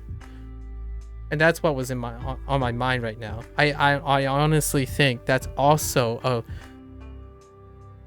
a psychological duality to people who have high standards for language, especially those who go out of their way to master languages. That is the perception, in my opinion. That stereotype where if you can't do a language right, you scare everyone else who are trying to do language even to some extent, because they're hyper-focused. You have to hyper-focus to be good at a language, like to master a language. That's respectable. It doesn't help people want to learn new language, because the smarter you are, the more mastery you have, the words you say will become more and more intimidating. So I don't go around suggesting that I should speak at a graduate level English or Twitch streaming. I mean, even now, I still struggle to to make complex things sound approachable, so understandable. Oftentimes, when you become a master of something, simplifying things feel like it's an insult to your craft. But here's the thing, simplifying does insult your craft. Making a complex thing understandable in a different context is a challenge. It's a skill that you don't practice anymore. So you don't have to make complex things simpler, as in you reduce them to the elements that no longer reflect their stuff. It's a challenge to be able to contain that complexity and use, ironically, language and communication to make it approachable. So things that are initially overwhelming may be less overwhelming, even though it has no loss in complexity. And that's kind of my swan song about teaching. But all the power to the experts. It's just nowadays, it's difficult to not think that there's a whole generation of people that see all the examples of experts, and those experts seem like some unattainable position. And those experts, in my opinion, are less and less encouraged to pass on knowledge down to a new generation. And I'm really biased. I'm really biased towards that. As an educator, that's literally that's legitimately your central goal, is to provide legacy for the future generation. How do you solve a lot of conflicts in international affairs? Start by understanding the culture and the culture behind language. Learn that language and also learn the culture of that language at the same time, right? It's not just a mechanical thing. Although I do feel that people who like anime, manga, people who are linguists and stuff generally see it as a mechanical thing. They're there to notch more holes in their belts, and that's an admirable thing. Just not my cup of tea. I don't usually focus on that. I learn to teach other people things. I don't learn because it makes me feel it's for myself. Like, I don't learn to make myself feel better than other people or make myself feel more valuable than other people. I learn for the sole purpose of teaching someone. And just as a deep cut indie, every week I spend about 4 or 5 hours to talk with two of my peeps that we met on Twitch, and I'm saying everything I learned to them. So while I'm doing this and I'm writing all my thoughts about reviewing how it's educational, I'm literally doing that with my friend. I'm actually explaining the stuff that I'm learning as I'm learning it. So over time, I'm practicing how to explain things that I really don't know all the things about. The idea is, if you practice doing that, you'll know how to teach things when you don't have all the answers. It's underrated. Sometimes teaching has the same problem, which is, if you don't have all the answers, it makes you not want to teach someone. It makes you not want to learn things together. So teachers sometimes are expected to always have all the answers, but typically in reality they don't. So the idea is, teachers can teach students how to find the answers, and the students can also give the teacher answers. Right? So it's back and forth. So if I share my knowledge, one day they will share it back, or like share something else back. And that's awesome. That's what I like about the universal nature of trying to always learn how to learn and learn to teach people. I am the Chinese proverb, right? It's not a real great proverb, like one-to-one proverb, but if you teach, if you give someone a fish, they'll eat for a day. If you teach them how to fish, they'll eat for a lifetime. And that fishing skill that I'm thinking of is learning. If you teach someone how to learn, the sky's the limit. You'll have a skill that will provide entertainment and motivation for a lifetime. It's not calling yourself a biologist. It's not calling yourself a psychologist. It's calling yourself a learner. So you are not restricted to what it is. It's context independent. Your life skills are context independent. How do you make yourself happy? It doesn't matter. Give me something. I'll make myself happy. One thing that people say a lot of times is like, I don't know if you find this interesting or not. And I misspoke the last time we talked, Indy, when you said, if I don't care enough about like how I'm pronouncing it, if I'm speaking English. I misspoke. I think I was being a little too non-explicit. I care about how I sound to other people. Absolutely. All the time. It doesn't hurt me. It doesn't make me unhappy is probably the better answer. So whether I become a native Japanese sounding person, like a native like Japanese speaker or not, it's irrelevant. I'm going to love it. I'm going to be happy about what I do. And that is kind of saying the same thing for other people. Like, you don't care enough for it to upset you. It's like, well, it doesn't upset me. I definitely do care if I could tell people, hey, I'm a native Japanese speaker, or I'm not. That's kind of a thing. It deals with teaching. Teaching is very humbling. I feel education and teaching is incredibly humbling. If you want to really test how good you are, the Chinese proverb, right? Mastery, the last stages of mastery is being able to pass on your knowledge, in my opinion.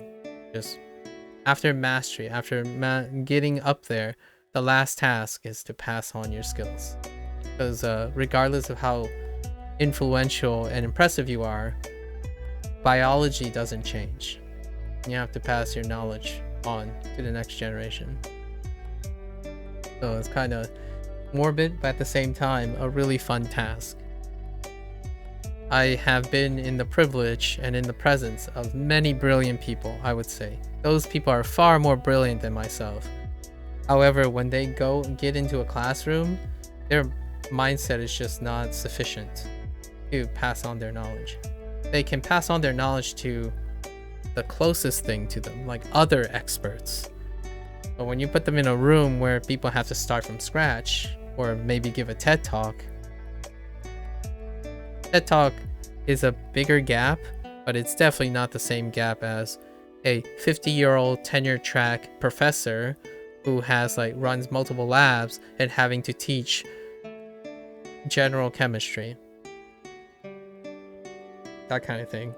The bigger the gap, the more it's noticeable. It's an incredibly humbling experience. You could know everything in the world and you just can't get people to understand. That is a humbling experience. And I've had that before. I've always educated people who are maybe 1 or 2 years or 3 years below. And then when I went to a middle school to do outreach or high school to outreach, I'm just at a loss. I just don't know how. How do you educate a student who is still missing their proper arithmetic skills in mathematics? So it's tough. And when you're online and you're looking for people to learn from and observe, I usually go to I'm attracted to people who are tackling that question, that stuff, because they are public figures, they are influencers. So they have to master these skills. Otherwise, you can hurt people indirectly. You just don't know yet. Yeah. It brings a smile. It makes my heart quiver when I see people who are able to both sound incredibly eloquent, but at the same time so understandable on so many levels. I do have a few examples of those. This guy, is a multi-best-selling author, always tackles some of the most intricate, complex, metaphysical topics, but at the same time, he just sounds like a dad.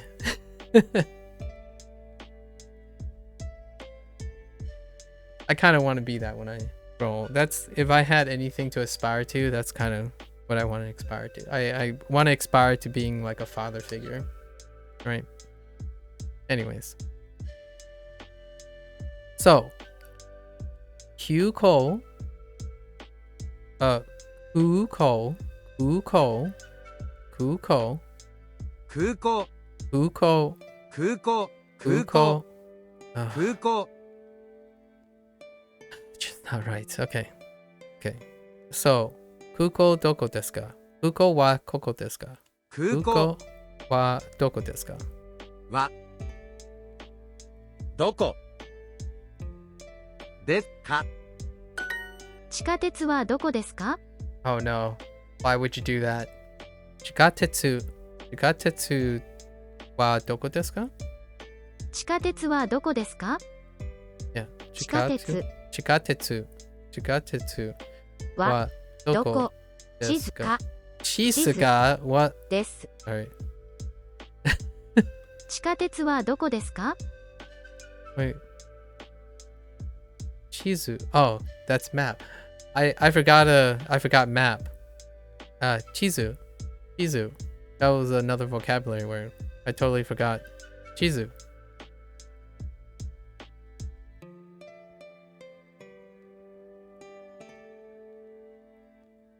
Why is Keiki?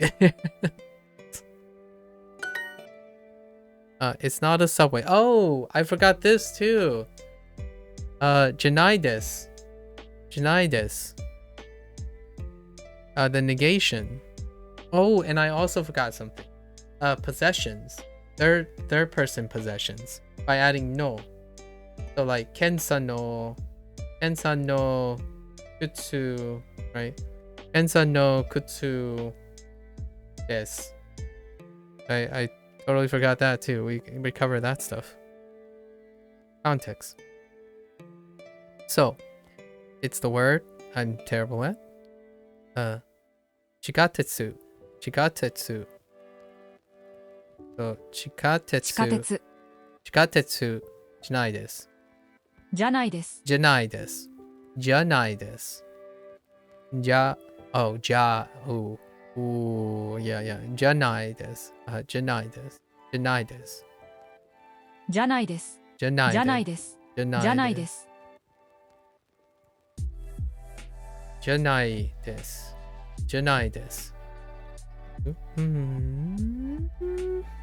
Yeah, well, let's just fudge this. じゃないです。じゃないです。じゃないです。じゃない。じゃない。じゃないです。Okay. So what? 地下鉄じゃないです。バス停はここじゃないです。バス停はここです。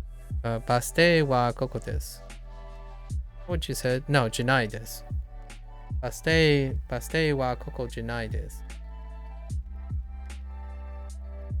バス停はここじゃないです。じゃないです。じゃないです。バス停はここじゃないです。すみません。すみませんすみません。すみませんすみませんすみません。すみません。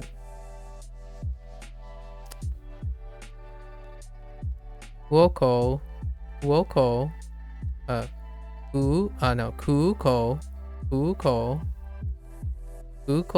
はどこですか？空港空港はどこですか？どこですか？空港はどこですか？空港空港はどこですか？はどこですか？空港はどこですか？ Okay. 大きい、そこそこ空港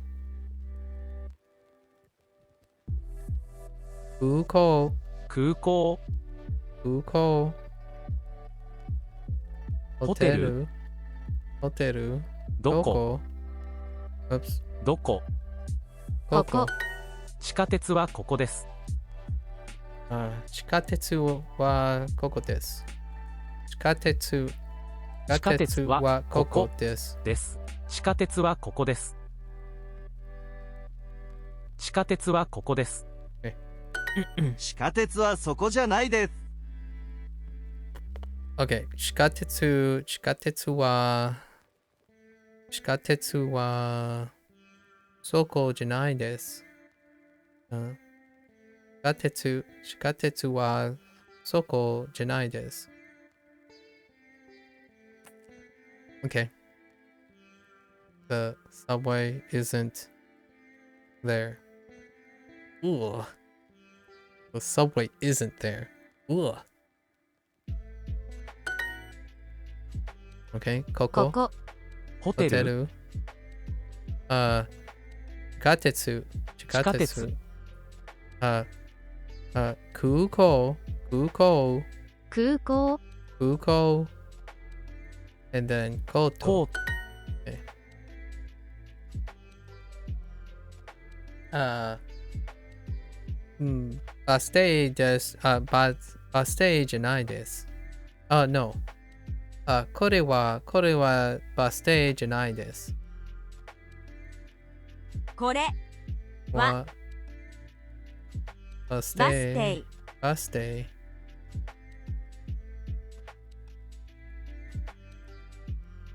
Wait. That's こ not れ right. は Baste wa koko koko. janai desu. Janai desu. じゃないです。 Just kidding. Just kidding. 駅はそこじゃないです。 Eki wa soko janai desu. The train station isn't there. Whoa. The airport isn't here.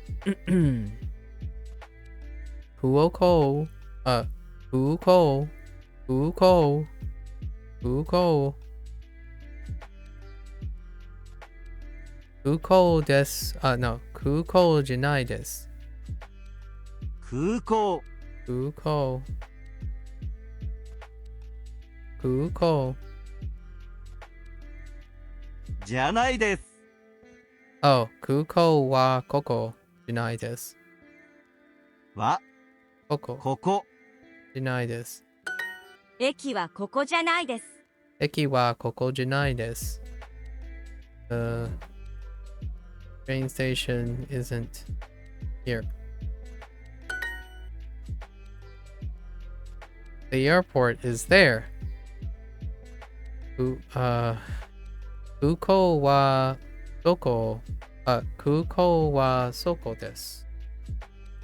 空港 Wa はそこです。 the subway isn't there. Chikatetsu. Chikatetsu. Chikatetsu wa soko janai desu. 地下鉄はそこじゃないです。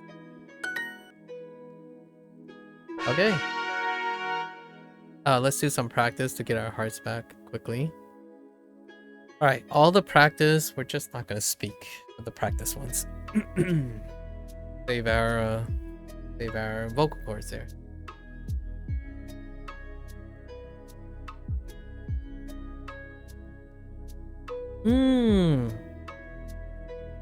We forgot about bag. We totally forgot about bag. We remembered smartphone. Smaho. But we totally forgot about kaban. カバン 私の切符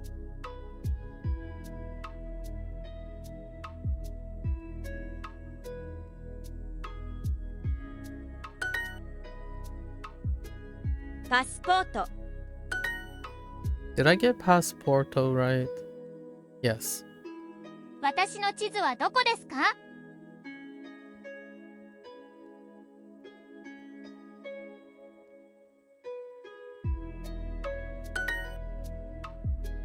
スマホ田中さんのカバンですか？ We haven't done kanji practice either. I think today we might have to skip over katakana practice and just go with the kanji stuff. I want to see the kanji stuff reviews the strokes. We only have ich, ni, san, and the separate symbol, the separate kanji, and I haven't touched it yet, so I want to know what they do with the separate kanji. I only know them as the names so far.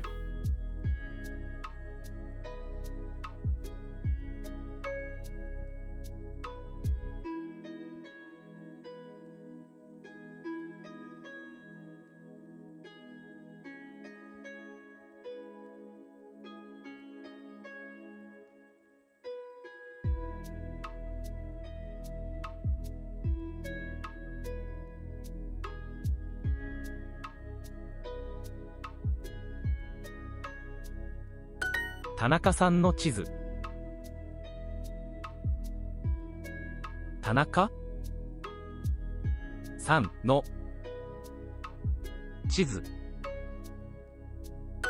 私の傘じゃないです。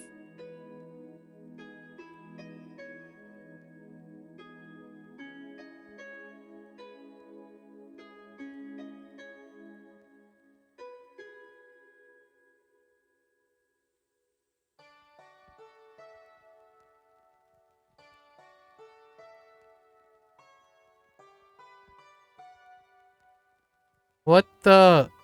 What the? Wait. Oh my gosh, freaking contractions, man. これは私のカバンじゃないです。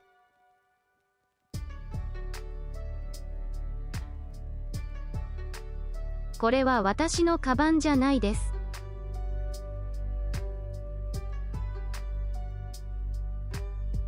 これは私のカバンじゃないです。これは私のカバンじゃないです。中山さんの帽子。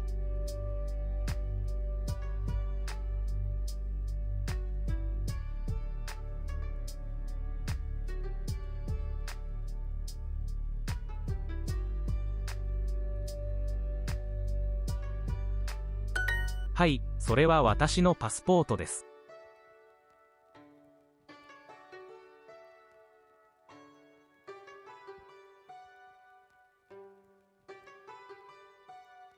はい。私の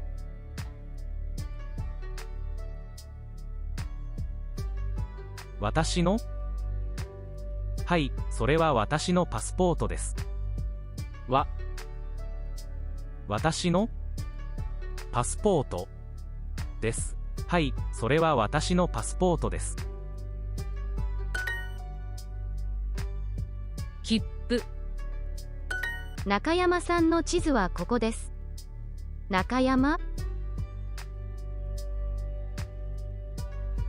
さんの地図。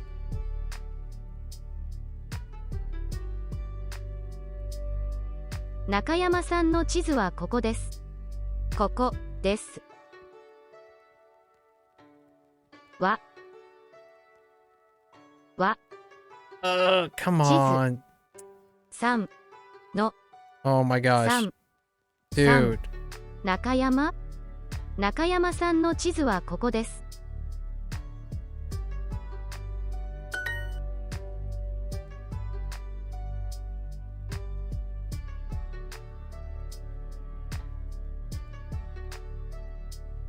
田中さんのコートですか？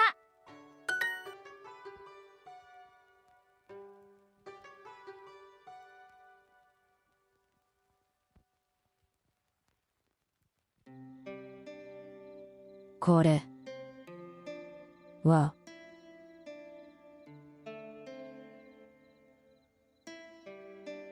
ケンさんのスマホです。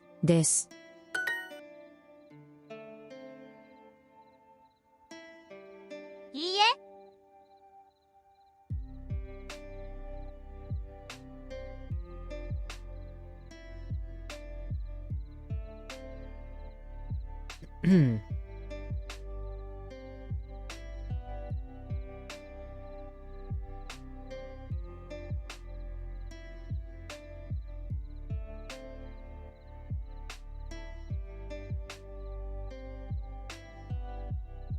私の切符じゃないです。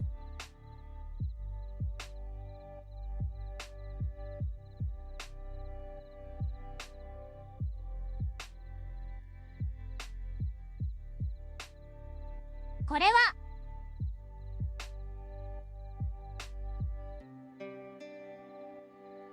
Oh.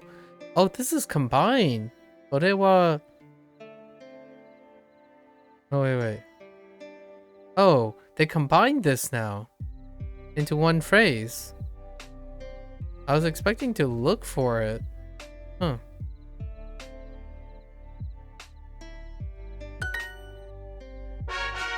I was so expecting to look for both the parts. What the heck? Alright, we need one more heart to max it out. じゃあね。花さん、じゃあね。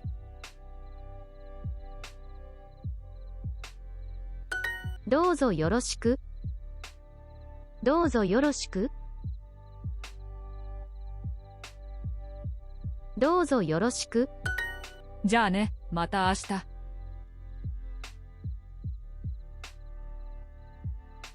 こんにちは、ケンです。こんにちは。ケンです。こんにちは、ケンです。こんばんは、花です。ナオミさん、また明日。ナオミさん、また明日。こんばんは、どうぞよろしく。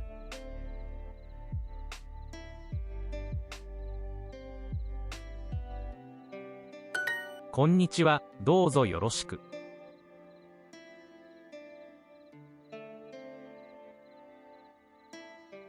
こんにちは。どうぞよろしく。Gotta get used to saying that. どうぞよろしく。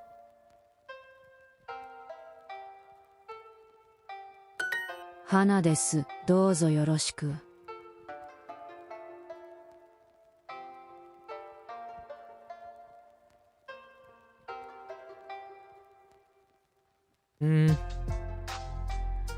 I don't think it matters. Oh, I forgot. I'm こ Hana. んば Though. んは。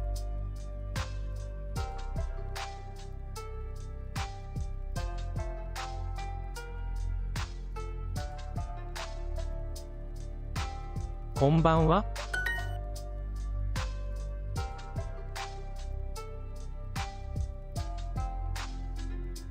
こんにちは。ナオミです。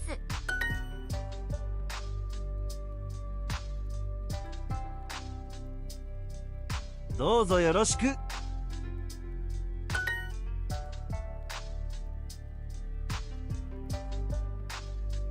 また明日。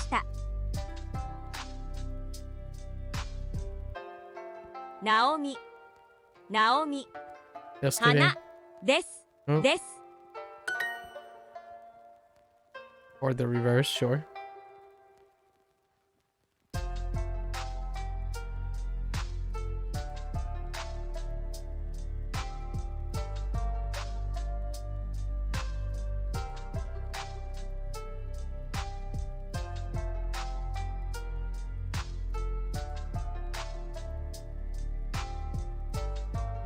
"また明日."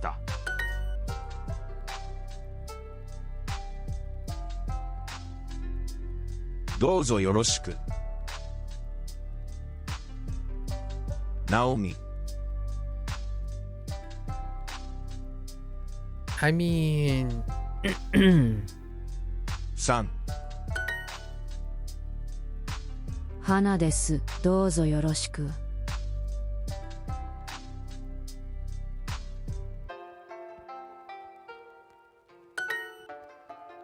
hey. Alright, we're good. We're back to. Ooh, is that guy? Wow. Okay. So that guy is putting in some time too. Nice. Okay. Alright, we got our 5 parts. Let's go. 地図はどこですか。地図はどこですか？地図はですか。 Oops. どこ。地図はどこですか。 You're unusually excited, Indy. It's making me feel a little weird. Your energy is a lot higher than usual. Max hearts, let's go. Hey, I'm racing this guy, okay? I have competition. What does your competition look like, Indy? Kipu? Kipu? 切符 Kipu? Soko? そこ。 Soko? コート。 Koto? 空港、空港、空港、空港、空港、ホテル。それは私の地図じゃないです。Your competition is yourself? I know your competition is yourself, you little pep. What else does your competition look like? Come on. それは私の地図じゃないです。それは私の地図じゃないです。私の地図じゃないです。それは私の地図じゃないです。Is it like hot there? Dang it. What did I do? Oh, it's Sodewa. Why did I pick Kodewa? Kodedawa. Okay. どこ Soko. 地図。 Izu. 切符 コート Koto. これは私のコートじゃないです。これは私のコートじゃないです。これは私のコートじゃないです。これは私のコートじゃないです。私の地図はどこですか？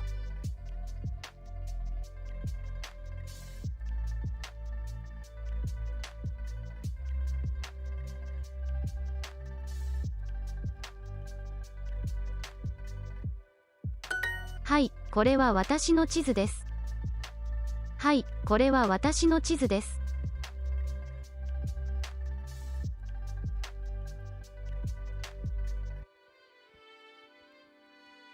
はい。私の地図じゃないです。はい、これは私の地図です。はい、これは私の地図です。じゃないです。Oh, I'm supposed to be speaking during this. This is my ticket. これはこれは私の切符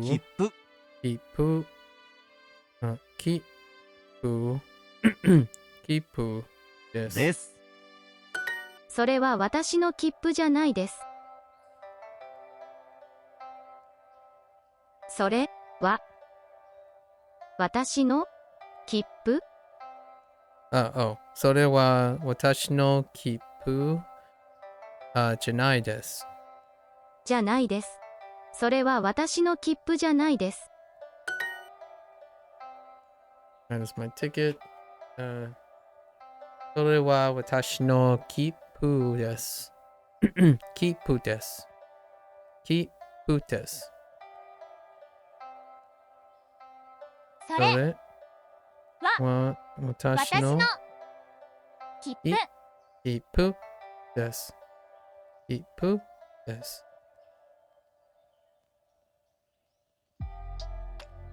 です。これは私の切符です。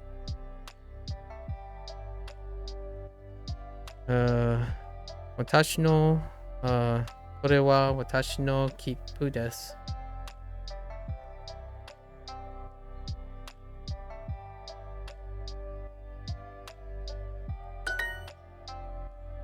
That isn't my map. So,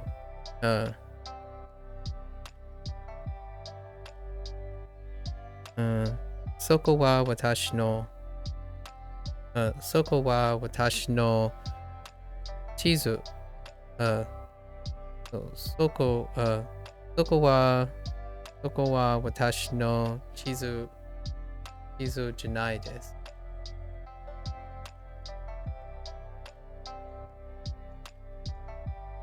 それは地図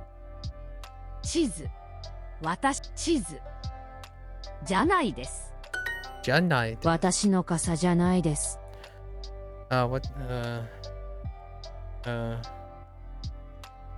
私の私の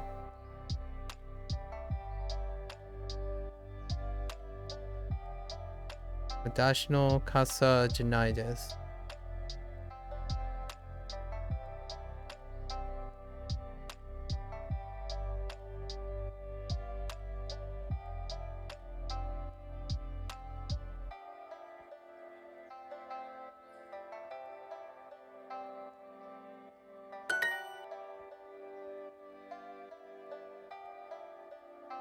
はい。はい、はい、これは私の地図です。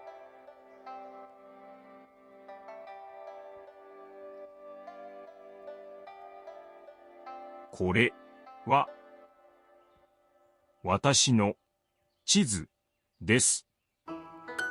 いいえ、これは私の切符じゃないです。いいえ、私の切符じゃないです。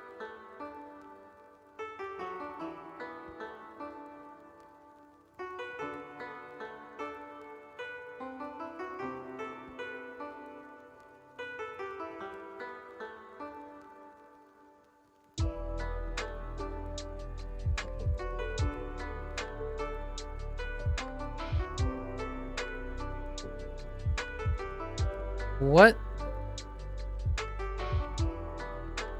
Oh. 私の切符じゃないです。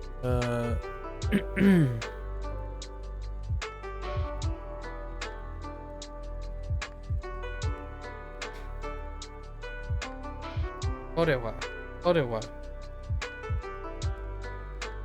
me a little bit.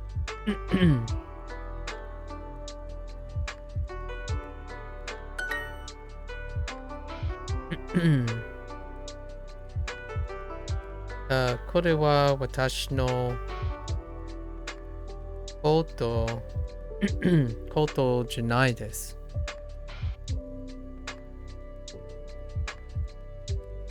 これは私コートじゃないです。私の切符。私の切符。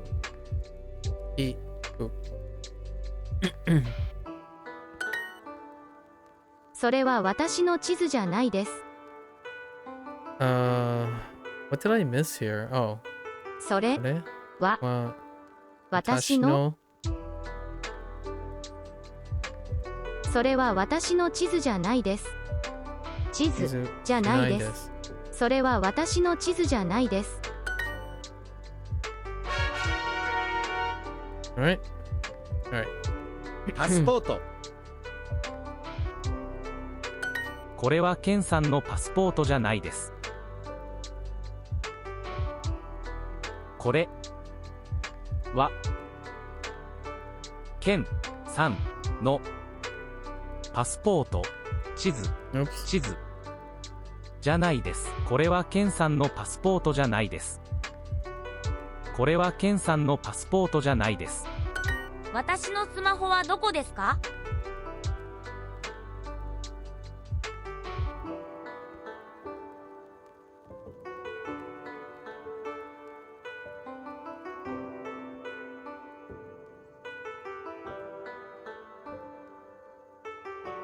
はい、それは私のパスポートです。はい。はい、それは私のパスポートです。それは私のパスポートです。はい、それは私のパスポートです。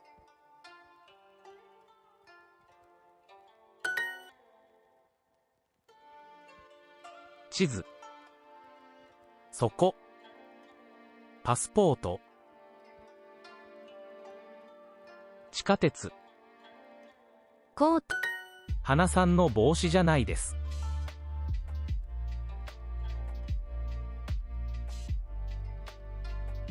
花さんの帽子じゃないです。花さんの帽子じゃないです。花さんの帽子じゃないです。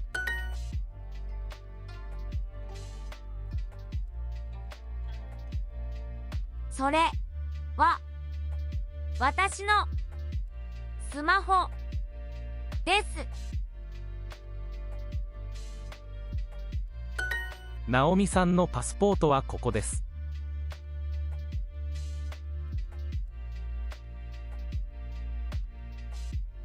ナオミ、それさんのパスポートはここです。ナオミさんのパスポートはここです。ナオミさんのパスポートはここです。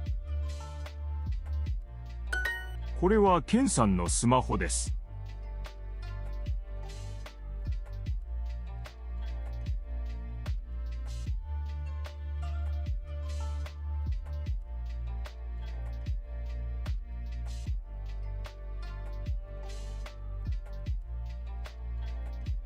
花さんのスマホはどこですか？花さんの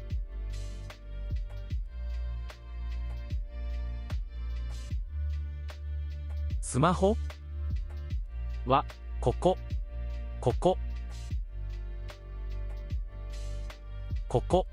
どこですか？花さんのスマホはどこですか？花さんのスマホはどこですか？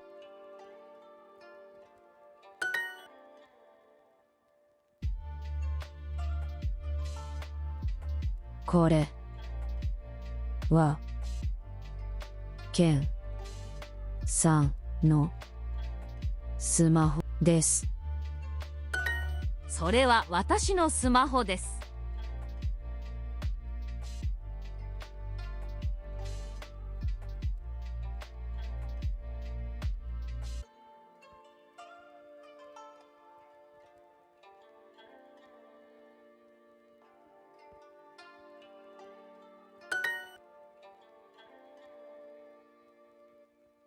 はい。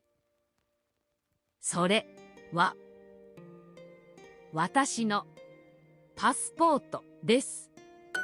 それはスマホですか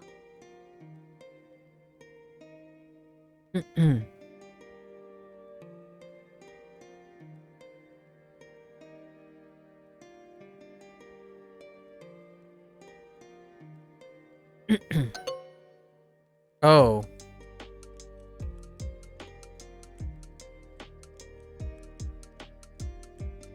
Is that a smartphone? Oh, それは... Oh, right.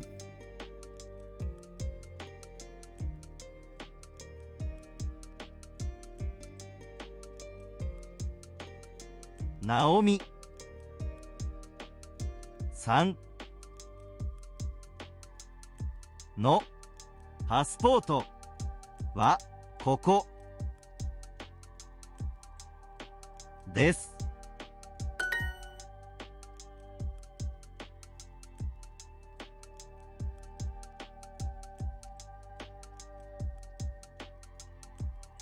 ケンさんのパスポート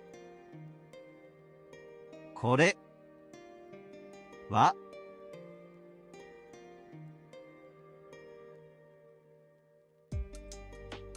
じゃないです。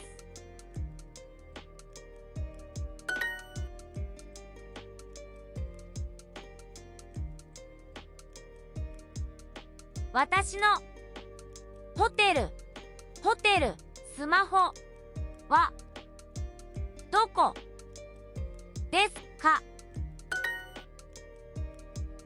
それはスマホですか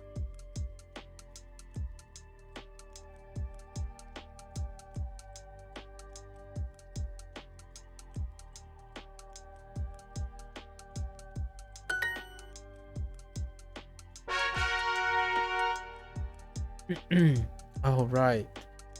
There are 5 lessons in these.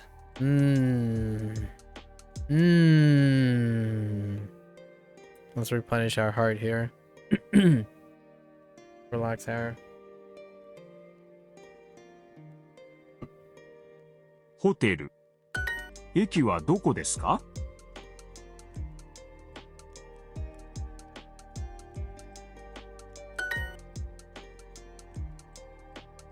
デパート。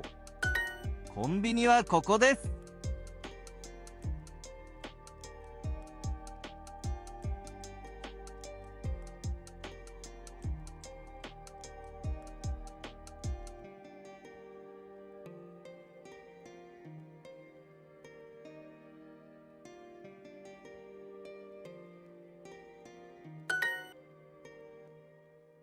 ここ。大学はどこですか？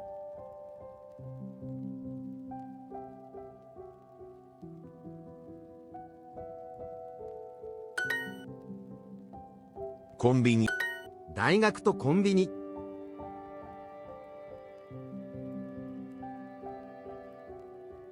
どこどこ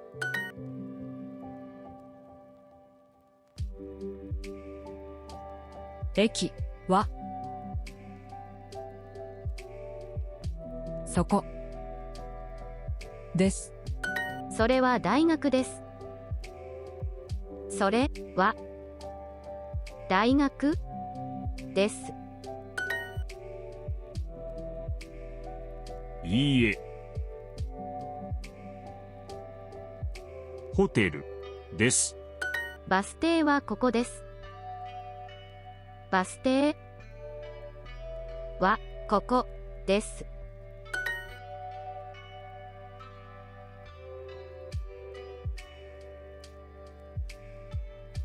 はい。駅はここです。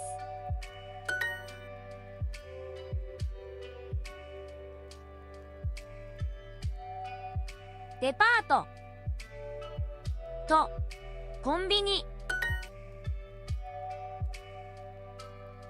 はい。駅はそこです。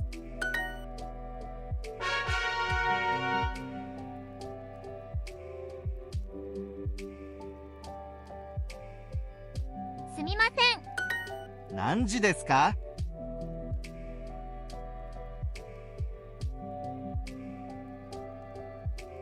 ？1時頃です。1時頃です。2時半。今1時頃です。今1時頃です。先生、今何時ですか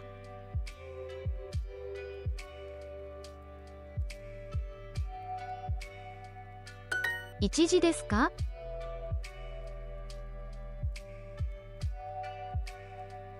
？1時ですか？1時ですか？すみません。今何時ですか？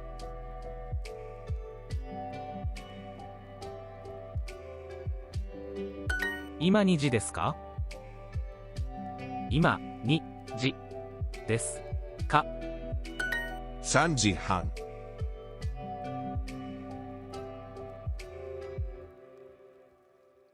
1時1時1時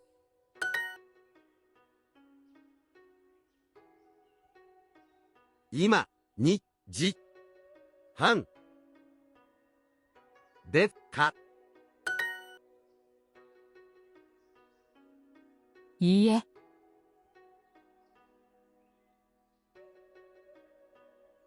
1時です。1、1。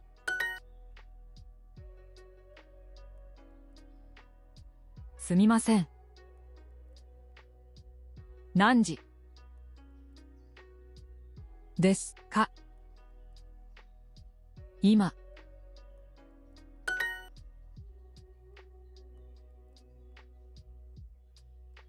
今1時頃です。All right. Got our hearts back. Let's keep going. 田中、 Oh, this is where we get our kanji. Tanaka. 田中 Tanaka. Tanaka. 田中山口 Yamaguchi. Yamaguchi. 山口 Yamaguchi. 山口中山 Nakayama. 中山 Nakayama. 中山それは山口さんのパスポートですか？それは山口さんのパスポートですか？ Sorewa Yamaguchi. Wait. それは山口さんのパスポートですか？ Okay. Sorewa Yamaguchi-san no passporto. Desu ka? それは山口さんのパスポートですか？ Okay. それは山口 Oh, wait. Yeah. Yamaguchi-san さんの no パスポート passporto で desu すか？ ka? それは山口さんのパスポートですか？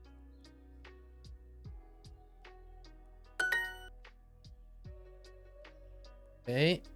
Yamaguchi-san 山口3 ni Nakayama 中山 and 田 Tanaka. 中田中さんの地図はどこですか？ Tanaka-san no chizu wa doko desu ka? Is that what you said? 田中さんの地図はどこですか？ Yeah. 田中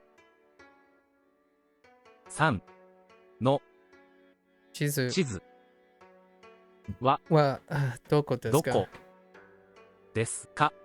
田中さんの地図はどこですか？ Tanaka. 田中 Tanaka. Yamaguchi. 山口 Nakayama. 中山 Ichi. 1 San. 3 Yamaguchi-san no passporto. 山口さんのパスポート。 Hoteru. ホテル Doko.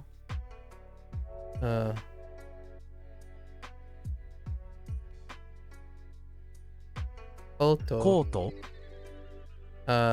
Kaban. カバン Kaban. And パスポー passporto. ト Passporto.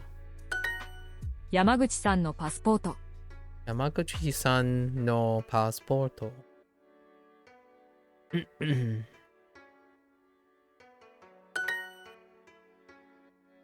Nakayama's map is here.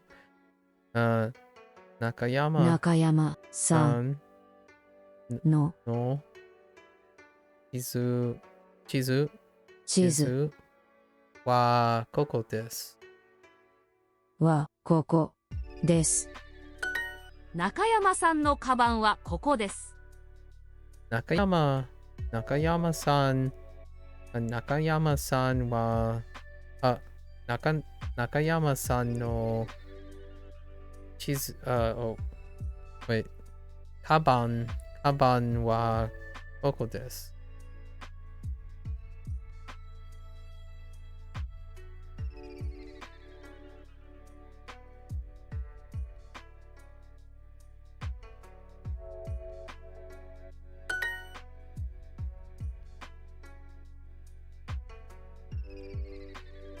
Mr. Tanaka's boat. Okay. Okay. 田中 Tanaka さん san no koto コート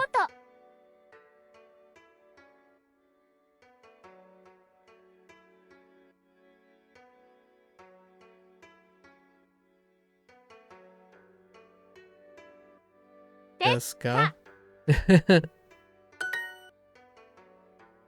Mr. Tanaka's map. Tanaka-san no chizu. 田中さんの Chizu. 地図 Chizu.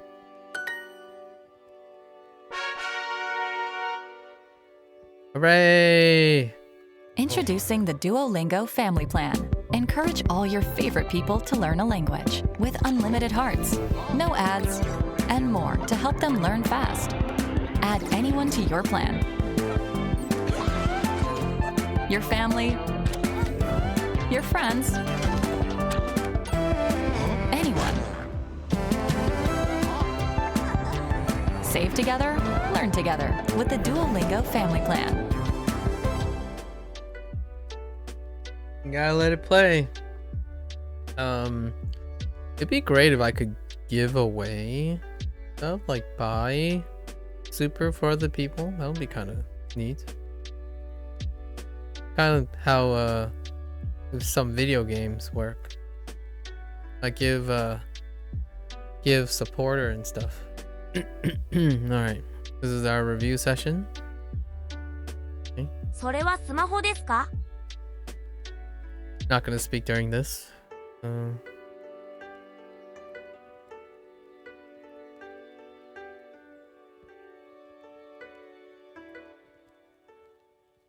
それは私の地図じゃないです。それは私の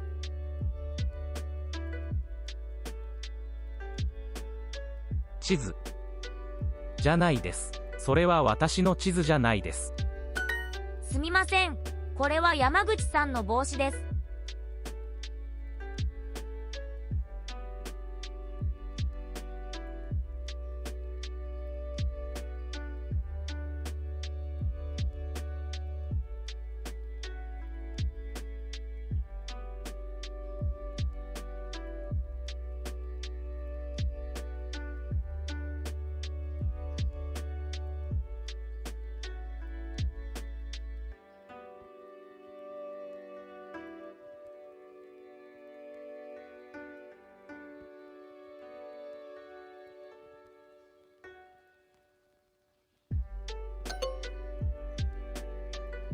I've got the heckin' apostrophe S. Oh my gosh. They really.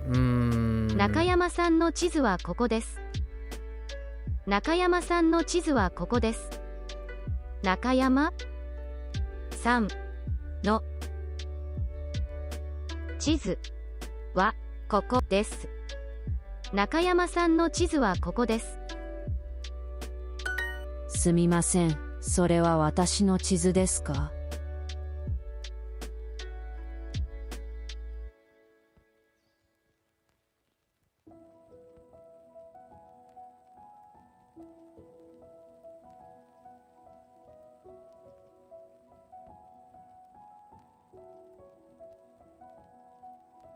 田中さんの地図はどこですか？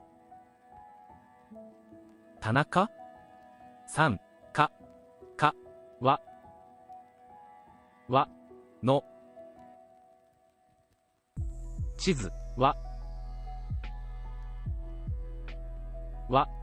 田中さんの地図はどこですか？どこですか？それは切符ですか？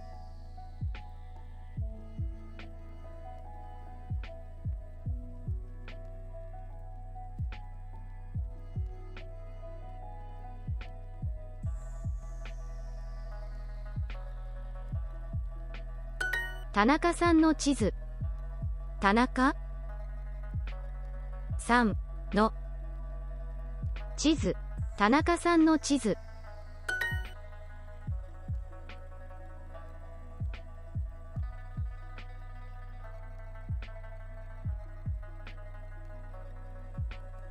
Okay. 田中さんの地図はどこですか？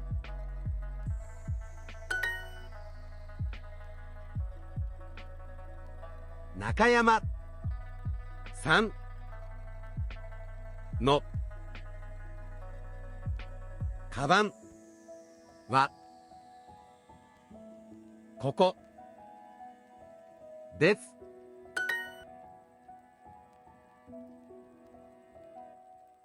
山口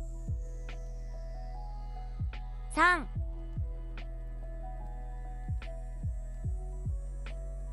山口3これ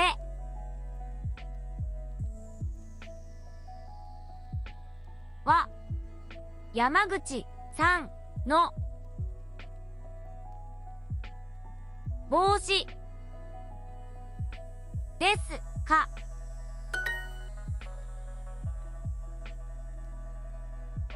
これは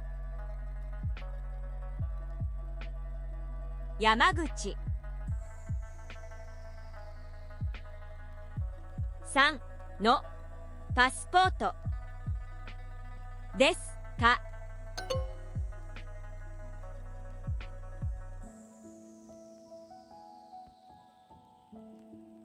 ？Excuse me?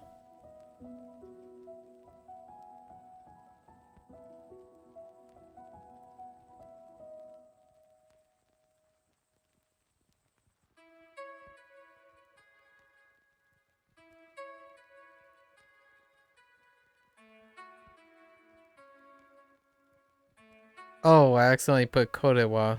すみません。これは山口さんの帽子です。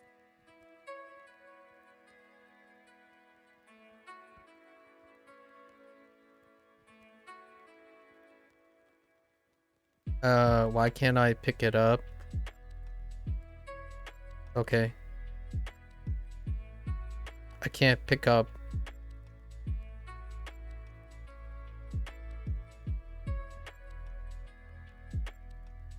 I can't pick up this button. Oh, okay. "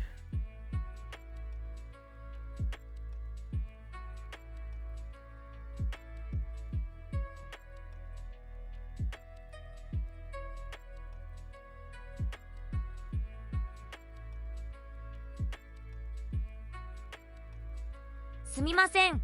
これは山口さんの帽子です。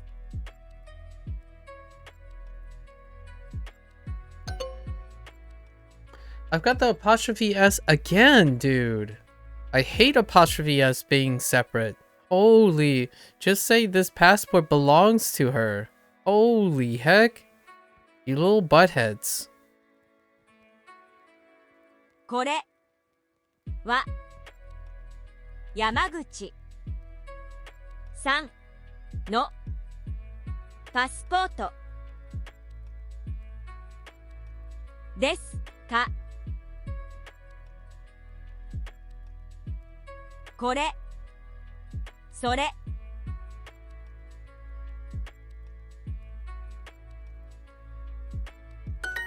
すみません。これは山口さんの帽子です。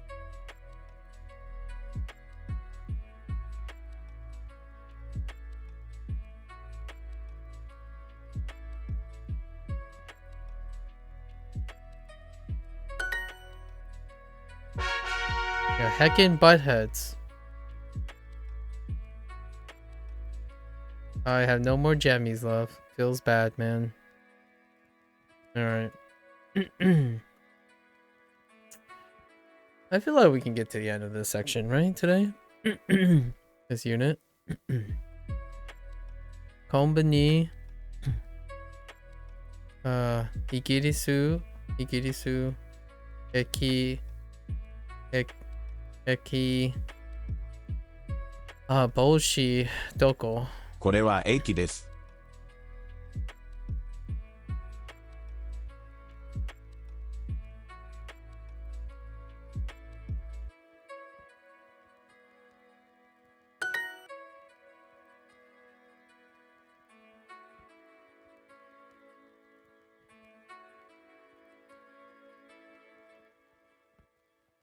県さんはどこ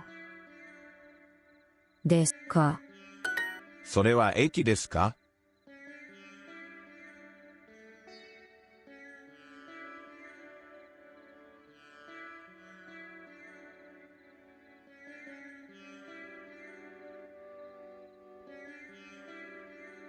Oh gosh, that's a question. Uh-oh. Can't screw this up. Boy.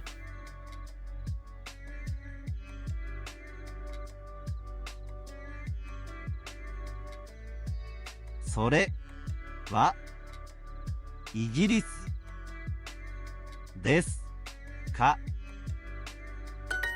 白いコートはどこですか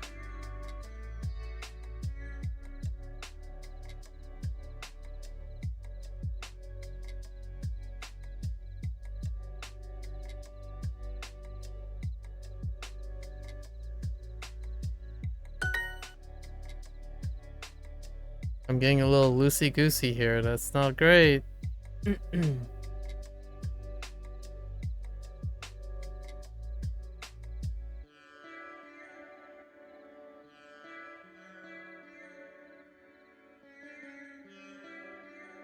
Naomi さんはどこですか？それはコンビニですか？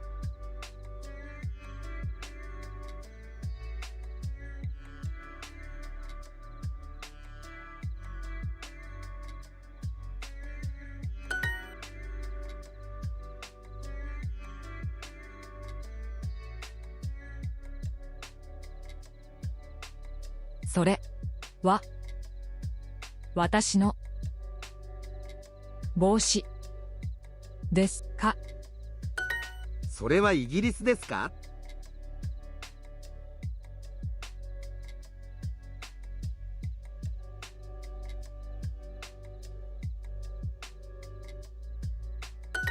これは帽子です。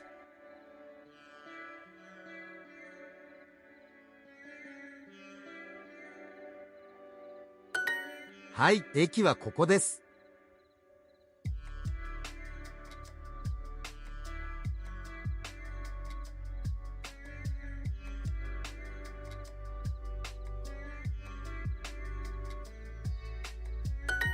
はい、コンビニです。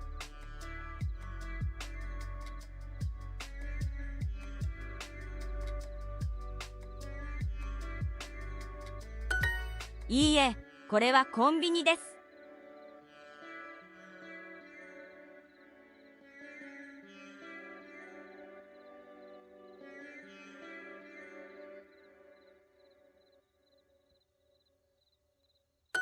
イギリスです。それは帽子です。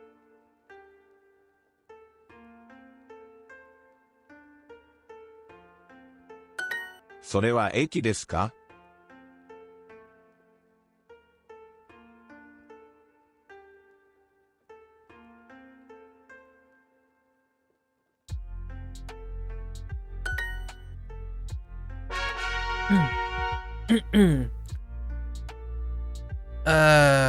？Let's practice. Let's get some hearts in. デパートはここです。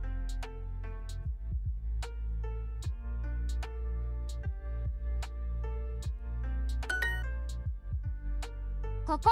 大学とコンビニ。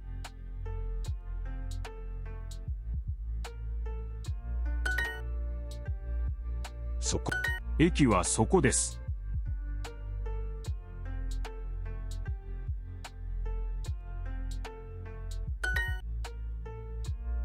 ど駅。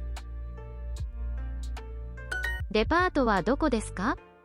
デパートはどこですか？大学。駅はそこですか？駅はここですか？駅はそこですか？そこ、そこ。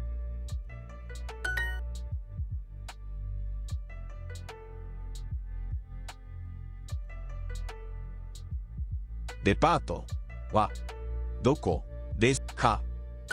ホテルはここです。ホテルはここです。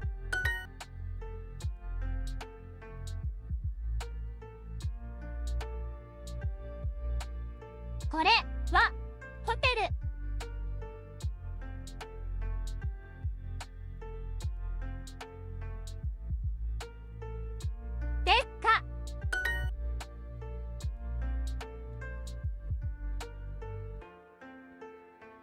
大学とコンビニ。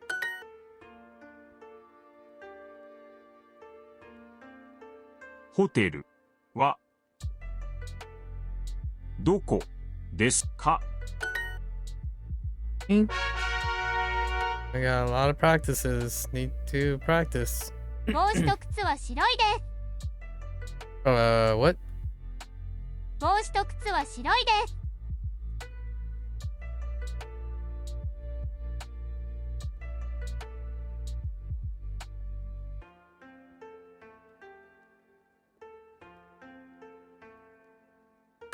はい、白いコートはここです。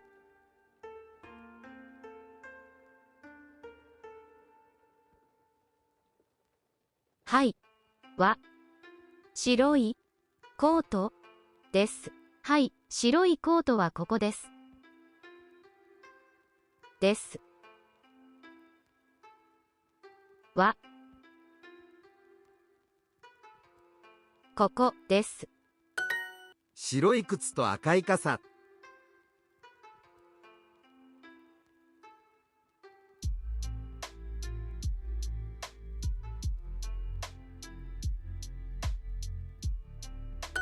私の靴はどこですか？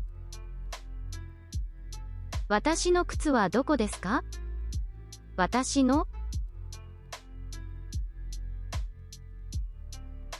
靴はどこですか？私の靴はどこですか？靴。赤いコートはここです。赤いコートはここです。赤いコートはここです。コートと靴。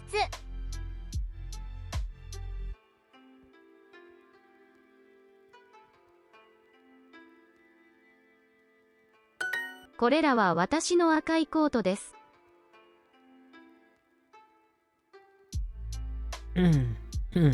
これらは赤いコート私のです。これらは私の赤いコートです。これらは私の白い帽子です。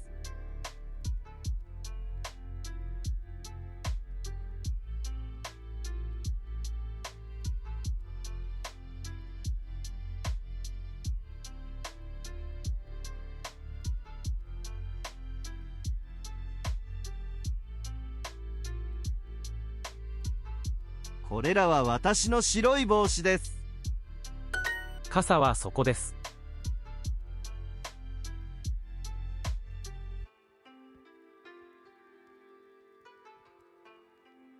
傘はそこです。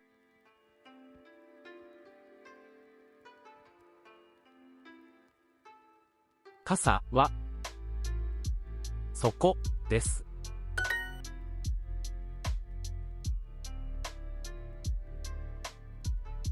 それらは白い傘です。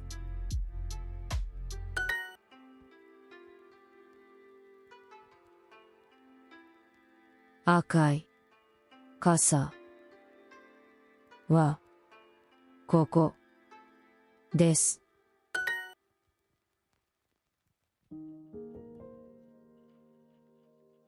これらは私の帽子です。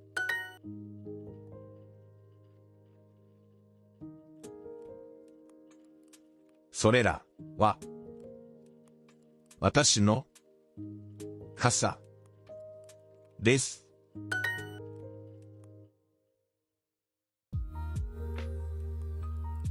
それらは赤い私赤い傘です。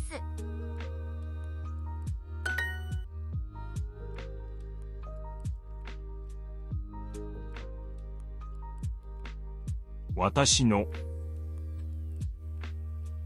靴はここですか？ここどこ？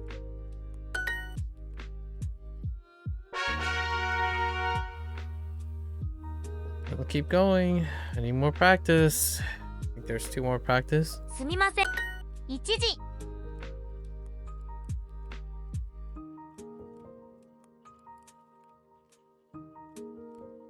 今何時ですか？今何時ですか？今2時頃です。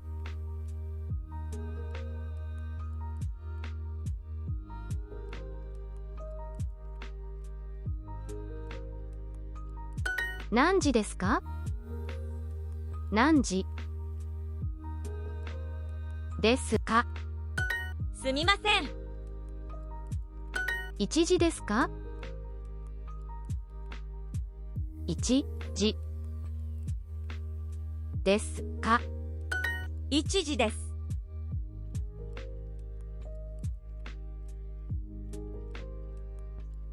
1時半です。1時3半です。すみません。今3時ですか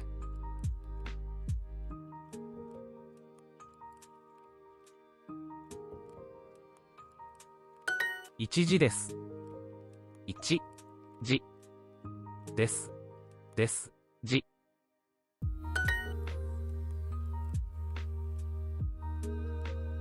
何時でか？2時半です。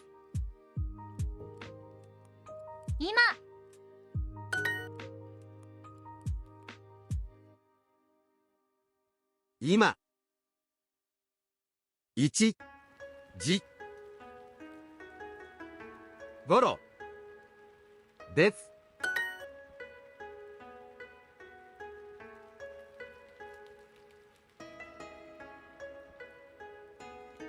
1時頃です。2時半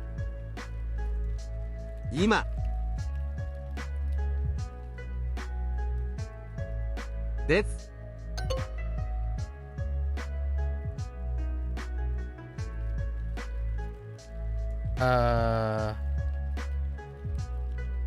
Oh, I've got ka.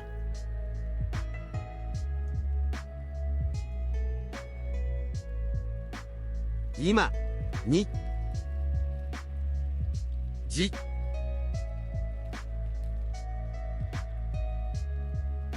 半ですか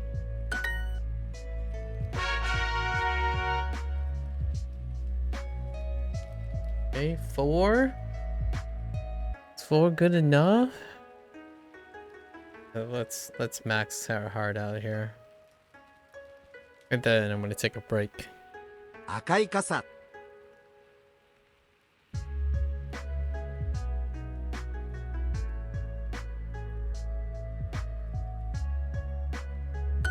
コートと靴。コートと靴。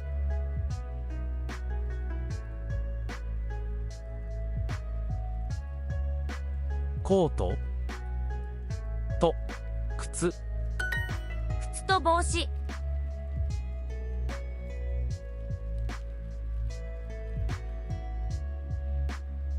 私の靴はどこですか？私の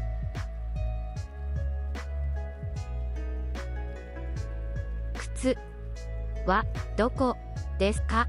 私の靴はどこですか？私の靴は赤いです。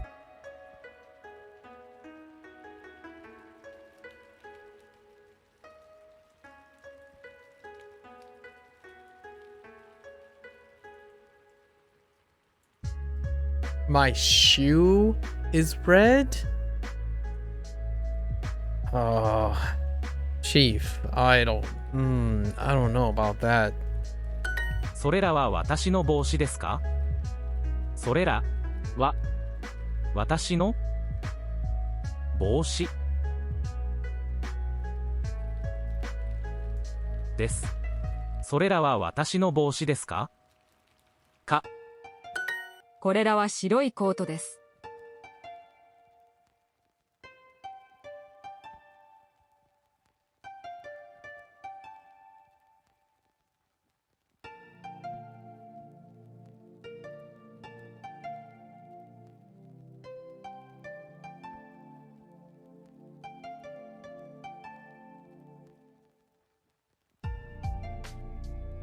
これらは私のコートです。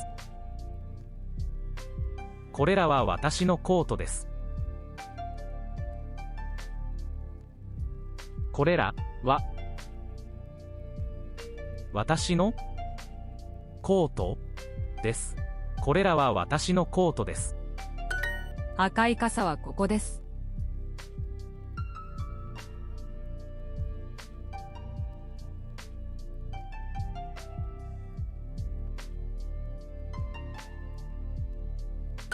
それらは白い傘です。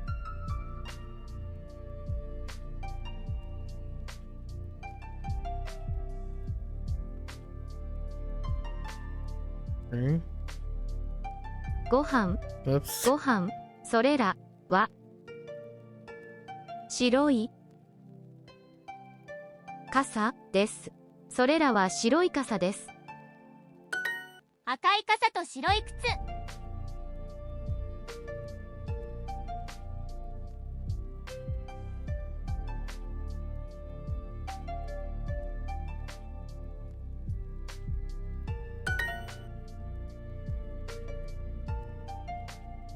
私の靴は赤いです。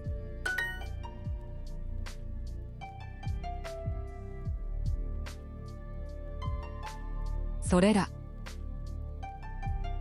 は私の帽子です。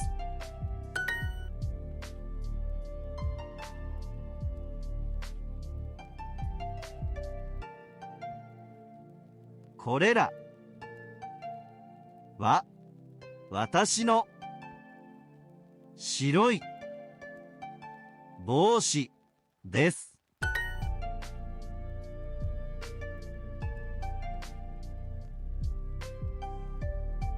赤い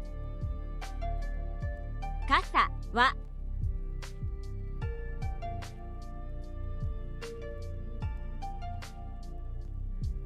ここです。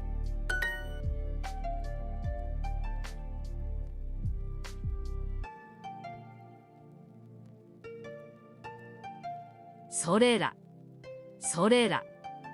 は私の赤いコートですか？ Oh. All right. Okay, 5 hearts. Let's keep going. Dude. I do have to admit, kudos to that guy. That guy is doing a lot too. Hold up. I need to get some substance.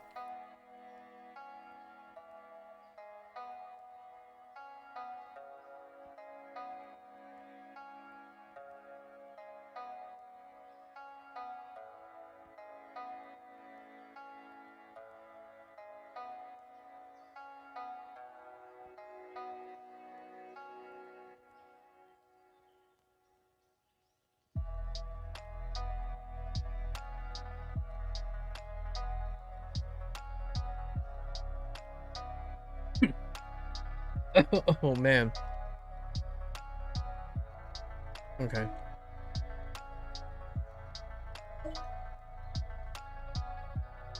Wow. I feel like I should just... Yeah, I really should be pressing more and more vocab. I really want to get to words, phrases, and grammar.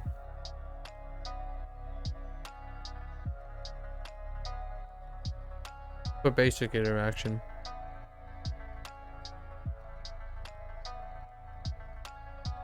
I do have to admit though, my accuracy is getting lower when I try to pick up the speed.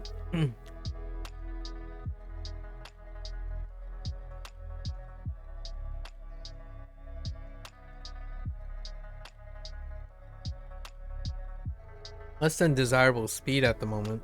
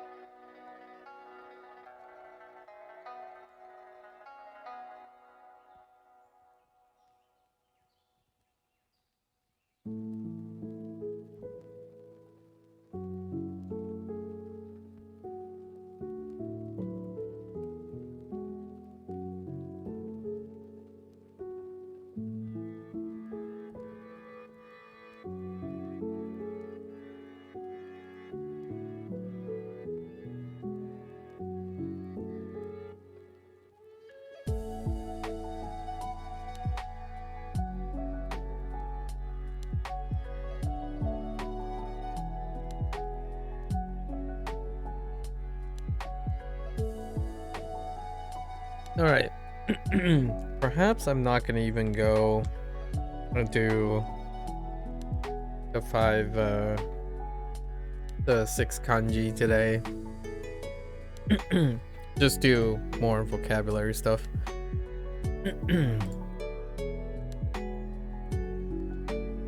Okay.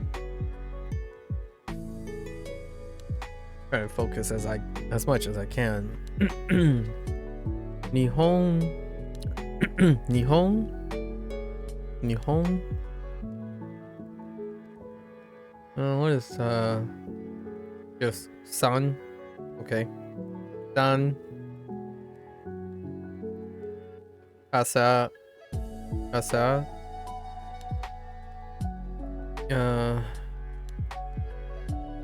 Really? You're gonna do me like that?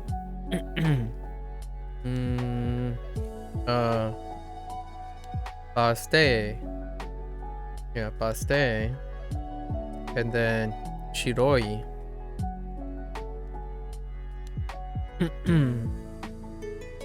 Nihon desu. Nihon desu. Nihon desu. 日本です。 Oh, right. それは日本です。帽子と傘。 Let's focus. Okay.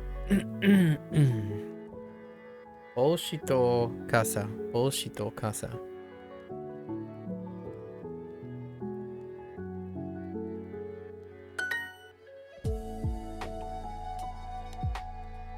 Okay, is Hana. Okay. Do we not use the kanji? Okay. Right.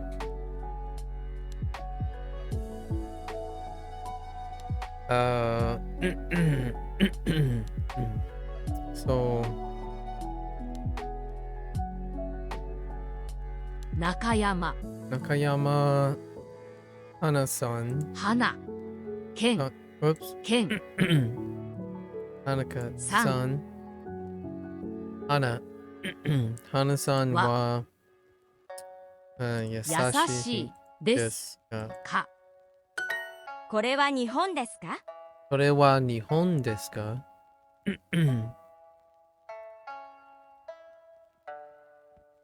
Is this Japan? that a bus stop? それは駅、それはバス停ですか？それは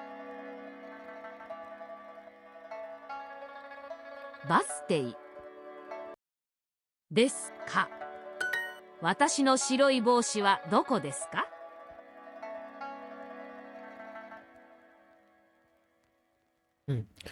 私の白い帽子はどこですか？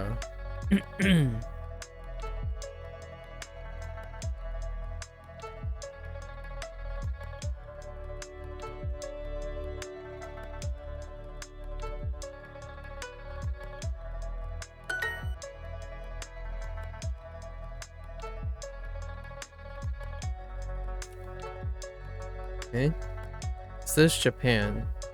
それは日本ですか？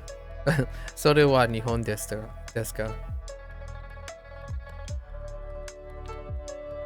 Oh, これは日本ですか？これかあ、かは日本ですか？それはバス停ですか？それはバス停ですか？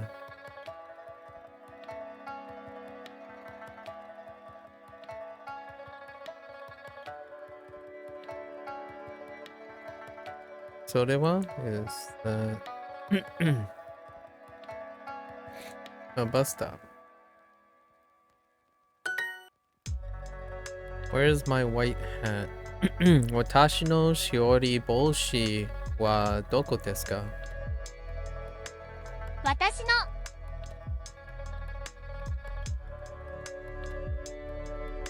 白い帽子はどこですか？傘はどこですか？傘はどこですか？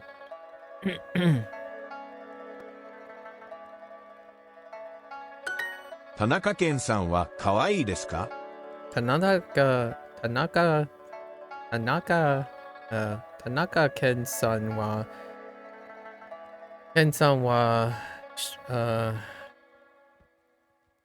可愛いですか？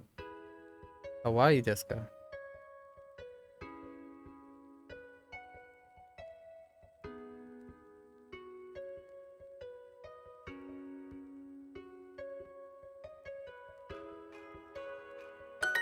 バス停はここですか？バス停はここですか？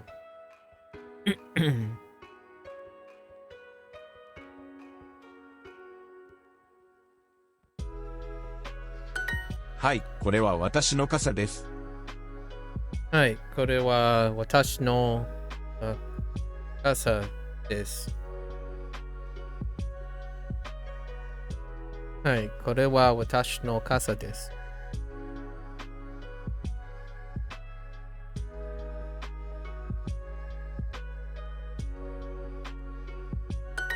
白い傘はどこですか？白い傘はどこですか？白い傘はどこですか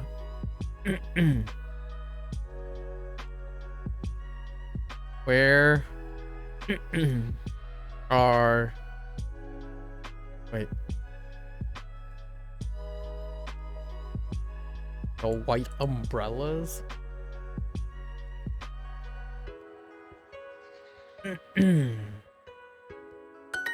花さんは面白い人ですか？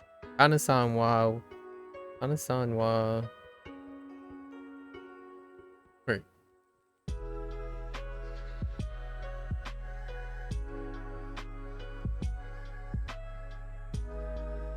さんは面白い人ですか？ Oh yeah 面白い right 花さんは面白い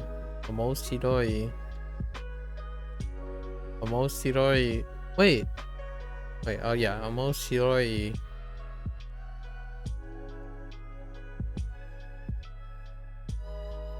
人ですか？ and 花さん、面白い人ですか？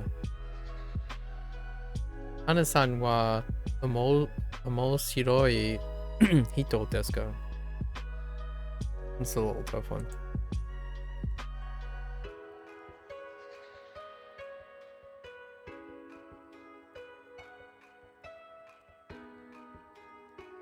白い。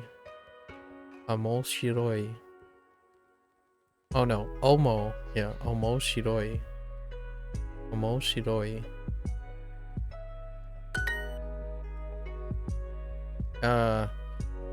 これは日本ですか？これは、no. これは日本です。これは日本日本です。です。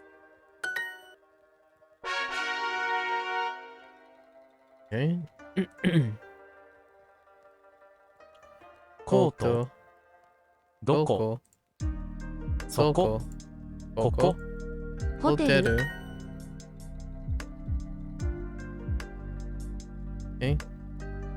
いいえ。デパートはどこですか？そこです。デパートはそこです。そこです。どこ？ホテル？ここ。そこ。帽子と靴は白いです。帽子と靴は白いです。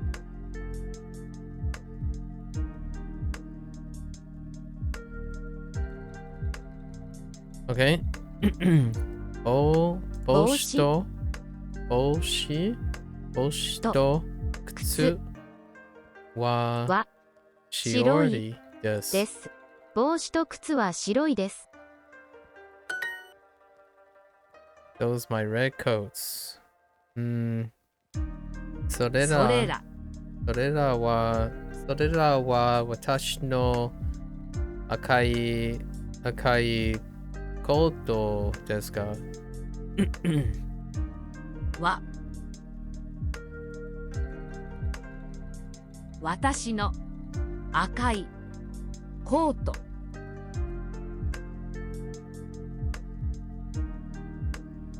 ケーキですか？それらは私の赤いコートですか？これらは私の赤いコートです。これらは私の赤いコートです。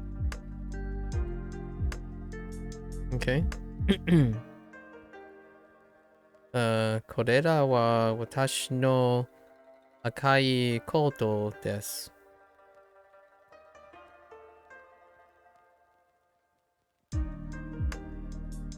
これらは私の赤いコートです。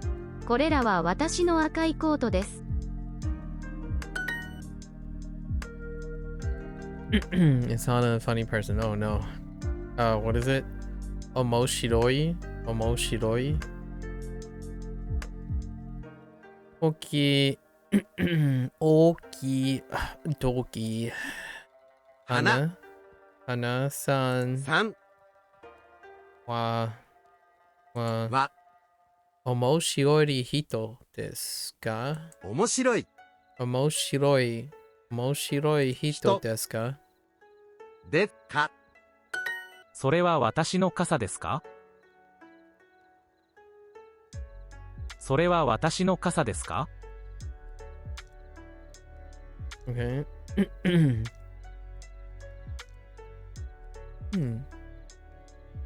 I heard それは私の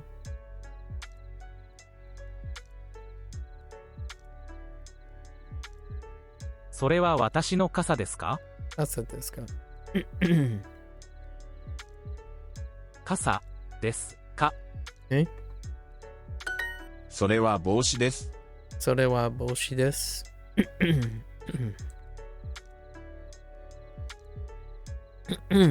That's not an umbrella, it's a hat. いいえ、コンビニはここです。いいえ、コンビニはここです。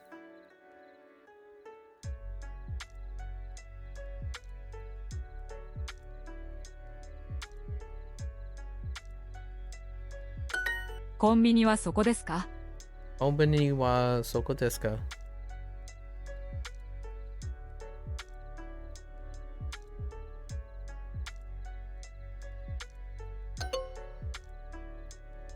？It's a question.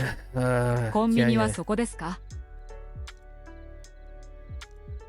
Is the convenience store there? Eh?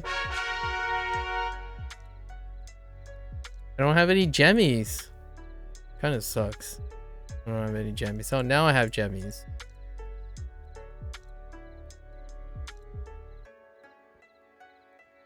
Okay. Let's top up. We gotta get to the end of this unit. ピザ、 Pizza. ピザ、 Pizza. ピザ Pizza. Sorry. はい。はい。これは寿司ですか？これは寿司ですか？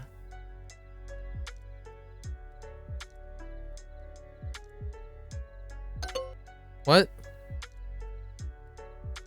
Oh, is this sushi? Okay. ラーメン。それはケーキです。それはケーキです。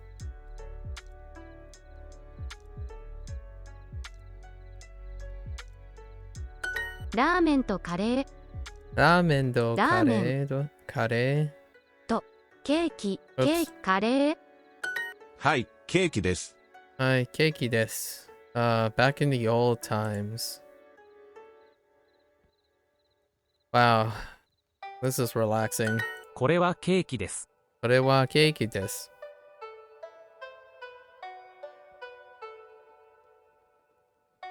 これはケーキです。I think the practice is a kind of nice tune down and then tune up again, tune down again. これはラーメンですか？ラーメンですか？これはラーメンですか？ラーメンですか？それはカレーです。それはカレーです。それはカレーです。Tasty cake. おいしいケーキ。おいしいケーキ。Oh, wait. Yes. ケーキ。これはカレーです。これはカレーです。それ、 Oops.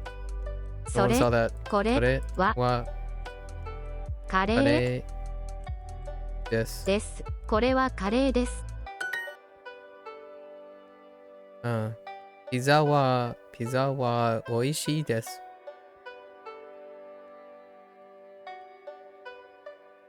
ピザはおいしいです。カレーですか？カレーですか？カレーですか？カレーはおいしいです。カレーはおいしいです。これは寿司ですか？これは寿司ですか？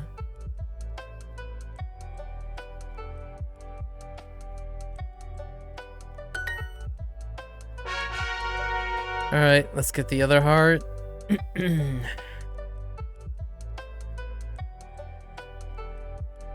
カレー。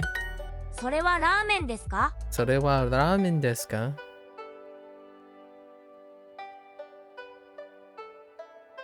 Oh, is that ramen? ケーキ。ケーキ。これは寿司ですか？これは寿司ですか？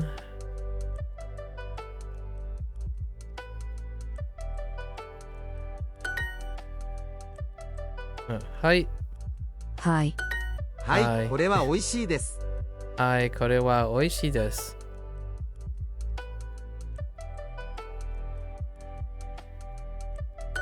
これは美味しいカレーです。That's a phrase I would be saying for quite some time. はい、美味しいです。or これは美味しいです。これは美味しいカレーです。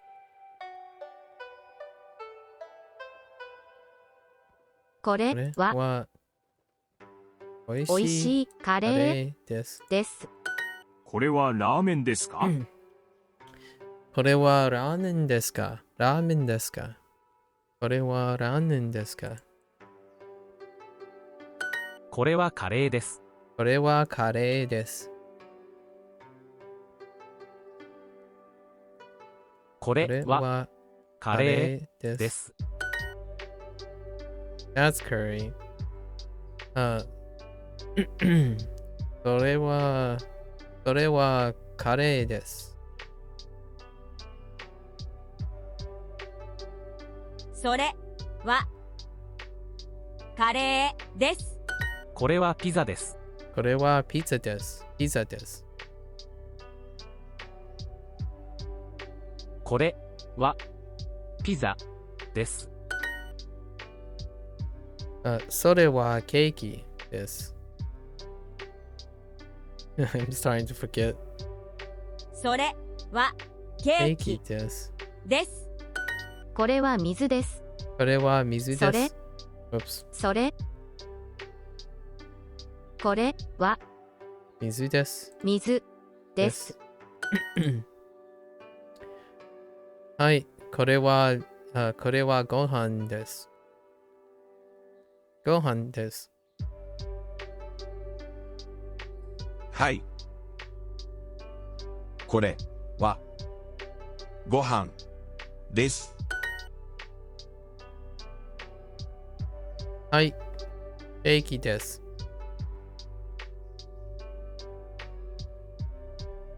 はい、ケーキです。それは美味しいですか？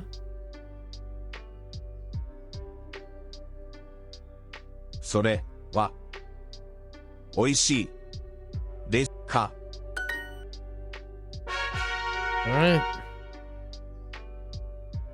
Back to it.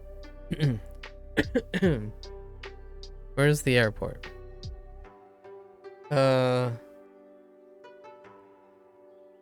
空港はどこですか？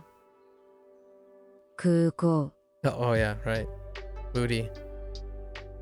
空港空港はどこですか？どこですか？地下鉄地下鉄地下鉄地下鉄空港空港地下鉄 Oh, how do you say it? 地下鉄地下鉄地下鉄じゃないです。地下鉄じゃないです。地下鉄じゃないです。地下鉄じゃないです。Airport is here. 空港はここです。空港はここです。空港はここじゃないです。空港は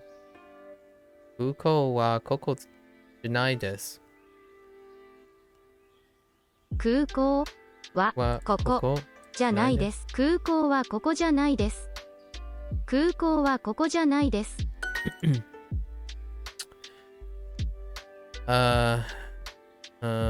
地下鉄地下鉄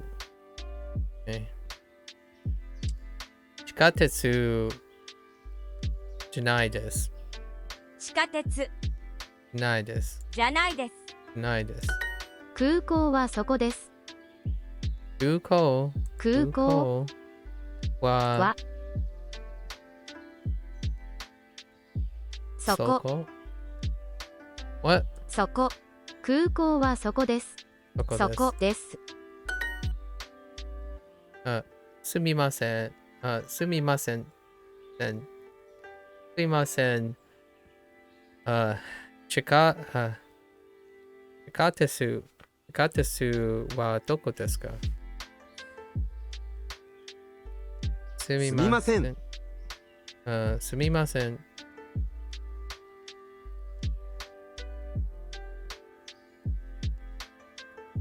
地下鉄地下鉄はこここどこですか？ですか？駅はここじゃないです。駅はここじゃないです。駅はここじゃないです。駅はここじゃないです。地下鉄はそこじゃないです。What blah blah blah blah blah. Sorry. 地下鉄はそこじゃないです。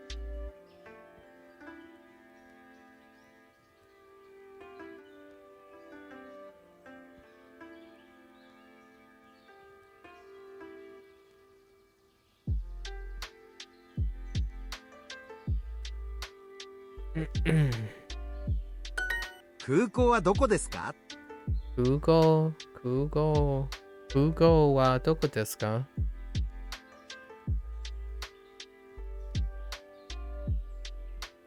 Where's the airport? Come on, man. 空港はどこですか? The subway isn't here. 地下鉄はそこじゃないですか？じゃないです。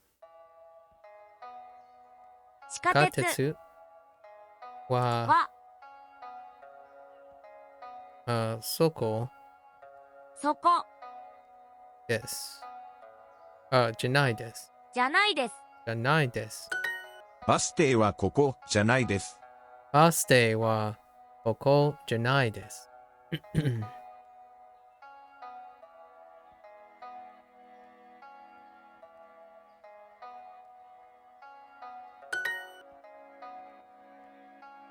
The airport isn't here.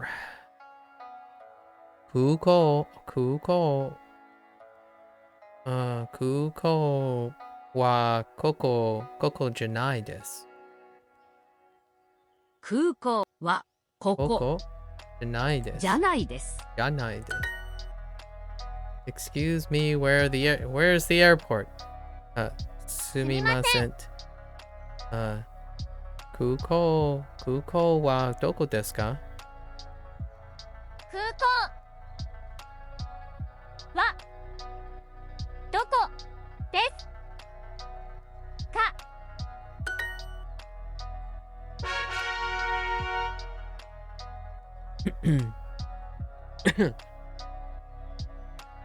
？Okay. 切符私の切符これは私のコートじゃないです。OK。これは私の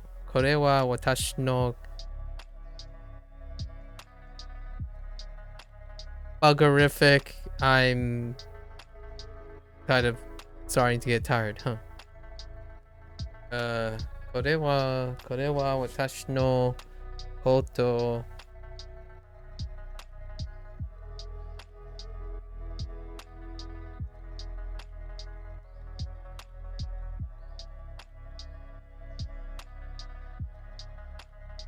Oh yeah. じゃないです。Okay. これは私のコートじゃないです。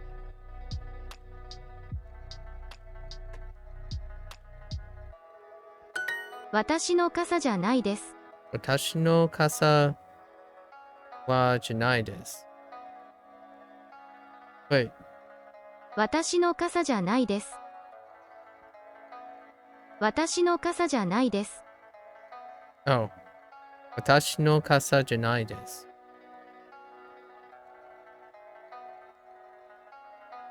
私の傘じゃないです。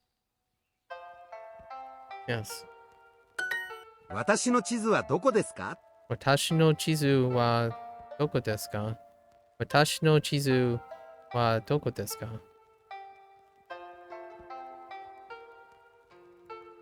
Where's my map? Gosh darn it. これは私の切符です。これは私の、これは私の切符。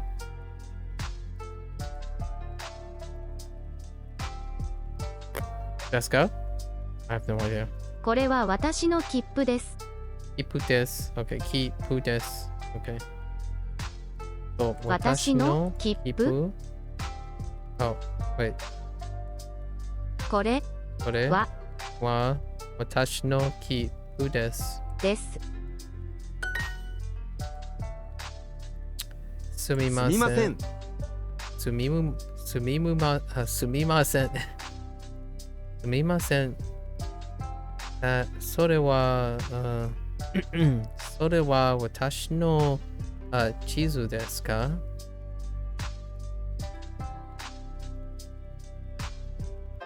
それは私の地図ですか？私の切符はここです。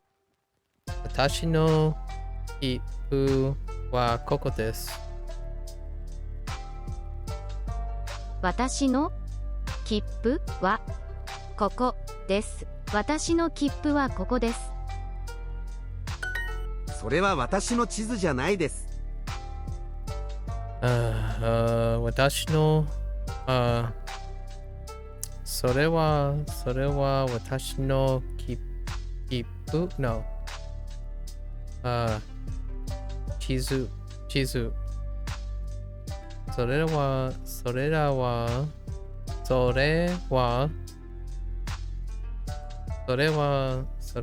私の地図じゃないです。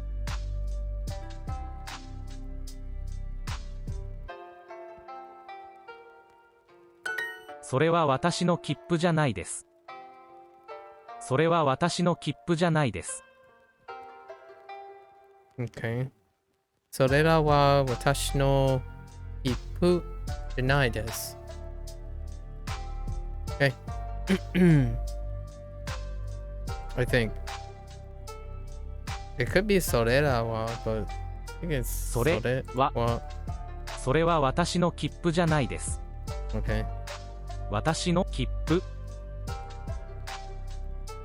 じゃないです。それは私の切符じゃないです。That isn't my map.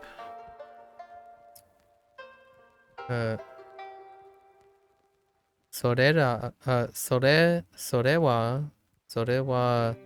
私の地図です。じゃないです。それは私の地図は、oh no. 地図じゃないです。Oh, I'm starting to slow down quite a bit. それは私の地図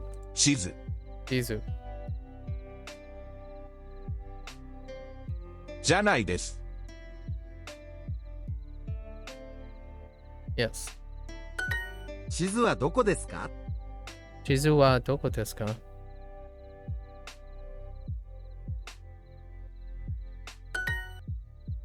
This isn't my code. これは私のコードじゃないですか？じゃないです。Okay. これは私のコートじゃないです。それは切符ですか？それは切符ですか？ Is that a ticket?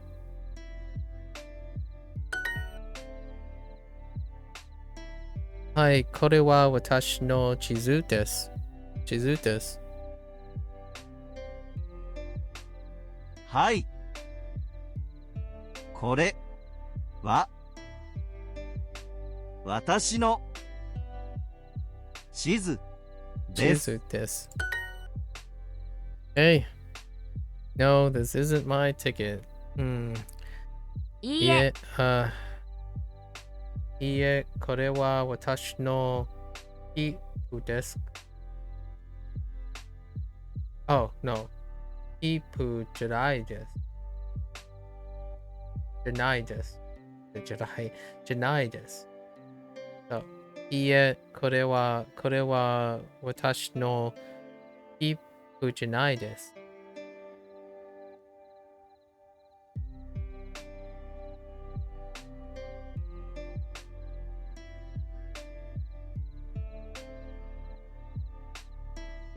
Did they group them together now? Yeah, they did. これは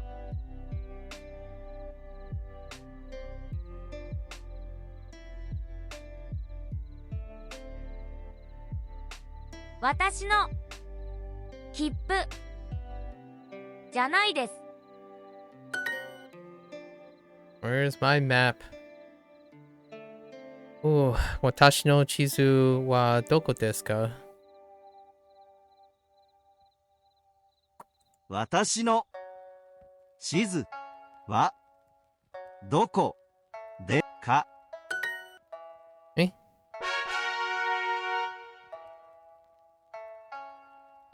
This is only one review, right? Yeah. We can do it. パスポート、パスポート、スマホスマホ、スマホ、スマホ私のパスポートはどこですか？私のパスポートはどこですか？ Where is my passport?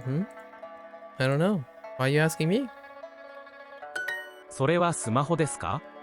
それはスマホですか？それはスマホですか？それはスマホはですか？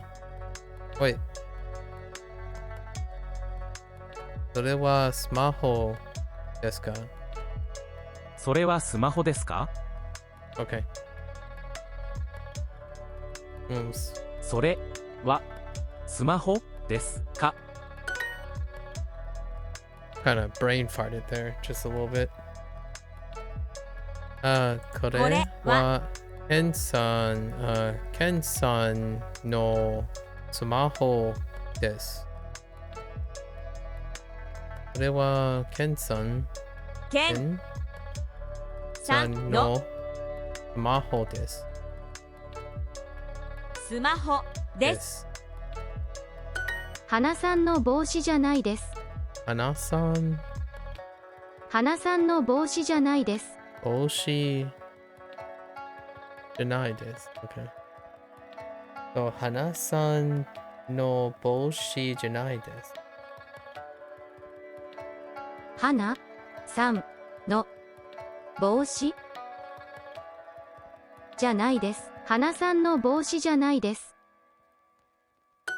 これはケンさんのパスポートじゃないです。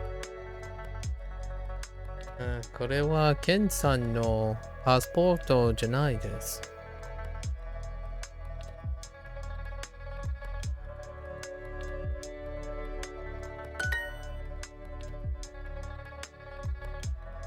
はい、それは私のパスポートです。はい。それは私のパスポートです。私のスマホはどこですか？私のスマホはどこですか？私のスマホはどこですか？ I keep adding an extra syllable into スマホ。私のスマホはどこですか？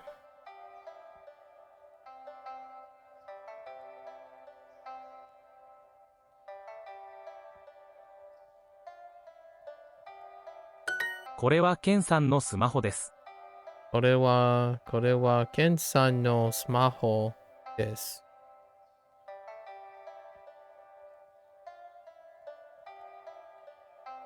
これははい。 What? はい。 No one saw that. ケン3のスマホです。これはケンさんのスマホです。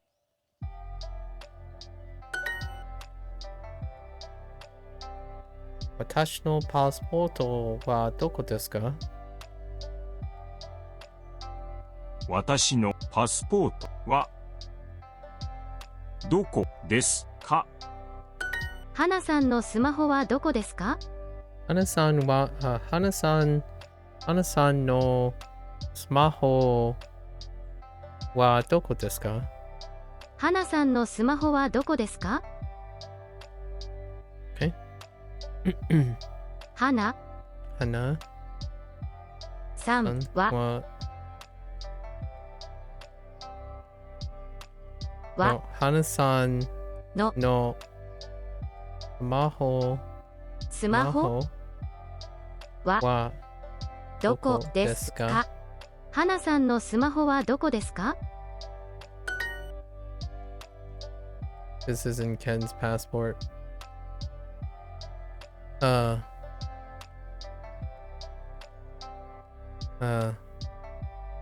これはケンさんのパスポート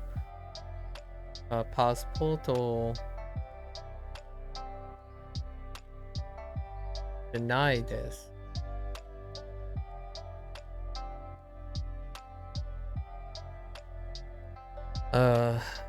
これはケンさんのパスポートじゃないです。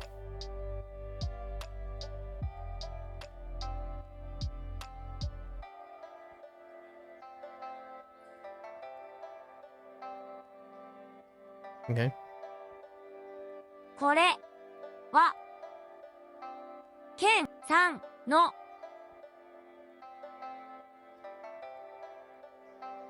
パスポートじゃないです。ナオミさんのパスポートはここです。ナオミさんのパスポートはここです。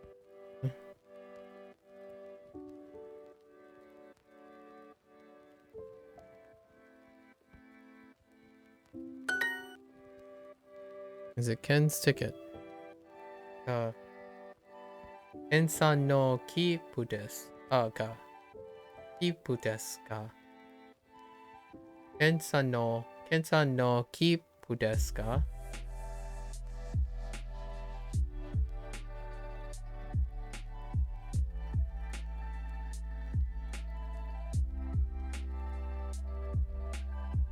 ケンさんの切符切符ですか？ That's my smartphone? それは私のスマホです。それは私のスマホです。Or is Hana's smartphone?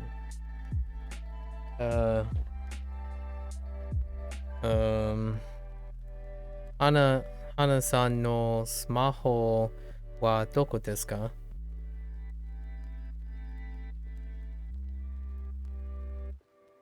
花さんのスマホはどこですか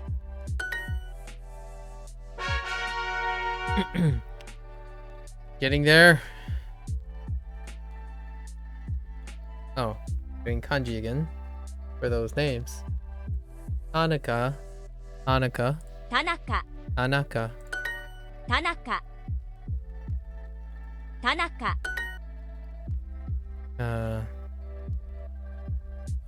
Wait. Oh no, never mind. Yamaguchi. Yeah, Yamaguchi.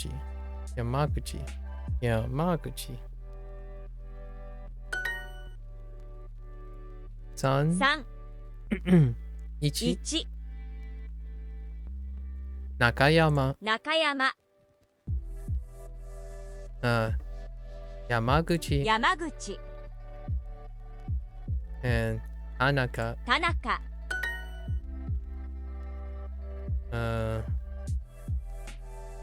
中山。中山。私のカバン。私のカバン。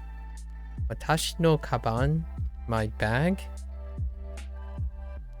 私のカバン。カバン。山口。山口。Oh, why did you just default back to kana? 山口。Okay. 田中。田中。さん。さん。中山。中山。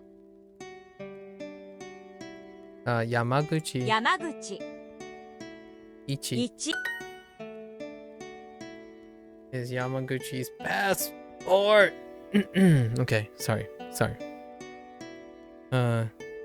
Yamaguchi-san no passport.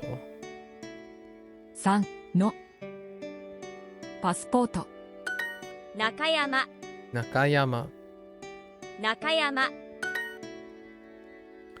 Is it Mr. Tanaka's bag? Okay. 田中さんのカバンですか？ですか？中山さんの帽子。中山さんの帽子。中山さんの帽子。Is it my bag? Okay. それは私のカバンです。Oh, no, カバンじゃないです。これは私のカバンじゃないです。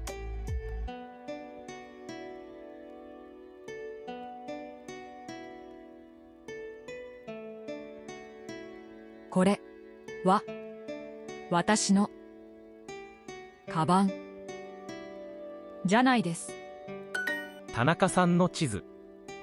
田中さんの地図？田中さんの地図。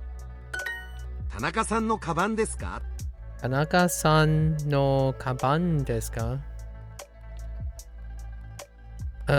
？Is it Mr. Tanaka's bag? Yes. That is Ms. Nakayama's smartphone. Okay. それは中山さんのスマホです。それは中山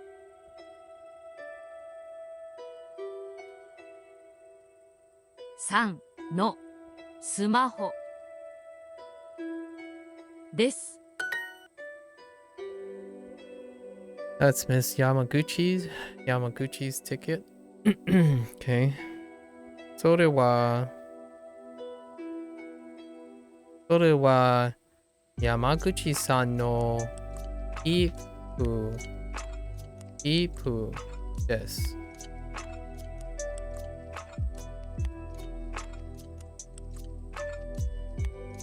それは山口さんの切符です。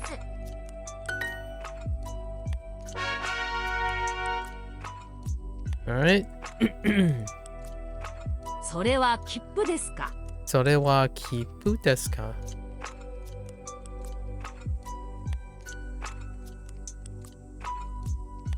中山さんの地図はここです。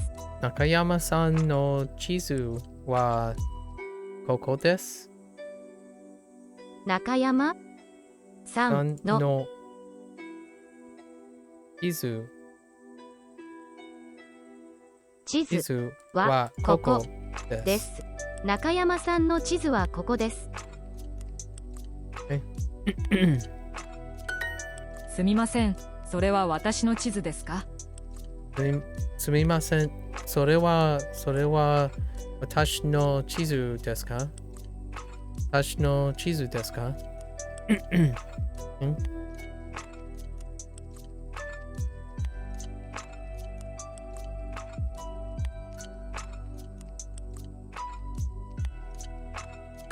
駅はここじゃないです。駅はここじゃないです。駅はここじゃないです。駅はここじゃないです。駅はここじゃないです。駅はここじゃないです。すみません、これは山口さんの帽子です。すみません。これは山口うわわわOkay.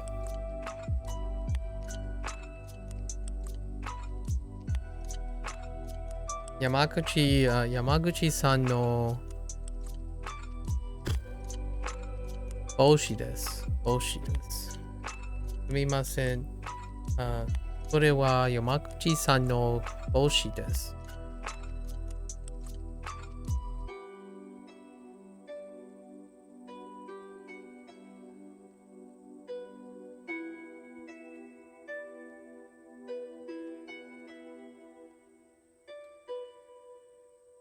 I can't. Dude, some of these blocks don't interact anymore. What the heck? It's this one. It's specifically this one that's hard to pick up.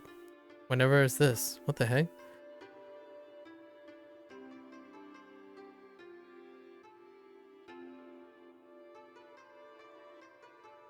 これは山口さんの帽子ですか?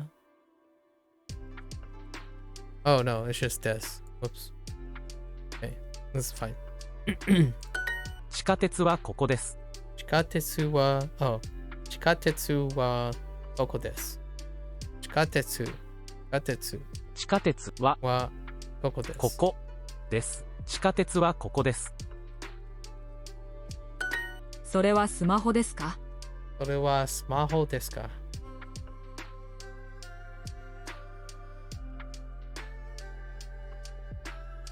Oh, is that a smartphone? 地下鉄はそこです。地下鉄はここです。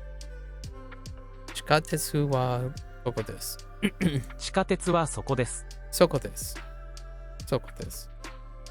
地下鉄はそこです。地下鉄はそこです。これは山口さんの帽子ですか?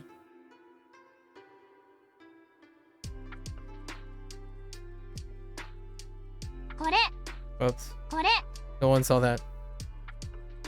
Oh wait, that is what I'm looking for. これこれは山口さんの帽子ですか? ですか?中山さんのカバンはここです。中山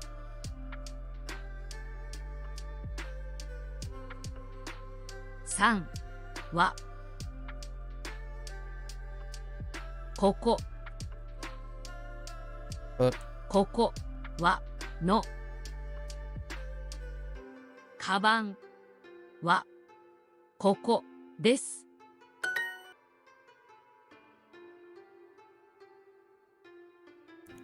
それは山口さんのパスポートですか?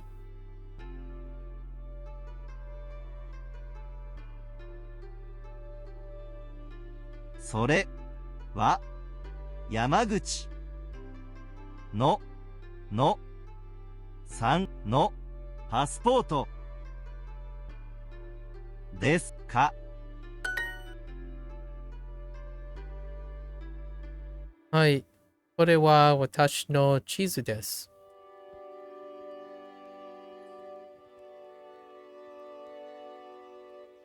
はい。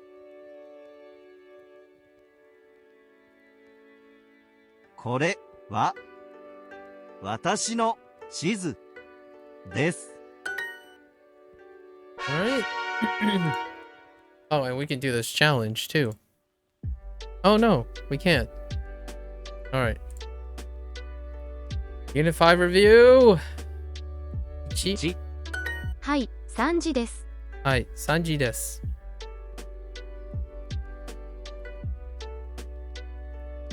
はい。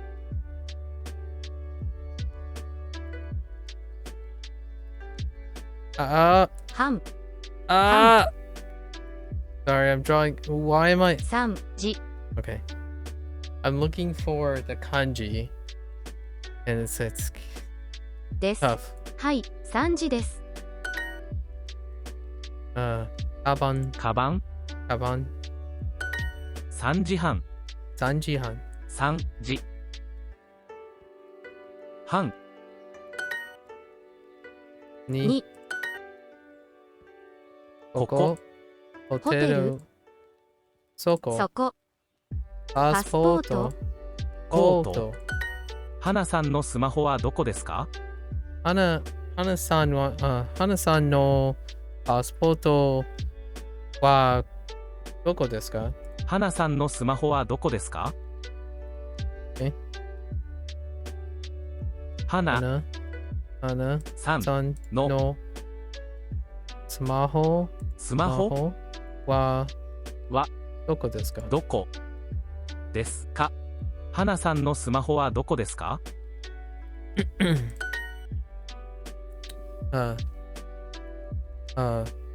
空港。空港。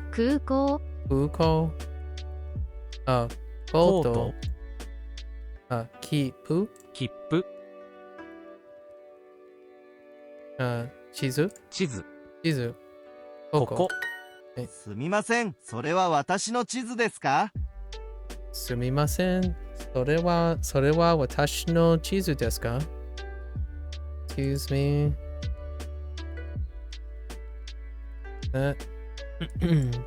Is that my map?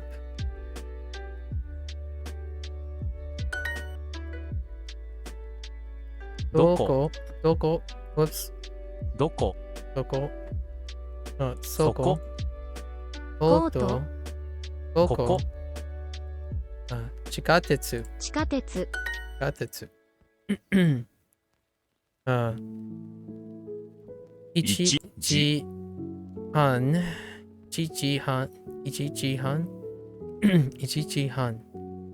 半。Yes. Actually. です。1時半です。すみません、今何時ですか？すみません。今何時ですか？ Excuse me, what time it is? What time is it?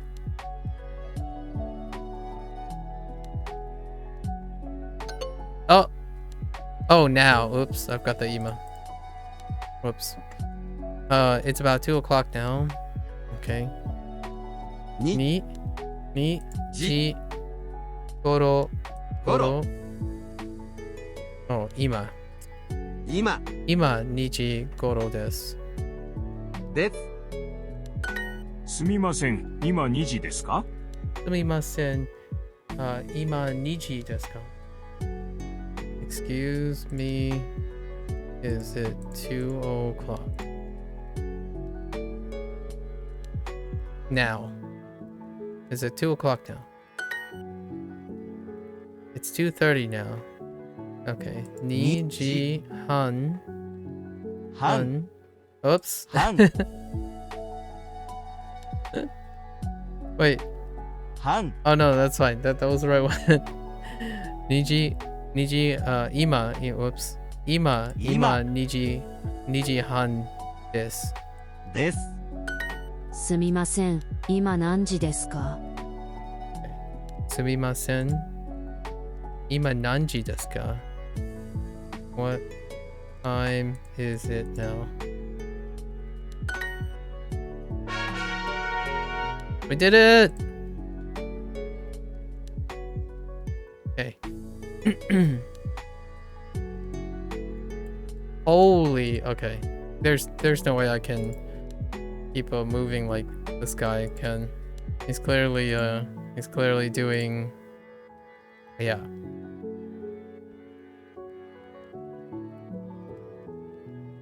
Let's do kanji. We completed the section, right? Go with this. Need more gems. Okay. Let's try this. Tell time, get help with challenge, right? We only got these. Oh, there are 7. Okay. Welcome to kanji. Kanji are different from hiragana and katakana because they mainly represent meaning rather than sound, sort of like emojis. That's an apt analogy. Most words are written with either kanji only or a combination of kanji and hiragana. Oh. Okay. Guess what the 3 kanji? Yeah, we already know. Okay. 1 Oh, we do. Okay. 1, 2 2, 3 3. Okay. So 2, 3, 1, 1, 3, 2. 3 3 Ooh, that's a weird way to see that. 1 That's nice. It's a different combination. Okay. 3, 1, 2. Oh. Okay. Now we got this stuff. Nakayama. Nakayama. Nakayama. Oh no, sorry, not Nakayama. Yamaguchi. Yamaguchi. Yamaguchi. Okay, I had the stroke order off. So you do the part first, and then you do this? Oh, I don't know about that.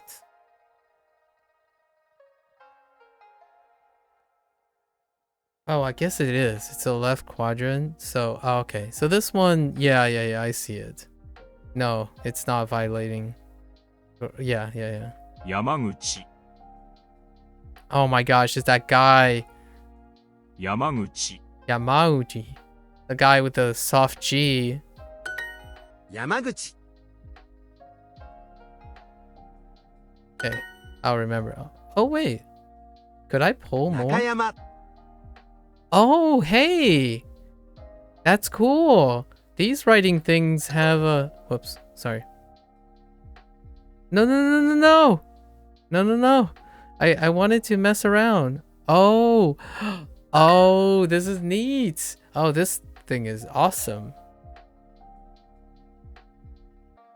Nakayama. Okay. Oh, that's so cool. Yamaguchi. This is awesome. Add the missing stroke. Oh, that's so good. Nakayama. Nakayama.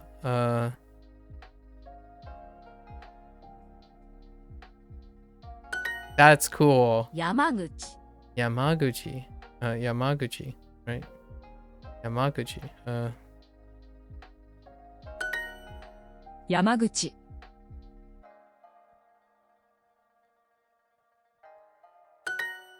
Yamaguchi. Oh, this is so satisfying. What the heck?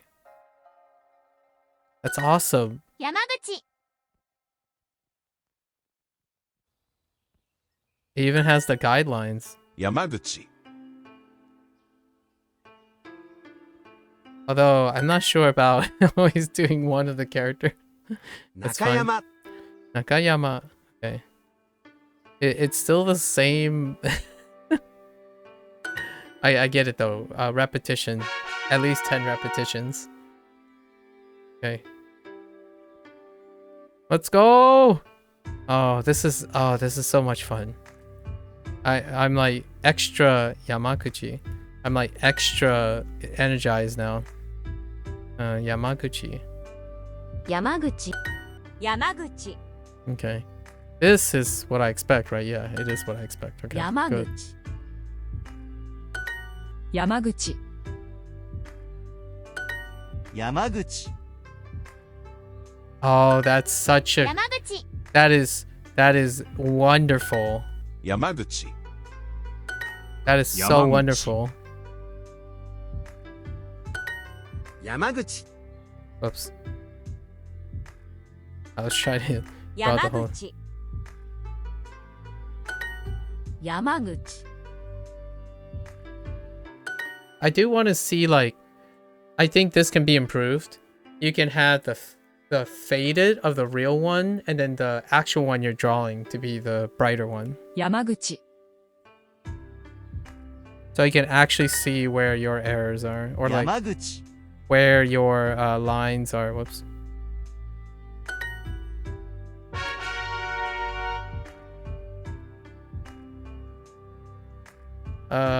This is Nakayama. Nakayama. 中山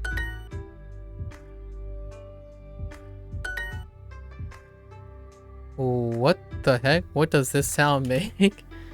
Okay. So they're incorporating the kanji to romaji. 山口 中山 中山 Oh, this is so much fun. What the heck? 中山 This reminds me of Scribble Knots all over again. Back in the day. 山口山口中山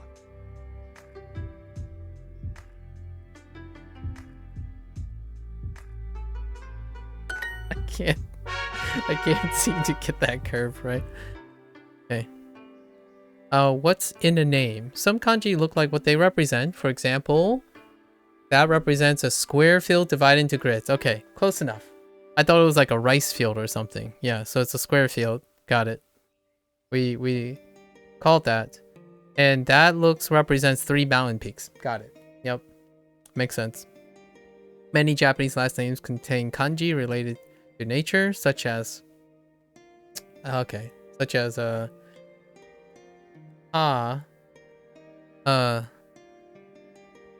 in Tanaka and or Nakayama. So Tanaka Tanaka 田中 Tanaka Okay. And yep, no surprises. That's fine. 田中 Oh, actually the part was first. Oh, because it's yeah. Okay. We were one Tanaka. stroke off in the order. 田中 Oh, this is so... 田中 They do need to trail though. You need to see both strokes. Tanaka For sure. You definitely need to see Tanaka. both strokes.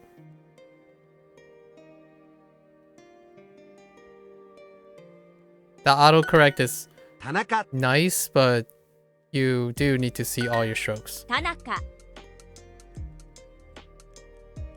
Oops. Yeah, I keep trying to draw the left to right first. 田中 So my stroke order was one off. 田中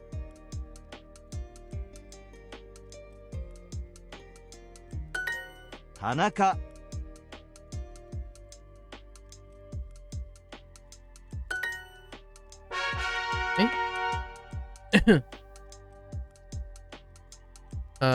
Yamaguchi. 山口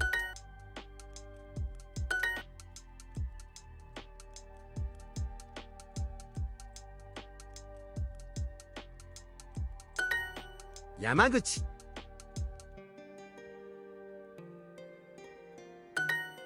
山口山口山口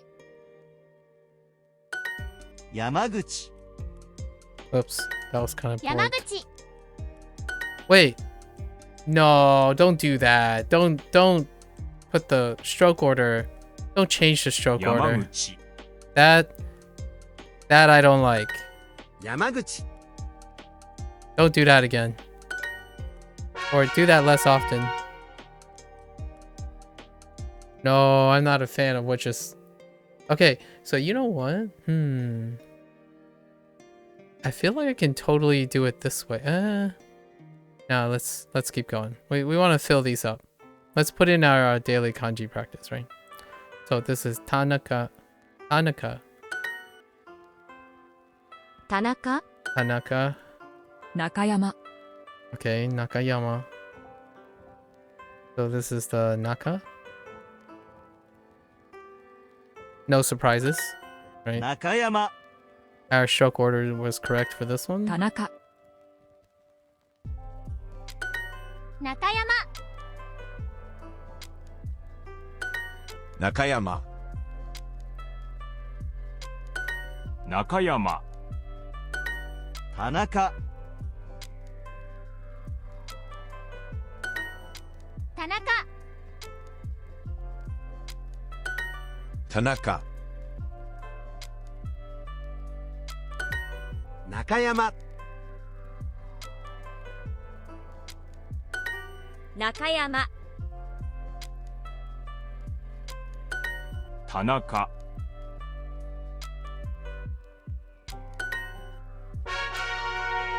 Okay. Alright, now so we got all four now. Okay. Oh, this is a good way to break up the tedium too. So I like the kanji section. It's different from the kana section. This is Nakayama. 中山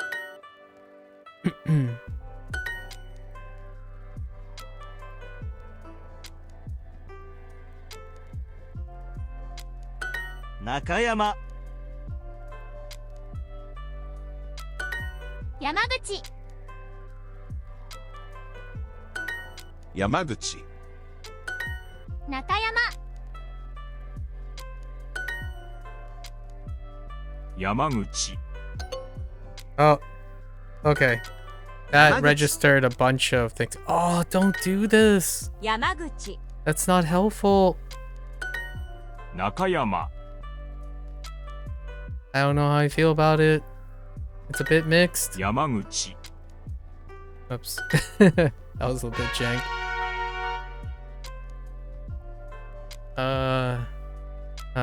Anaka. Anaka. 田中 Anaka. Anaka. Anaka. Anaka. Anaka.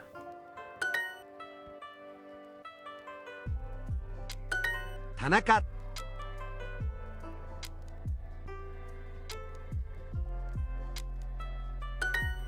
田中 Oh, I can hear all of them say it. 田 Anaka. 中 Anaka. 田中 Anaka. Anaka. 田中 Okay. 田中 Tanaka. 田中 Oh, I can hear all their like different versions. 田中 Anaka. Okay. Yamaguchi. 山口 Yamaguchi. Yamaguchi. Just say Yamaguchi a billion times over, right? Yamaguchi. 山口 山口 Yamaguchi. Yamaguchi. Yamaguchi. 山口 Yamaguchi. That's the mustache guy. 山口 Yamaguchi. That's Ken. 山口 Pretty not. I need to know their name at some point. Oh, Yamaguchi. don't do that. 山口 Okay. We'll get these done. Sure. This is Nakayama. Nakayama. 山口 Oops. 中山 Nakayama and Nakayama. Let's Here are all their Nakayamas. 田中 What? You're gonna Tanaka me? Okay, fine. Tanaka. Tanaka. Whoa, that's different. 田中 Tanaka. 田中 Tanaka. 中山 中山 Why did it go Tanaka. to this?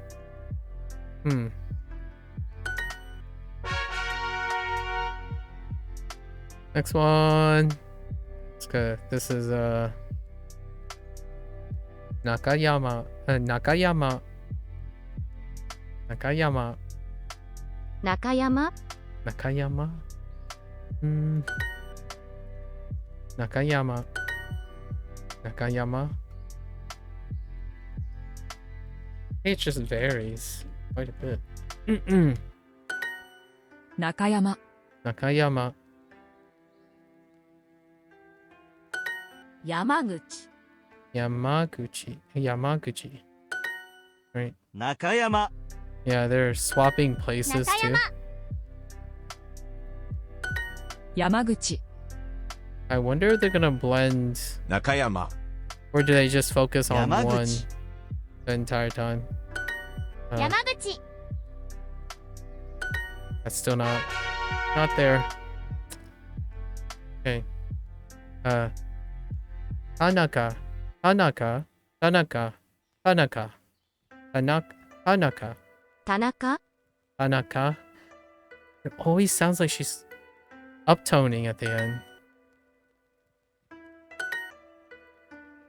Tanaka. Tanaka. Tanaka. 田中 Tanaka. Tanaka. Okay. That's just the block part. Tanaka. Tanaka. Tanaka. 田中 Tanaka. 田中 Tanaka. 田中田中田中 Tanaka. 田中 Tanaka. Tanaka. Tanaka. Tanaka. Yamaguchi. Yamaguchi. 山口 Yamaguchi. Okay.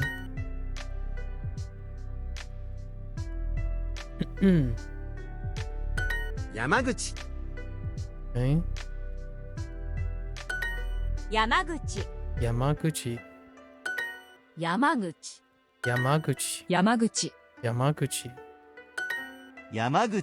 Yamaguchi. 山口 Yamaguchi. Oh, 山口 Yamauchi. Dude, the mustache guy, Yamaguchi. man. Yamaguchi. This is a good opportunity to hear them all side by side, saying the same thing over and over again. That's kind of neat, actually. Tanaka. Tanaka. Tanaka. Tanaka. 田中 Tanaka. Oops. Oh. Oh, hey. Neat. They're doing both now. Whoops. Tanaka. Tanaka. Tanaka. Tanaka. 田中 Okay. 田中 Tanaka. 田中 Tanaka. Tanaka. Really? 田中 Tanaka. Huh. Nakayama. Oh, I see. So, this Nakayama. one. So, Naka. 田中 They need to swap them back and forth, like in between each one, instead of keeping them separate, in my opinion. Oh, and I missed this one, right? This is Nakayama.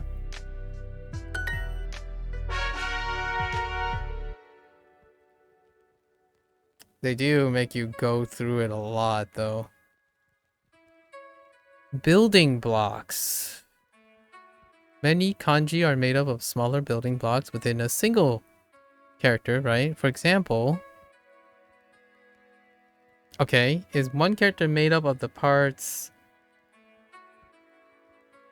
that and that? I don't know what that is. That kind of looks like a moo. That's definitely moo from I thought they said it was just they're gonna do Hiraga. This looks like a moo from katakana. That kind of looks like a tree. This is probably a tree, isn't it? Kind of reminds me of a tree. Like, very particularly like a tree. Okay. Nakayama. Nakayama. Nakayama? Nakayama. Why do you always feel like you're at an uptone? This is Yamaguchi.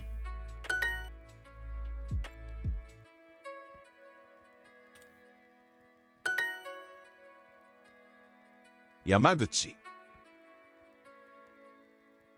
Yamaguchi. Yamaguchi. Yamaguchi. Yamaguchi. Yamaguchi. Nakayama. Nakayama. Still too steep. Yamaguchi. Still too. Yamaguchi. Don't do that. Yamaguchi. Yamaguchi. Oops. Nakayama. Okay. I wonder what happens when the whole thing is filled up. So we got the same thing. We can't move forward, right? Because we have to unlock the other one. So, Tanaka. Tanaka? Tanaka.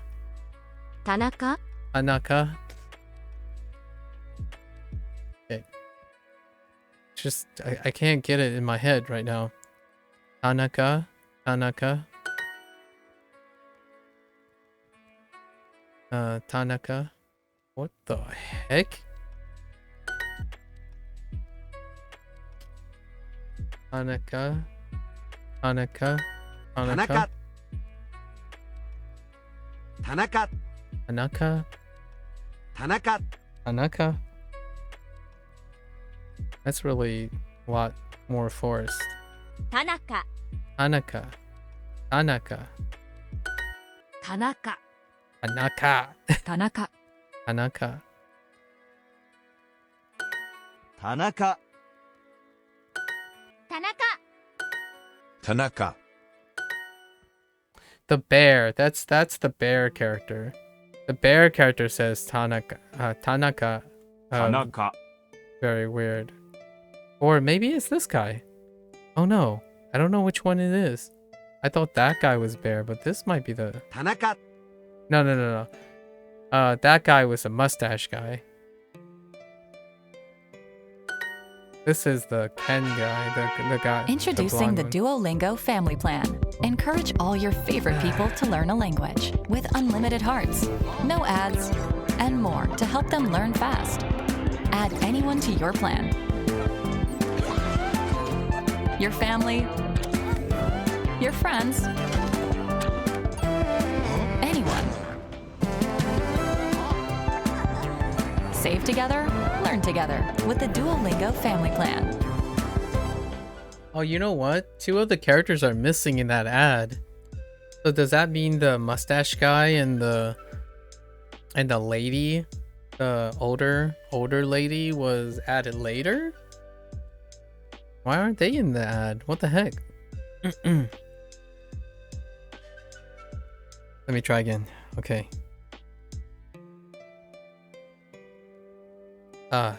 Yamaguchi. Yamaguchi. Yamaguchi. Yamaguchi? It's not that good. It's not that great. Yamaguchi. Just don't like her uptone. Yamaguchi.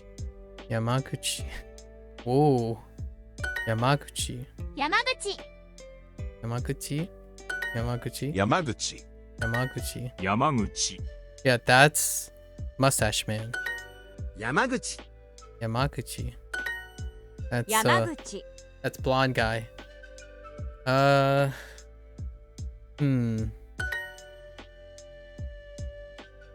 That one is probably the older lady. 山口 Oh no, this is the older lady. 山口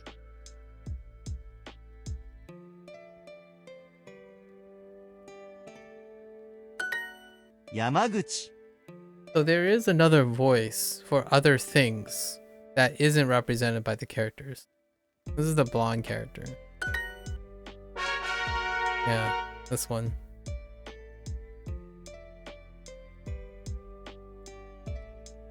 I want to complete all of these.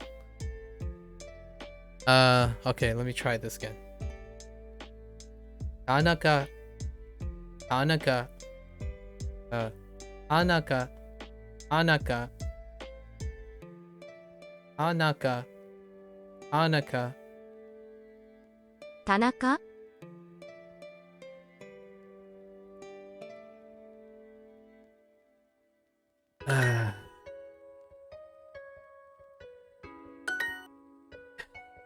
I just can't get it. This is Nakayama. Nakayama. Tanaka. Tanaka. Tanaka. Oof, that's gruffy. Tanaka. Okay. Tanaka. Tanaka. Tanaka. That's the bear. Nakayama. Nakayama. 田中 Mustache man. They're so distinct. They stick out so much. Now the question is, does it go back? No. What was this again? Anaka. Anaka. Anaka. Anaka. Anaka. Anaka. Anaka. Anaka. Tanaka? It's close enough. Anaka.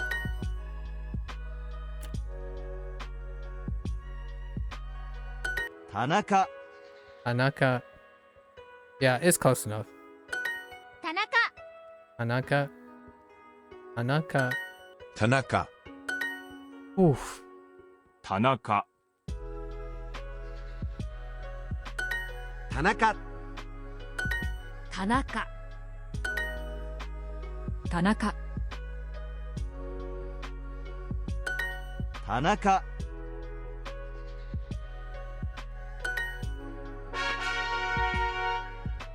Okay. I want to know what happens when everything's filled. Tanaka. I'm just gonna stick with Tanaka. Tanaka? Screw you, lady. Heck you and your uptone. Oh. Whoops.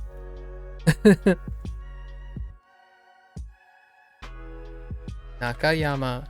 Nakayama. Nakayama. Yeah, I'm sticking with that too. Tanaka. Tanaka. Yeah, Tanaka. Tanaka. No, Nakayama. Nakayama. Tanaka. Tanaka. Tanaka. Tanaka.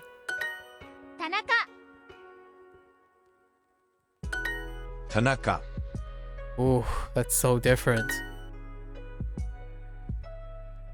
This is Nakayama. Okay, so what happens when you fill in all the units? And it just picks a random one now? Tanaka. Tanaka? I don't like you, lady.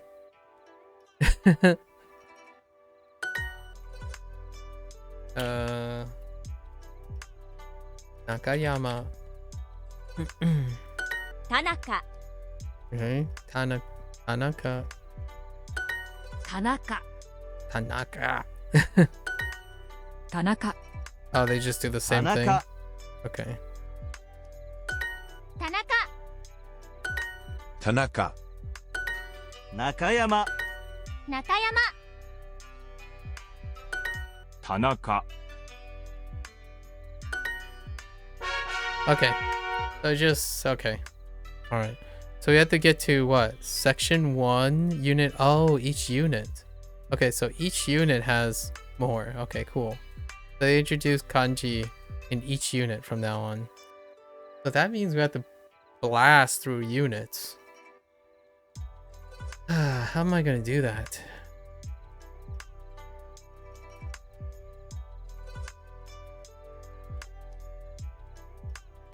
Well, that's good enough for today, I think.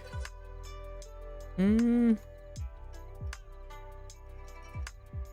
don't want to do some katakana without like writing. Let's do katakana without writing. Didn't really cover that.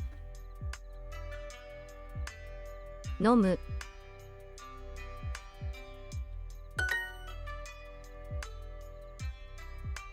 Hey ya.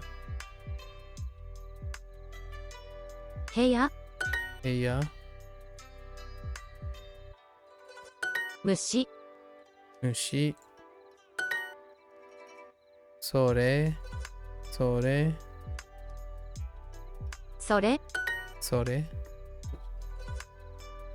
Sore. アイテム That was somu. Somu. アイテム Item. い Whoops. い Item. あ I い eat temu. Temu? Itemu? てむ Hey ya. 部屋 Muki. 向き Muki. のみ Nomi. Nomu. 飲む Heso. へそそれ Sore. Shia. Shia. 視野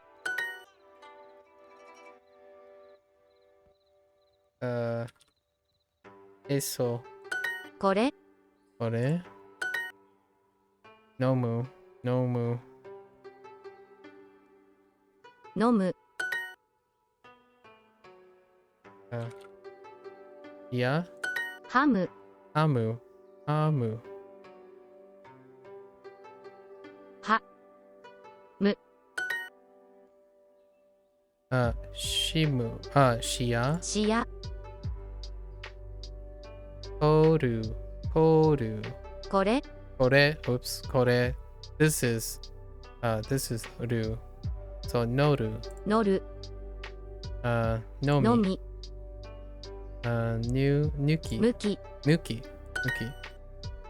部屋 Eya. Eso. レタス Etasu. Etasu. Etasu. Or wait.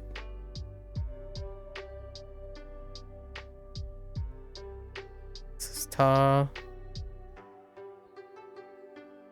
レタスレタス Datasu. Oh, datasu. Datasu. Okay.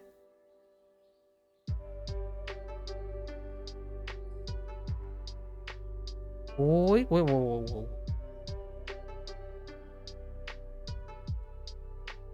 Hmm.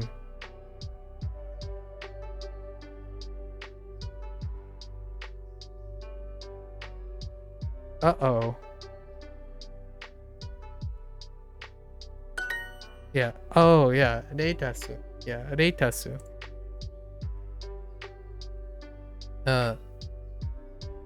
Nomi.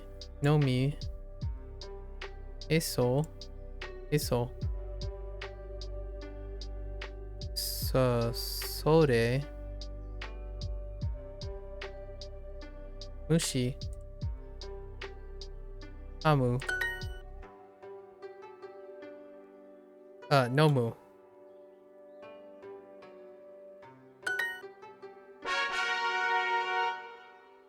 Alright. Let's learn a little bit more. Yo. よめめ。めろ。ろとお。と。ととと。よ。よお。お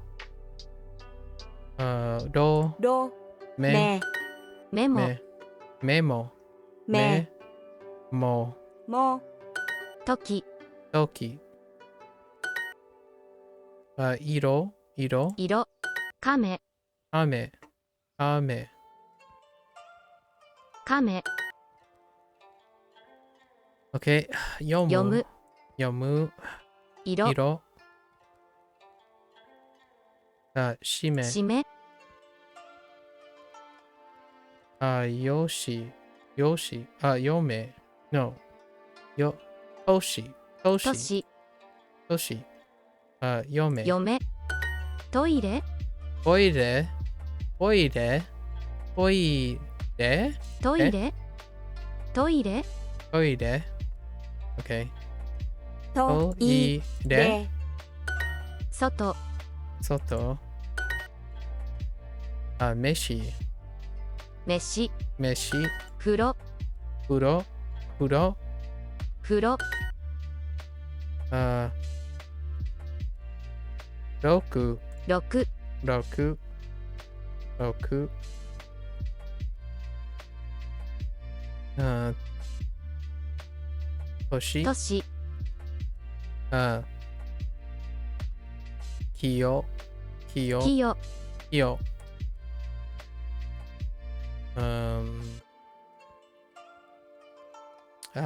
時。時横。横。横横。メキシコメキシコ。メキシコ。OK。めメシコ。Oh, Mexico. Wait, Mexico? しメシこメキシコ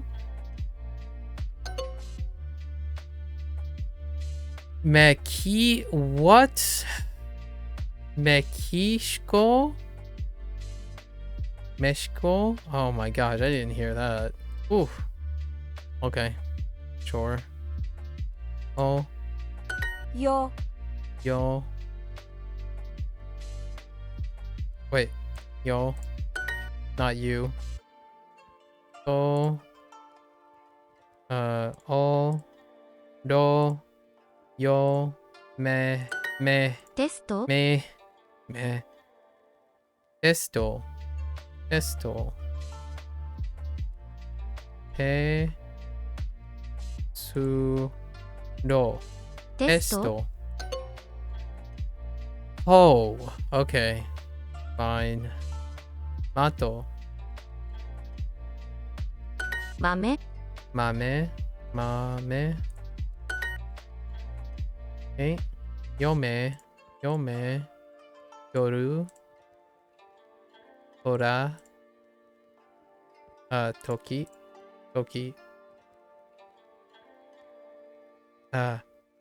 Puro. アメリカ America. America.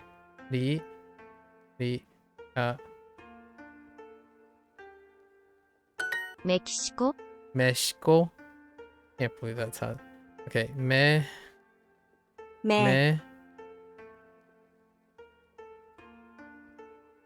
き Ki. Mexico.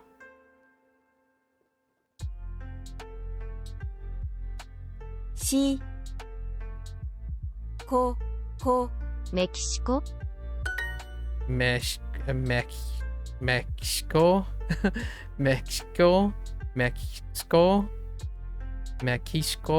Mexico. テスト Esto. Okay. This one was a little bit weird too. Testo. Testo. What I originally thought was a Oh, yeah. It's not testro. Testro. It's testo. Right? To. Testo. A. E. Wait. Testo. Testo. テスト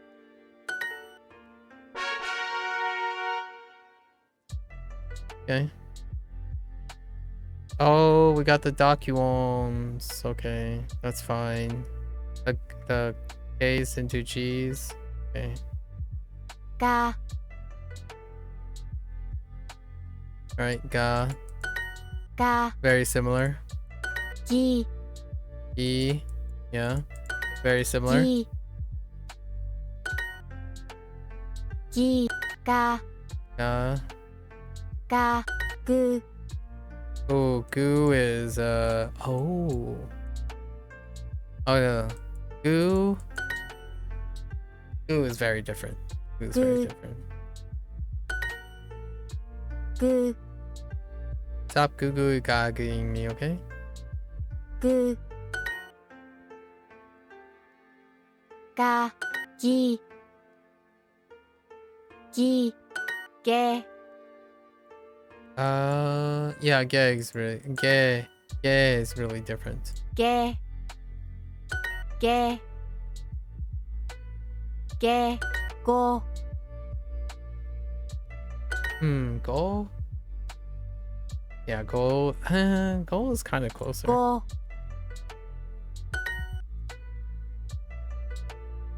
Oh, yeah. Okay. げご Go. ごゴリラ Gorilla. Gorilla. Really? Okay. Go. Gorilla. り Gorilla. ら Okay. Goo. ぐ Gi. ぎ Ya. Ha. か Ku. く Okay. Go.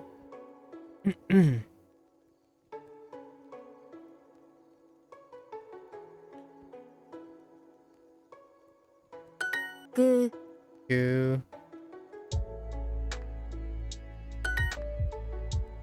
Okay. Ga. Goo. Gi. Go. Ge. ゲスト Gesto. Ge. Su. Gesto. Oh. Gesto. Okay. Let's do some more. Neko. Neko. Neko. Neko.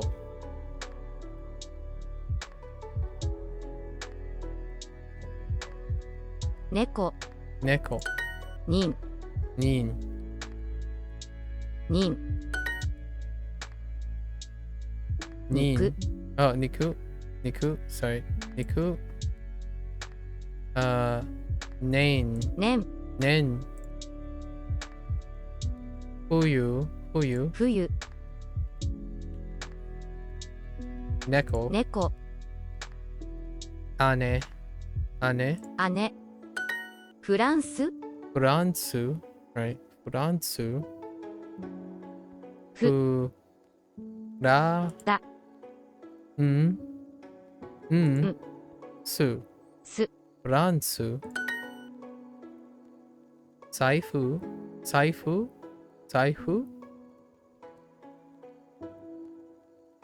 財布 Saifu. 喧嘩 Enka. Enka. 喧嘩 Enka. 喧嘩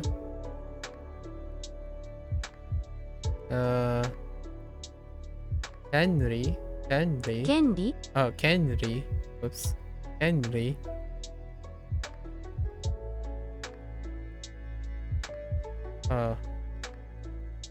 Fushimi. Fushimi. Fushimi. 伏見 Fushimi. Nikori. Nikori. Nikori. ニコリ Nikori. Just can't when whatever the way she says it, I just say it just it's just not on the right kana. Okane. Okane. Okane. お金 Okane. ネクタイ Necktie. Ne. Ku. Ne. Ku. Necktie. Necktie. た い ネクタイ Necktie. Futatsu or futatsu or futatsu. Futatsu. Futatsu.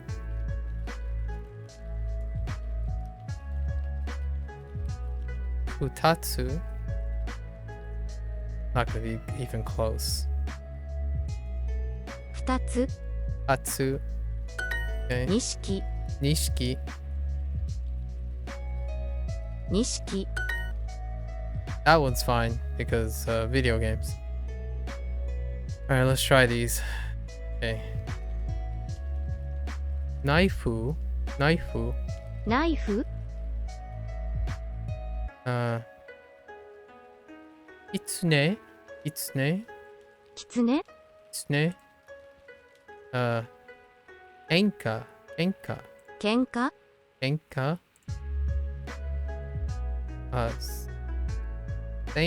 Saifu.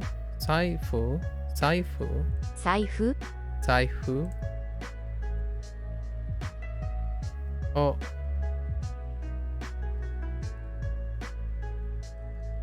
Kokeshi. Kokeshi. こけし Kokeshi. Oh my gosh. Lady, you're killing ケ me. ニア Kenya. Kenya. K. K. Oh, Kenya. Kenya. Kenya. Or Kenya. Kenya. Kenya. な No, Kenya. Kenya. ケニア Kenya. Kenya. Nah. ケニアケニア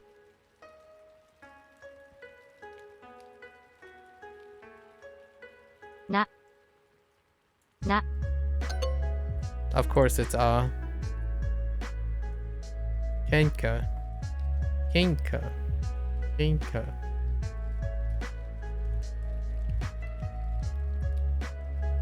Futatsu. Datsu. Datsu. Datsu.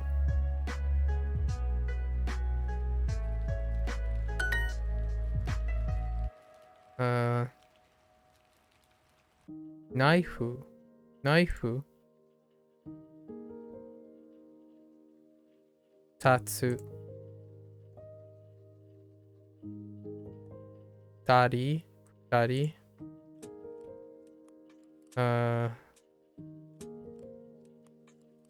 Necktie. Necktie.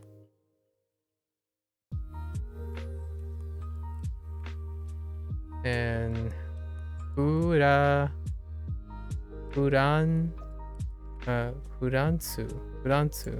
Yeah, Furansu. Karaoke. Karaoke.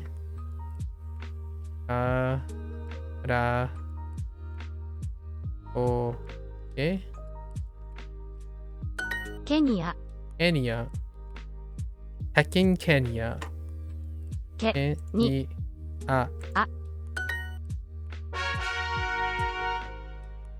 Okay, I'm good. Yeah, this guy is too much. Too much. I'm good. Dude, the kanji section.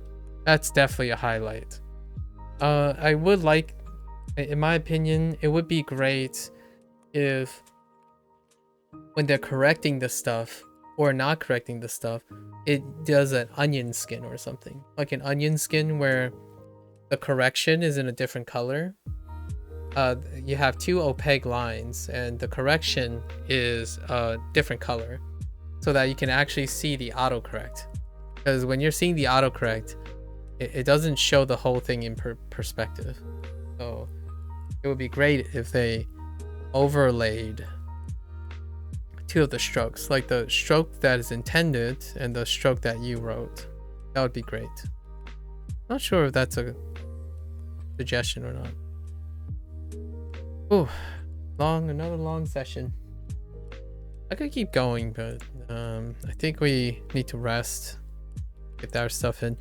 So in the future, these units are kind of long. I want to get to the next thing. We're gonna have to change up the way we do things. It's just taking way too long to do it the way I'm doing it. It's too long. So we'll see how I'm gonna do. I'll think about it for the time being. Alright, so we finally reached Unit 6. I think we're gonna lean harder on units now that the rest is really not helping. It's really not helping mixing and matching the kanas. It's just not helping whatsoever. Need more context. I think it's a lot easier to blend with seeing it in a sentence and stuff. Alright folks, thanks for hanging out. Thanks for listening. Gonna watch this later. Thanks for watching. Always feel free to comment, share, and discuss your experiences with learning a new language, right? Or learning about your current language. What have you. Until next time, stay safe. Keep on learning. Keep on talking. Full send, guys. Go out there, make mistakes. Have a blast with new languages. Until next time. Mata hashita. Ya ne.